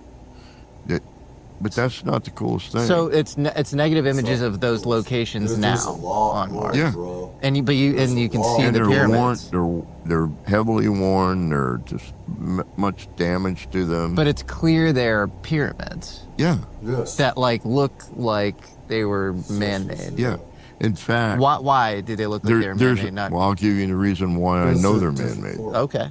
There's an impact crater, and on the side of the impact crater is a triangular piece of land that obviously has been constructed there. And in the center of that is a four-sided pyramid. Now, here's the cool part. You know the place of the camera which is circling Mars. You know exactly where it is when I took that picture. You know where the sun is in relationship. So you know by the shadow, you can compute the size of the impact crater and its sides by the shadow of the sides. The side shadow in this particular case was 1/4 of an inch. That 1/4 of an inch represents about 3,000 feet. So the impact crater walls are 3,000 feet high. That four-sided pyramid on that little triangle piece of land on the edge of the impact crater has got a shadow 2.5 inches long. Now tell me how tall that is. That's not a pyramid, that's a shard. And it's thousands of feet tall. And I actually asked the guy at JPL, I went many times at JPL, I said, what the hell is that? I don't know. Best guess is through there. And I said, you're out your mind. Bullshit. If it was an impact crater that occurred after it was there, you'd have blown it away. I think it was from an It was put there after the impact crater. It was the shard was put there after the impact crater. By who? So you right. What? Exactly. And what would I'm even trying to think of what the purpose of the shard would be. This stuff I've seen before. Oh, no. That's fascinating. Do you have images of that? Yeah. But here's the thing. Okay? This is awesome. I went out of my way to get a hold of other negatives. And each negative is probably 50 by 50 miles on Mars. So you have to look at that negative over a long period of time, line by line by line. I have probably somewhere in the neighborhood of 60-something photographs of things on Mars that are clearly alien. Really? Yeah. Like what else? Okay, before we look at the evidence that Joe has, let's set the scene here on the possibilities of life on Mars.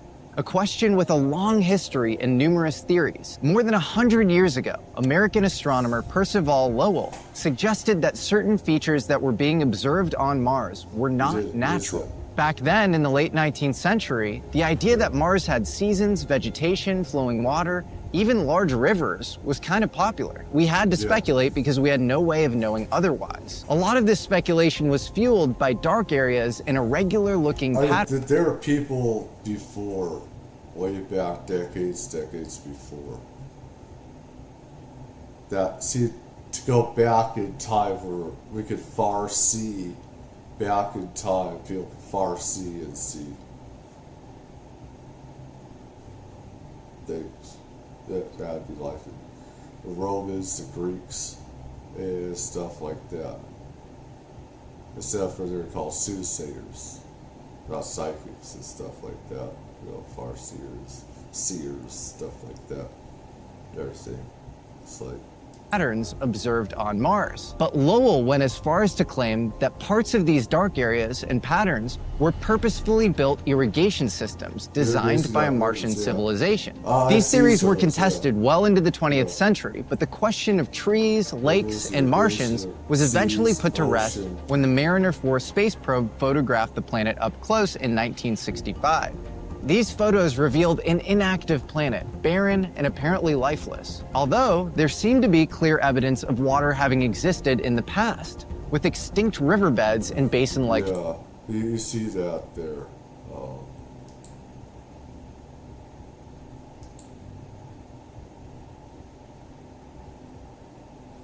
Yeah, don't start with me. Do not start with me. Alright, so we got that. Got that.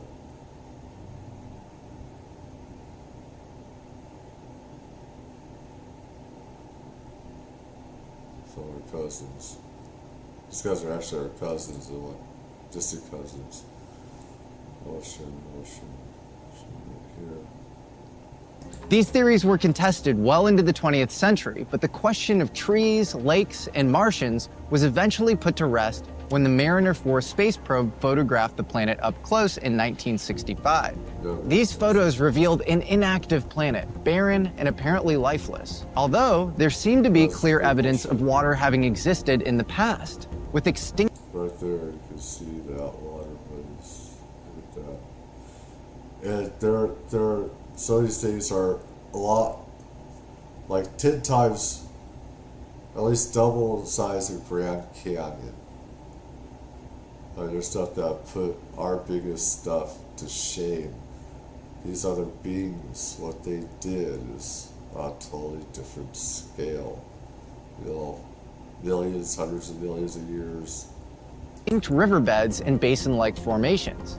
Yeah, you see that. And therefore the question remained, if there was no sign of life currently visible on the planet today, could it still have existed in the past? Perhaps due to the presence of a technologically advanced civilization. In the mid-1970s, the Viking orbiters sent back an image that caused quite a stir. A mile-long structure that resembled a human face staring out into space. The infamous face on Mars. This structure provoked a lot of speculation for more than 20 years.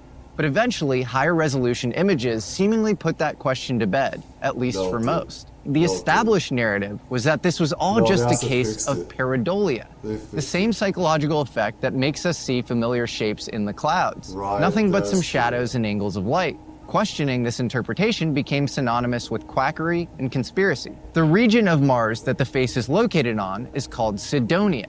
Some researchers believe that the face is just one part of a larger set of structures in this region that also demonstrate unnatural features, perhaps even displaying specific design characteristics that suggest geometric patterns and intentional positioning, like stellar alignments. They claim that Cydonia contains multiple pyramids, basically the remnants of a city, all eroded over millennia. These formations appear to be aligned in highly unlikely ways, raising the question of whether their placement is entirely random. But it wasn't just the region of Cydonia.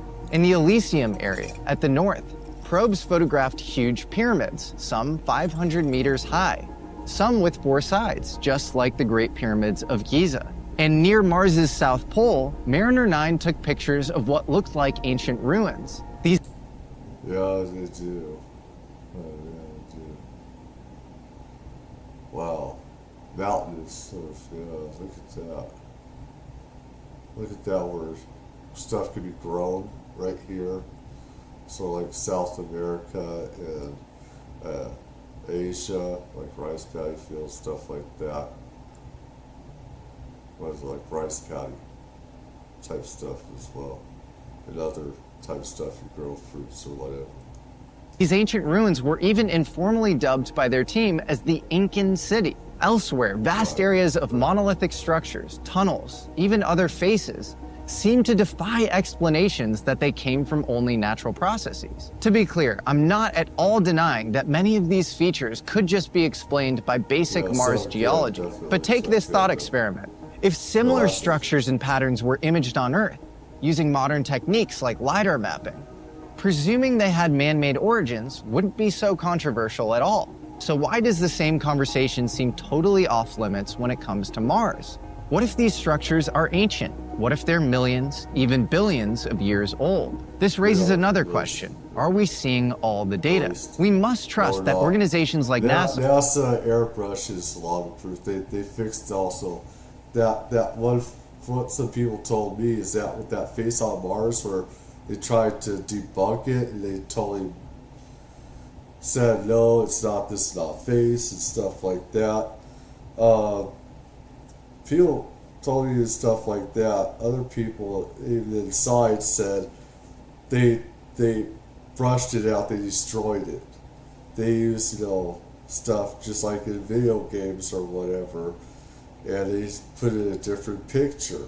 So, they totally destroyed what it really was. And are sharing these images and data transparently. But this has been questioned in the past. For instance, Stanley McDaniel, a professor emeritus at Sonoma State University, wrote a 200-page book about NASA's failure to properly investigate the structures on Mars. In questioning why that was the case, Richard Hoagland made similar claims in, admittedly, his very controversial book, Dark Mission, The Secret History of NASA. Which brings us to the most recent chapter in this story. In 2001, the Mars Global Surveyor captured an image. If you look at the ISS space station, how they end terminate transmission when there's a UFO, then they airbrush they brush out UFOs in pictures. Is what NASA does. They're a piece of shit people. All right, they're scam artists. Is what they are. There shouldn't be a NASA. They're scam artists. Is what they are, and they lie to the people all the time. All right. I mean, one of the heads, said there could be life out there, and said probably is. But he did that because he felt forced like he had to.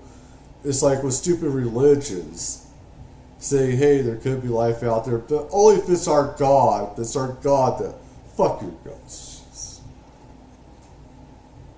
It doesn't exist. And people don't know, that the real God is different. There's different deities, loves all people, not one religion.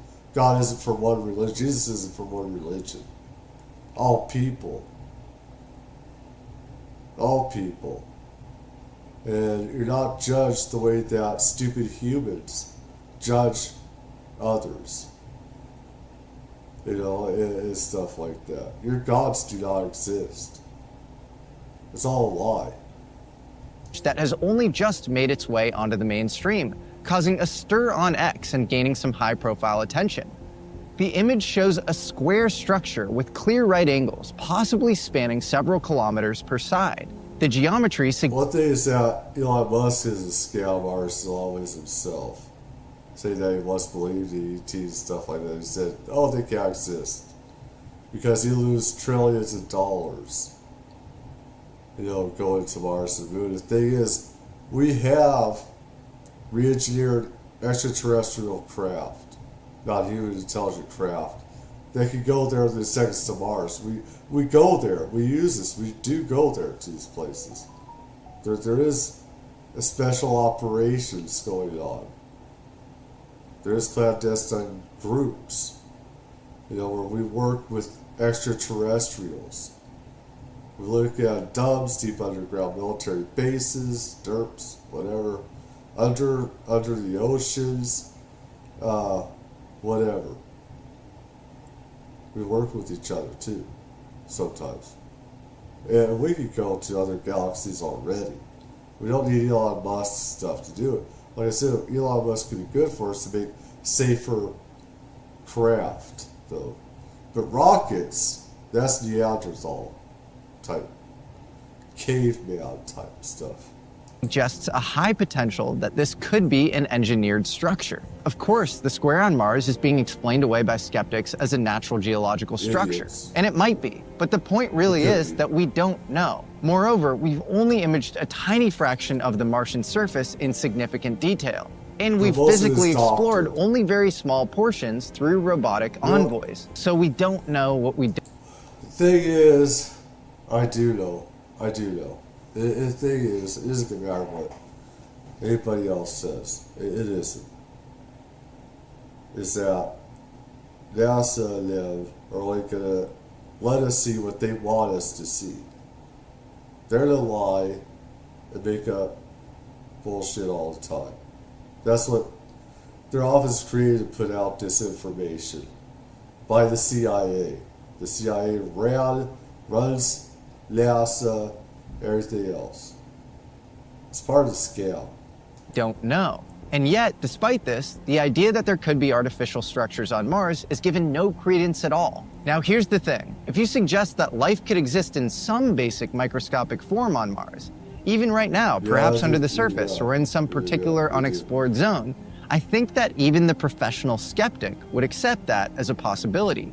Even President Trump openly floated the idea that life once existed or still exists on the red planet. There's no reason not to think that Mars and all these planets don't have life, And there is plenty of evidence to suggest this to be a distinct possibility. In 2003, methane was detected in the Martian atmosphere, an organic molecule usually seen as a marker of life. Its source is still debated, but it could be that microbial life exists somewhere below the surface of Mars. In 2015, researchers stunned the world when they claimed to have finally found definitive evidence of salty liquid water flowing on the surface of Mars in the summer months. Moving water has long been considered a crucial marker for the possibility of evolution to occur like it did on Earth.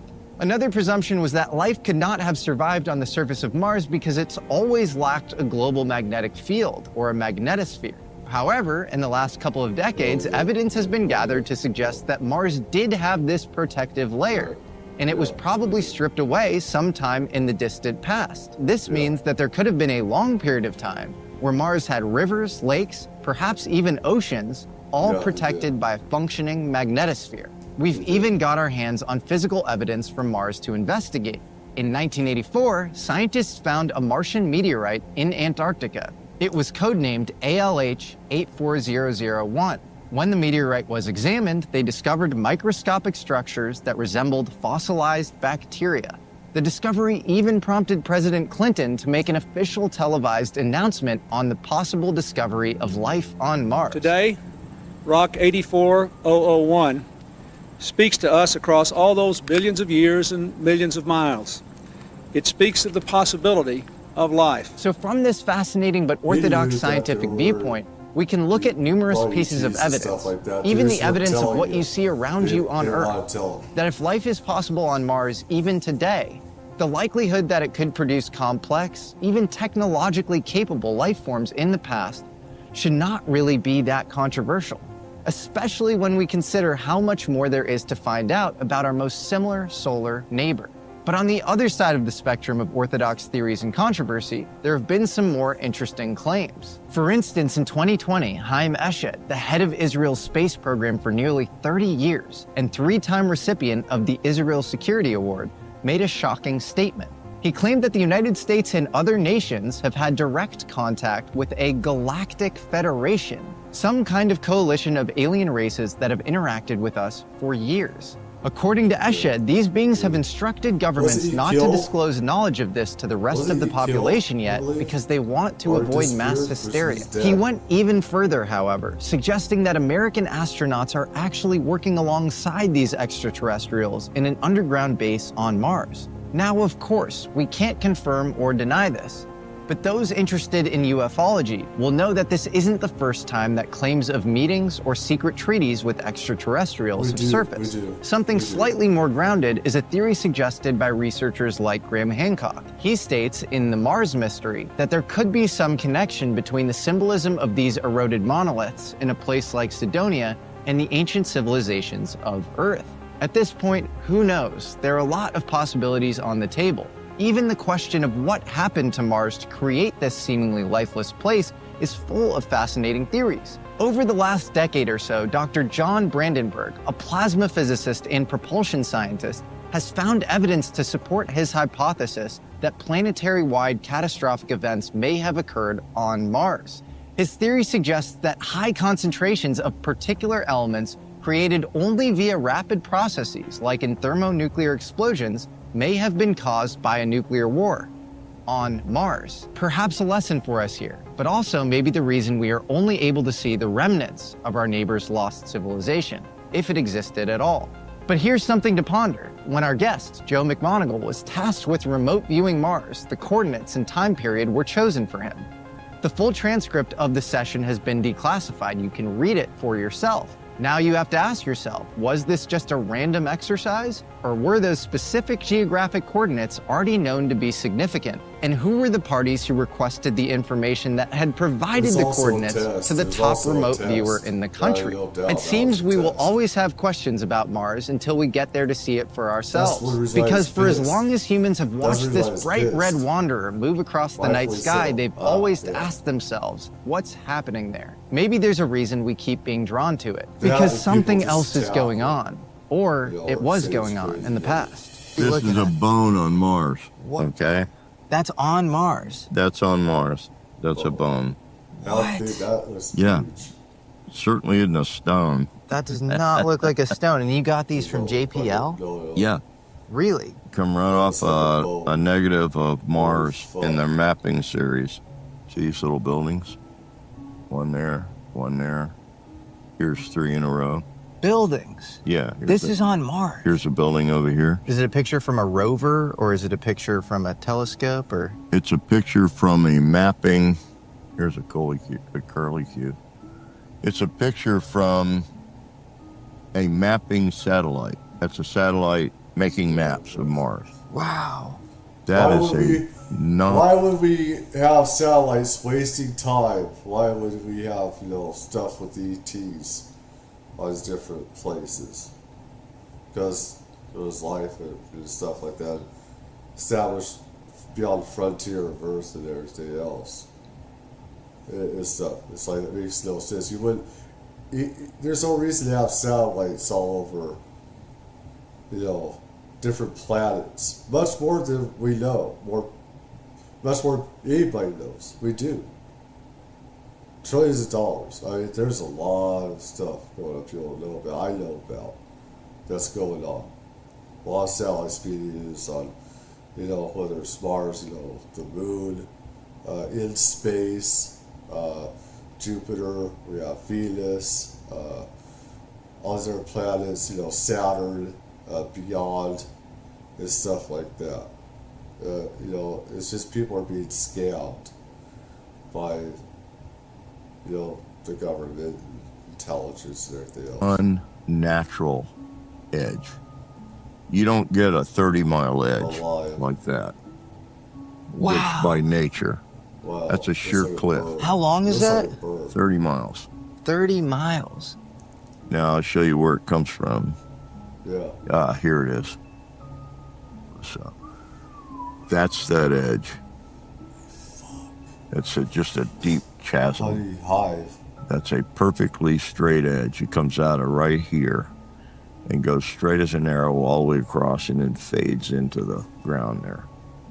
Here's a cavern. Life there. And it's got all this like wire stuff on the top. So that's a subterranean cavern? That's a subterranean cavern. Yes, you cannot see into it, but it's very deep. And there's wiring? That's wiring. Base, Here's the Well, interesting like a part. base. When we That looks first like a caught base. this on Mars, there was a Looks like bright a red terrestrial light base. right here. That's gone out since we caught it. I actually have a photo of the light. What? Yeah, What do you think? bright red light. What do you think the light was? Well, that almost implies that there's something there now. Yeah. Let me Yes, show you there is. something else. So there are people There at is. JPL who definitively There you think. go. Is that real?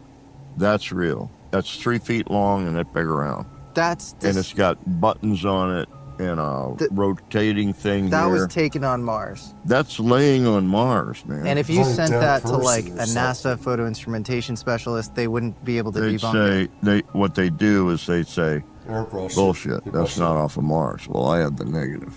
You have the negative. Yeah. So they can say whatever the hell they want. And you can back it up with these JPL guys. Yeah. Bullshit. Wow. So I will send you that. Thank you, Okay, and I'll send you something else very similar. Joe. I appreciate it, man. This is amazing. Not a problem. So Wonderful. JPL is just Wonderful. sitting on these. Yeah, but you got to understand something. You got to know exactly what negative you're asking for to get the picture. Why would they hide this information? They're not hiding it. They're just not talking about it.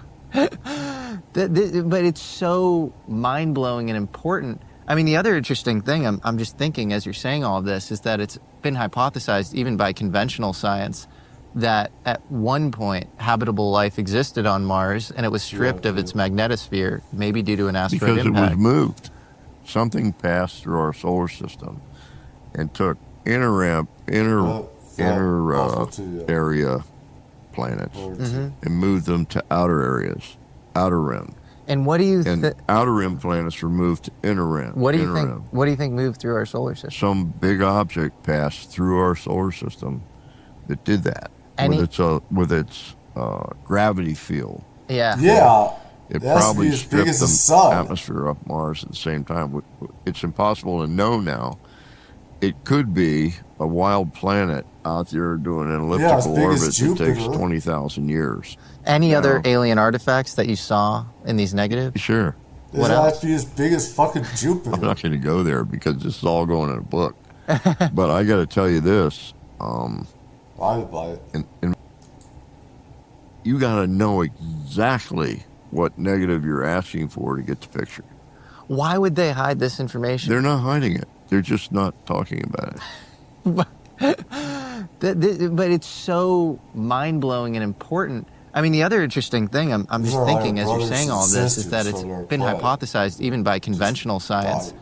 that at one point habitable life existed Oh, on we're Mars and it was descendants stripped from of there, its too. Like, we're magnetosphere, related. maybe due to an asteroid Because it was impact. moved. Something passed through our solar system and took inner For that area type of planets. For that type of moon, it has to be about as big as a freaking sun, at least as big as Jupiter, to pull the planets. It'd have to be that big as Jupiter. How did it not blow up the planets? You're talking about, you have to be sentient. Something sentient that actually pulled the planets. It has a huge, like, tractor gravitational beam. I know it's possible. It is possible for extraterrestrials to do that because we got super lasers that could do stuff just like the Death Star. Just about. We have super weapons that blow people's minds. I've done articles and stuff on that. So And moved them to outer areas, with pictures. outer rim. And what do you And think? outer rim planets were moved to inner rim. What do you inner think? rim. What do you think moved through our solar system? Some big object passed through our solar system that did that with its gravity field. Yeah. Okay, it probably stripped the atmosphere of Mars at the same time. It's impossible to know now. Yeah, gravity. It could be a wild planet out there doing an elliptical orbit that takes 20,000. And a lot of scientists talked about. A lot of people talked about that once in a 10,000, 20,000, 50,000 year planet. That rogue planet that we have, that we just can't see, but it's there. In years. Any other alien artifacts that you saw in these negatives? Sure. What else? I'm not going to go there because this is all going in a book. But I got to tell you this. In my opinion, this is just my opinion, I think sufficient evidence exists that we, in fact, might be aliens. And what is that evidence? That evidence is the way we treat our planet. Not well. All we do is take. We're the only animals on this planet that has no respect for our nest. So you think we were imported here? I think this is where we came, maybe from Mars. So maybe some remnant survivors of that cataclysm or something, or explorers, maybe before the cataclysm came here? I think there were people that got stuck on Mars and tried to survive by hibernating. I think elements of people on Mars went all different directions looking for help or another place they could go, and I think some of the people wound up here. Yeah. Now, what happens when you jump to another planet, you leave all your industry behind. So the only thing you have that's advanced technology is the ship. You cannibalize the ship till you've used every single part on it for something. When you run out of that, you slowly devolve back to sticks and stones. And the reason why is you can't just build a manufacturing plant. You have to start at the very base, work your way forward, develop leisure time, all the skill sets necessary, and go through all the steps to eventually build a manufacturing plant. You wrote a fantastic book that I recommend everybody read called The Ultimate Time Machine. Yeah. You hypothesize something very interesting about how the pyramids of Giza were built, which is a subject of endless speculation because people don't think that with prosaic, conventional, civil engineering techniques, we can actually build the pyramid. So what do you think? We might have poured the stones next to them and poured them. What does that mean? Poured the stones? Over a long period of time, concrete turns to stone. When they build a skyscraper or a house with poured concrete, the first 25 years you live in the house, that concrete is not hard. It's hardening. It takes 100 years for concrete to harden completely.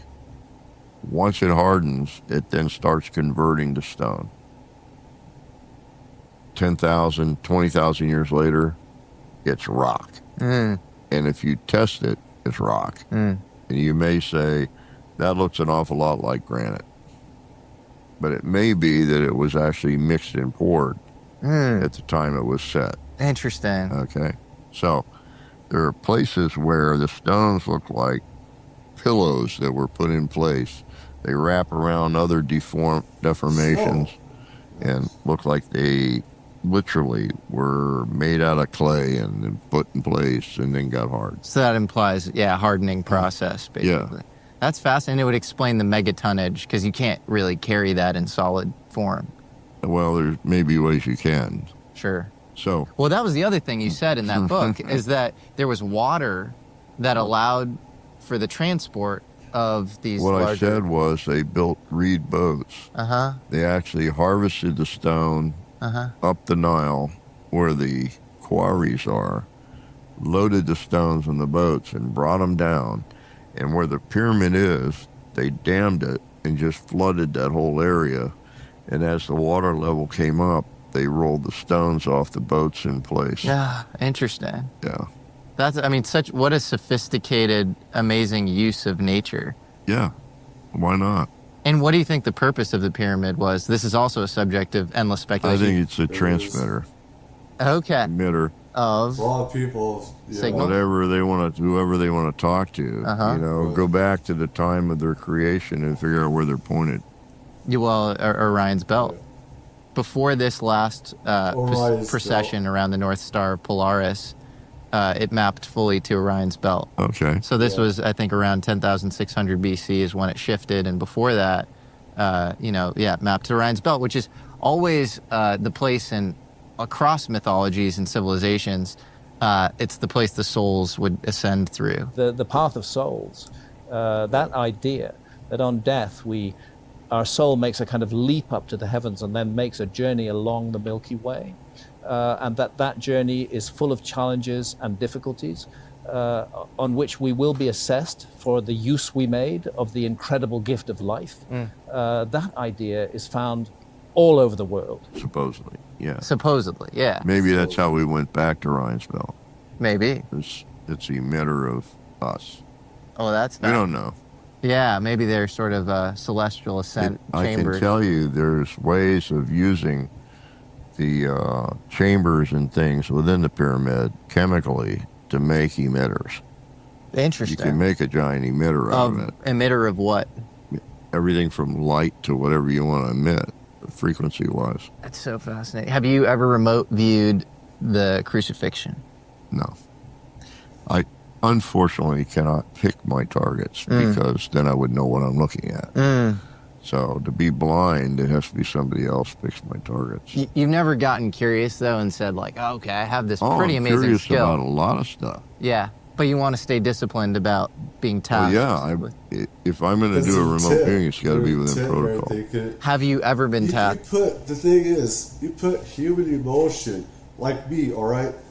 This is something that I do know from some stuff with psychic stuff and everything. I'm small fry. I'm small fry at it. It's like some of the girls that I know, it's like I got them on my fans and stuff like that. And I feel sometimes human emotion, if you go and you look out on different things, psychic stuff or whatever, right? This got me messed up on psychic stuff. It's that intent and human emotions, ego, stuff like that. You put that in there. A lot of other stuff that's in this. You do that, and if you don't do it blind, human emotions will cloud it, and your emotions and everything else will conflict, and it will destroy it, and you won't get the right answer. I know, because I've thought things about some stuff I've been off on it, way off on it. But when you have a clear head, and you don't have human emotions, you don't have intent with conflicts, You have to have a clear mind. You have to be blind about it. And that's where, clear mind usually where the other universes, other stuff will come in. And you can see things clearly. Or things will come to you. But if you do it with different intentions and stuff like that, you're going to get a wrong answer. There's some people they can get right answer, but usually things just come to them. They don't use it with intent, with different intents, selfish intent, self motivations, and stuff. That could be trouble. I know it's got me in trouble. There are times I've been dead right. That stuff will fuck you up. Human emotions, stuff like that will fuck you up. So. Asked with remote viewing any historical events that are religious in nature. Yes. Anything you can But tell? they weren't Western religion. They were something else. Like what? I was targeted on sometimes temples and things in Japan. Temples, like Shinto temples? No, not Shinto. Way before Shinto. Like when? Back around 249 AD, there is a record in the Royal Court of China of a woman named Himiko. Uh-huh. And Himiko exchanged ambassadors with the Royal Court of China. She's the only female empress that ever existed. Wow. She ruled for 76 years. Wow. There's virtually no records of her. And she ruled in peace. Why did they want him to do remote view that? Somebody is like selfish interest, using taxpayer dollar to look up at the empress. Like, what does that have to do with our national security?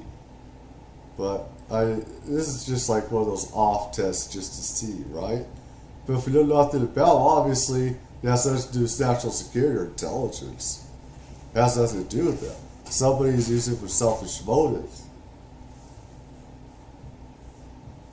Somebody fall in love with this lady? A fairy tale? Heck, I make plenty of stories myself. I make plenty of stories. I write a lot of stuff. Uh-huh. She converted all Japan from hunting-gathering, for which the warlords constantly fought over territory, to the rice culture, which locked them down to the land. Wow. Stopped all the warring. That's very powerful woman. She was also a shaman. She had her own temple. Her mother did. Shaman. Her grandmother did.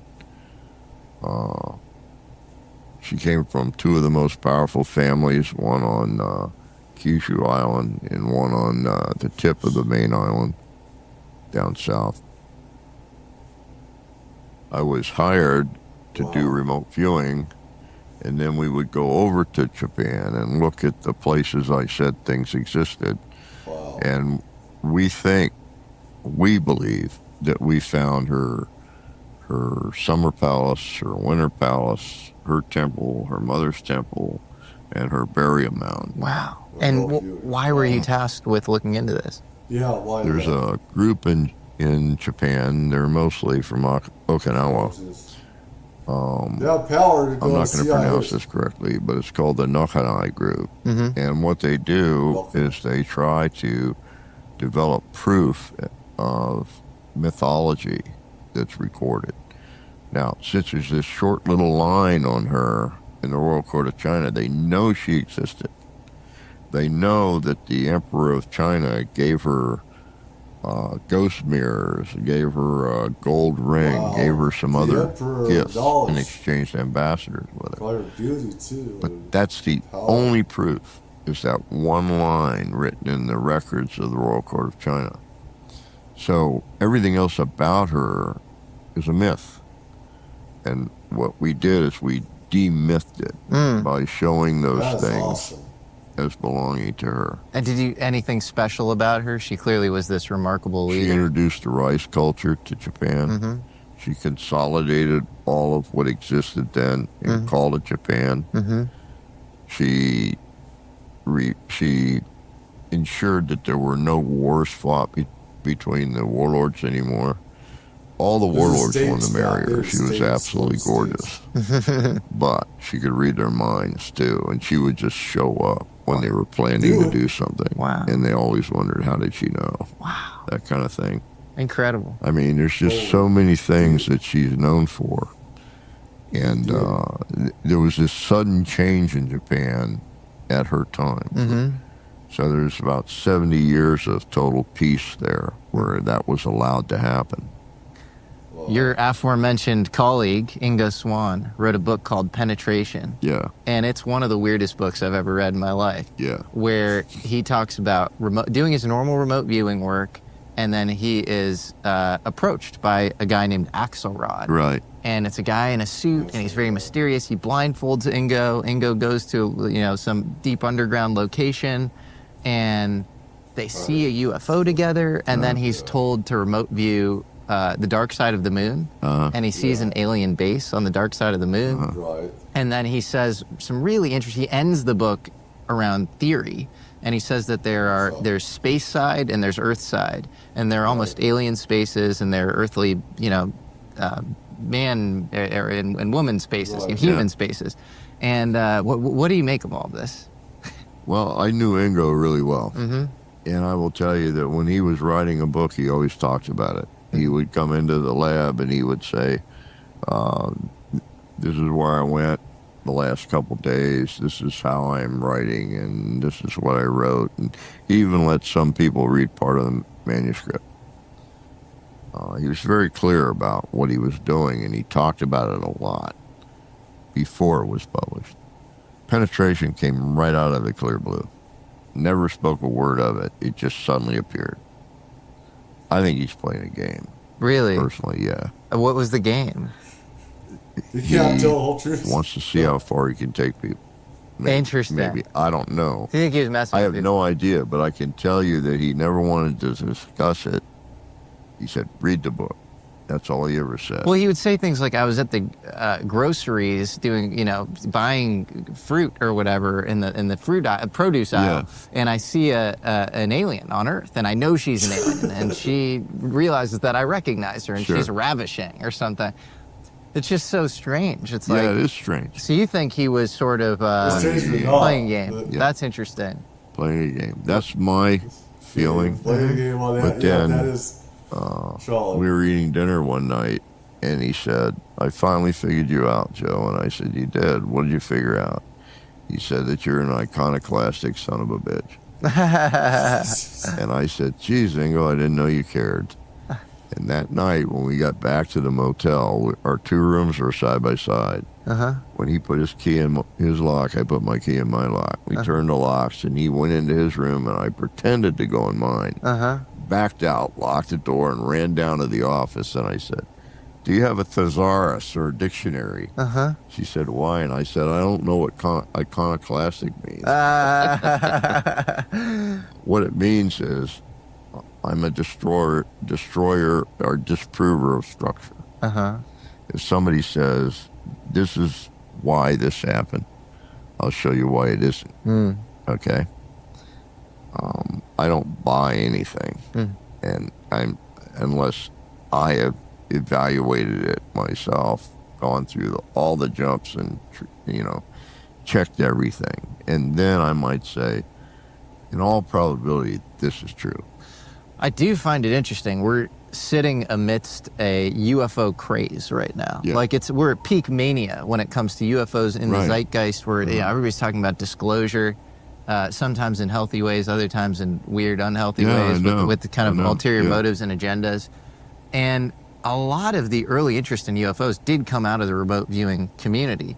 And I find it interesting. You have a guy like Hal Puthoff move on from remote viewing. I mean, he's still, interested in it, obviously, but he goes on to work on sort of like secret science lineage stuff alongside UFOs. Right. And then you have Russell Targ being like, I'm kind of skeptical of UFOs. Yeah. And so what do you make of that? Well, I know both of them really well, and I know why Hal's interested. I also know Jacques Vallée for a long time. Yep. I know him really well. Almost everybody. I knew John Mack. You knew John Mack I was in England when he was there, and I sat at the table with him, and we talked about some stuff. when he died. That day he died, Oh, yes. Jesus. He remembered a paper in his hotel, and he went back to get it and looked the wrong way when he stepped off the curb. Are you conspiratorial about that? No. Okay. No, it was honest accident. Mm-hmm. You know, Americans looked the other way, and the cab killed him that was doing 50 miles an hour. Yeah. So if he had looked the right way, he would have seen that they drive on the wrong side of the road. Right. So, but I know all these people, and I know they have an honest interest in the reality of is it or is it not. Mm-hmm. Okay. That's fine. And I'm agreeing with them. There's a guy named Ryan Wood that I know really well. I knew his father even better. Bob Wood. Yeah, Bob Wood. And I went to a number of crash sites with him, Mm-hmm. which all turned out to be our planes. Really? Yes. Well, he doesn't think that, Ryan. No, he does about some of them because we found evidence of it, and we talked to people who were actually there. They're in their 80s. But he wouldn't say Roswell or Kecksburg was our No. stuff. Yeah. I'm talking about the ones that I was with him on. Yeah. He's gone to a lot of sites. Sure, yeah. I only went to 2 or 3 with him. You wrote a great book about all this. Yeah. So, there's a lot about that. And now I've had UFOs shown to me in blow-up photographs by some of those people. You told me that. You told me Jacques Vallée showed you a photo of a UFO coming out of a lake. Yeah. Yeah. And he kept saying to me, check it out. I checked it out.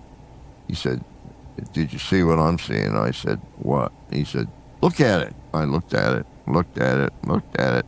And I finally said, maybe I'm not seeing what you're seeing. And you missed you didn't see the UFO in the lake. No, I saw the UFO. Ah. He said, look at the cows. Every cow in that picture was looking at the UFO. So I want to see this photo. The pilot never saw it. I'm going to call Jacques. It flew right in front of his plane. The pilot never saw it. So there's plenty of evidence of UFOs. So there probably are. What do you think the UFOs are? It could be alien, might not be. The problem I have is when people say the Greys are aliens. No, they're not. They're robots. That's what the smartest people I know say, is that they're sort of droid-like robots. They are. So because they're single-minded. They have a function. They do their function, and that's it. And the function is sort of this cold DNA. implantation, genetic collection, right. Gamete collection. Right. And why are they doing that? And they say, oh, they look like this, but they have no nose and no mouth. Well, of course not. They're robotic. Who are they doing that collection on behalf of? Maybe the people that sent them here. You got to realize, if we have any... I've heard both with the Greys, where they're just, they don't have souls. I got reports of, like I said, there's good and bad ones that there are. Some definitely are. See, like the androids, some do have the living organisms. They have the brain and stuff like that. And you have some that, of course, they have no souls. Those are what you call empty vessels. It's not the ones that don't have souls. We have soul. We have, a full vessel, a full vessel. And at least some of these graves or whatever, at least some of them, they call them empty vessels because they don't have that soul or whatever. They seem like, they can be android and stuff like that. Some, let's say not, and some are not. Still, I mean, yeah, there's different reports out there and stuff like that, yeah. And everything. So, I mean, just because they have no nose and stuff like that does not mean that they're all androids and stuff. But I don't believe all it, and I believe some of it. I definitely do. I definitely do, especially when they have no emotion. But, some ETs could be psychopaths, you know, and stuff. You know, there's good and bad. You know, the grays are not the only type. You know, the lizard type. You know, the what is it called? Anyways, I've gone on too much. I'm not going to. I spent way too many hours on this. The interaction with aliens, it's got to be from one star to the other. That's not done with a UFO or a fire wagon. That's an instantaneous jump. This planet to this planet. They don't even need a spaceship to do it because they're never in space. Do you think we have the capabilities of doing that? So sending people to Yes, other... Okay. do. No. But you think maybe some other Yeah, we planets do. have the We do. capabilities We to do. do that? They're a million years ahead of us, yes. Yep. Now, a lot of people are concerned about the threat, the what are they here for, We do have why are they the messing with us? ability to do that. And I will tell you, if they Well, have people that just said capacity that. to jumpstart a star, they've been here a long time. If they meant us harm, we would have been toast a long time ago. Yeah. Okay, so why are they here? Maybe it's because we're doing something that they don't necessarily approve of. The first UFO ever recorded was within 7 days of the detonation of the first atomic weapon in Trinity in New Mexico. That's the first one that ever... Now, there are sketches in caves 8,000 years of ETs. There are sketches of them, and there are UFOs seen in Renaissance paintings. If people do their history, you can see paintings from hundreds of years, the 1500s, 1600s, etc., or even before. UFOs are in those pictures and stuff like that. So, Roswell was not the first. And we had crashes before, we had alien crashes before Roswell and stuff like that. So, I mean, you know, we're all going to have differences, you know, on things. Appeared. Ever since then, they've had a huge interest in our atomic weapons. They've They always zeroed have. them out. Yeah, They've those weapons that were- denatured them so they won't go off. And the last one that Putin tried to launch as a test exploded in its silo. So there's other reasons that we don't understand. So you're and saying we're not Putin paying ma- attention. You're saying Putin made an attempt and a nuke As a warning, he probably took the nuke off the top and launched out of a nuclear storage facility. But it exploded possibly due to UFO right interference? inside the nuclear storage facility. Is there a record of yeah. this? Yeah, well, as far as I know, yeah. I'm not aware of this. That's amazing. Most people aren't, but that's what he tried to do as a warning. Wow. He's constantly saying, oh, well, I'm going to have to use a nuke. Oh, constantly. Okay. He and Medvedev are it's dog whistles of nuclear war constantly. And, Yeah. you know, I think he has a tattoo that says... Which is stupid because Yeah. It is. that's the end of the world. Because our retaliation is not going to be just Russia. Yeah. It'll be China, Russia, Tehran, North Korea, everybody who has a nuke that we can get hit by. Yeah. And if we do that, the whole world's toast. I remember being on the phone with you once, and I asked you about aliens, and you said, I think we might be turning into them. Oh, I thought, what I think I said was, I'm not sure we aren't alien. Yeah. But it was almost like they were a future version of us, too. Or... Might be, might not be. I wouldn't pretend to know what their interest is or what their desire is. All I can say is I don't think they mean us any harm.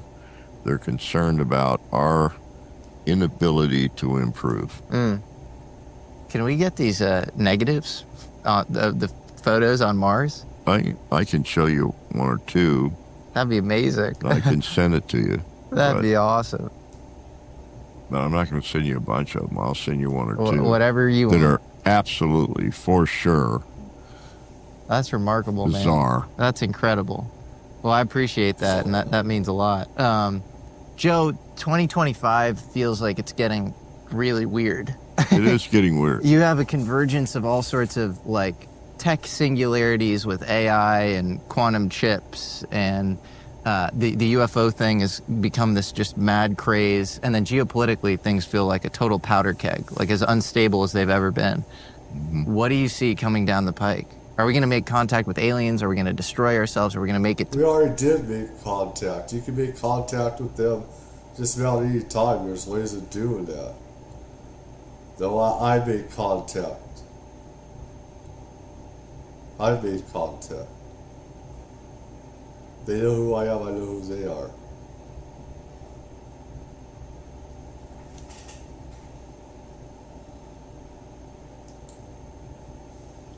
Well, it's too bad, no you can come. Oh well.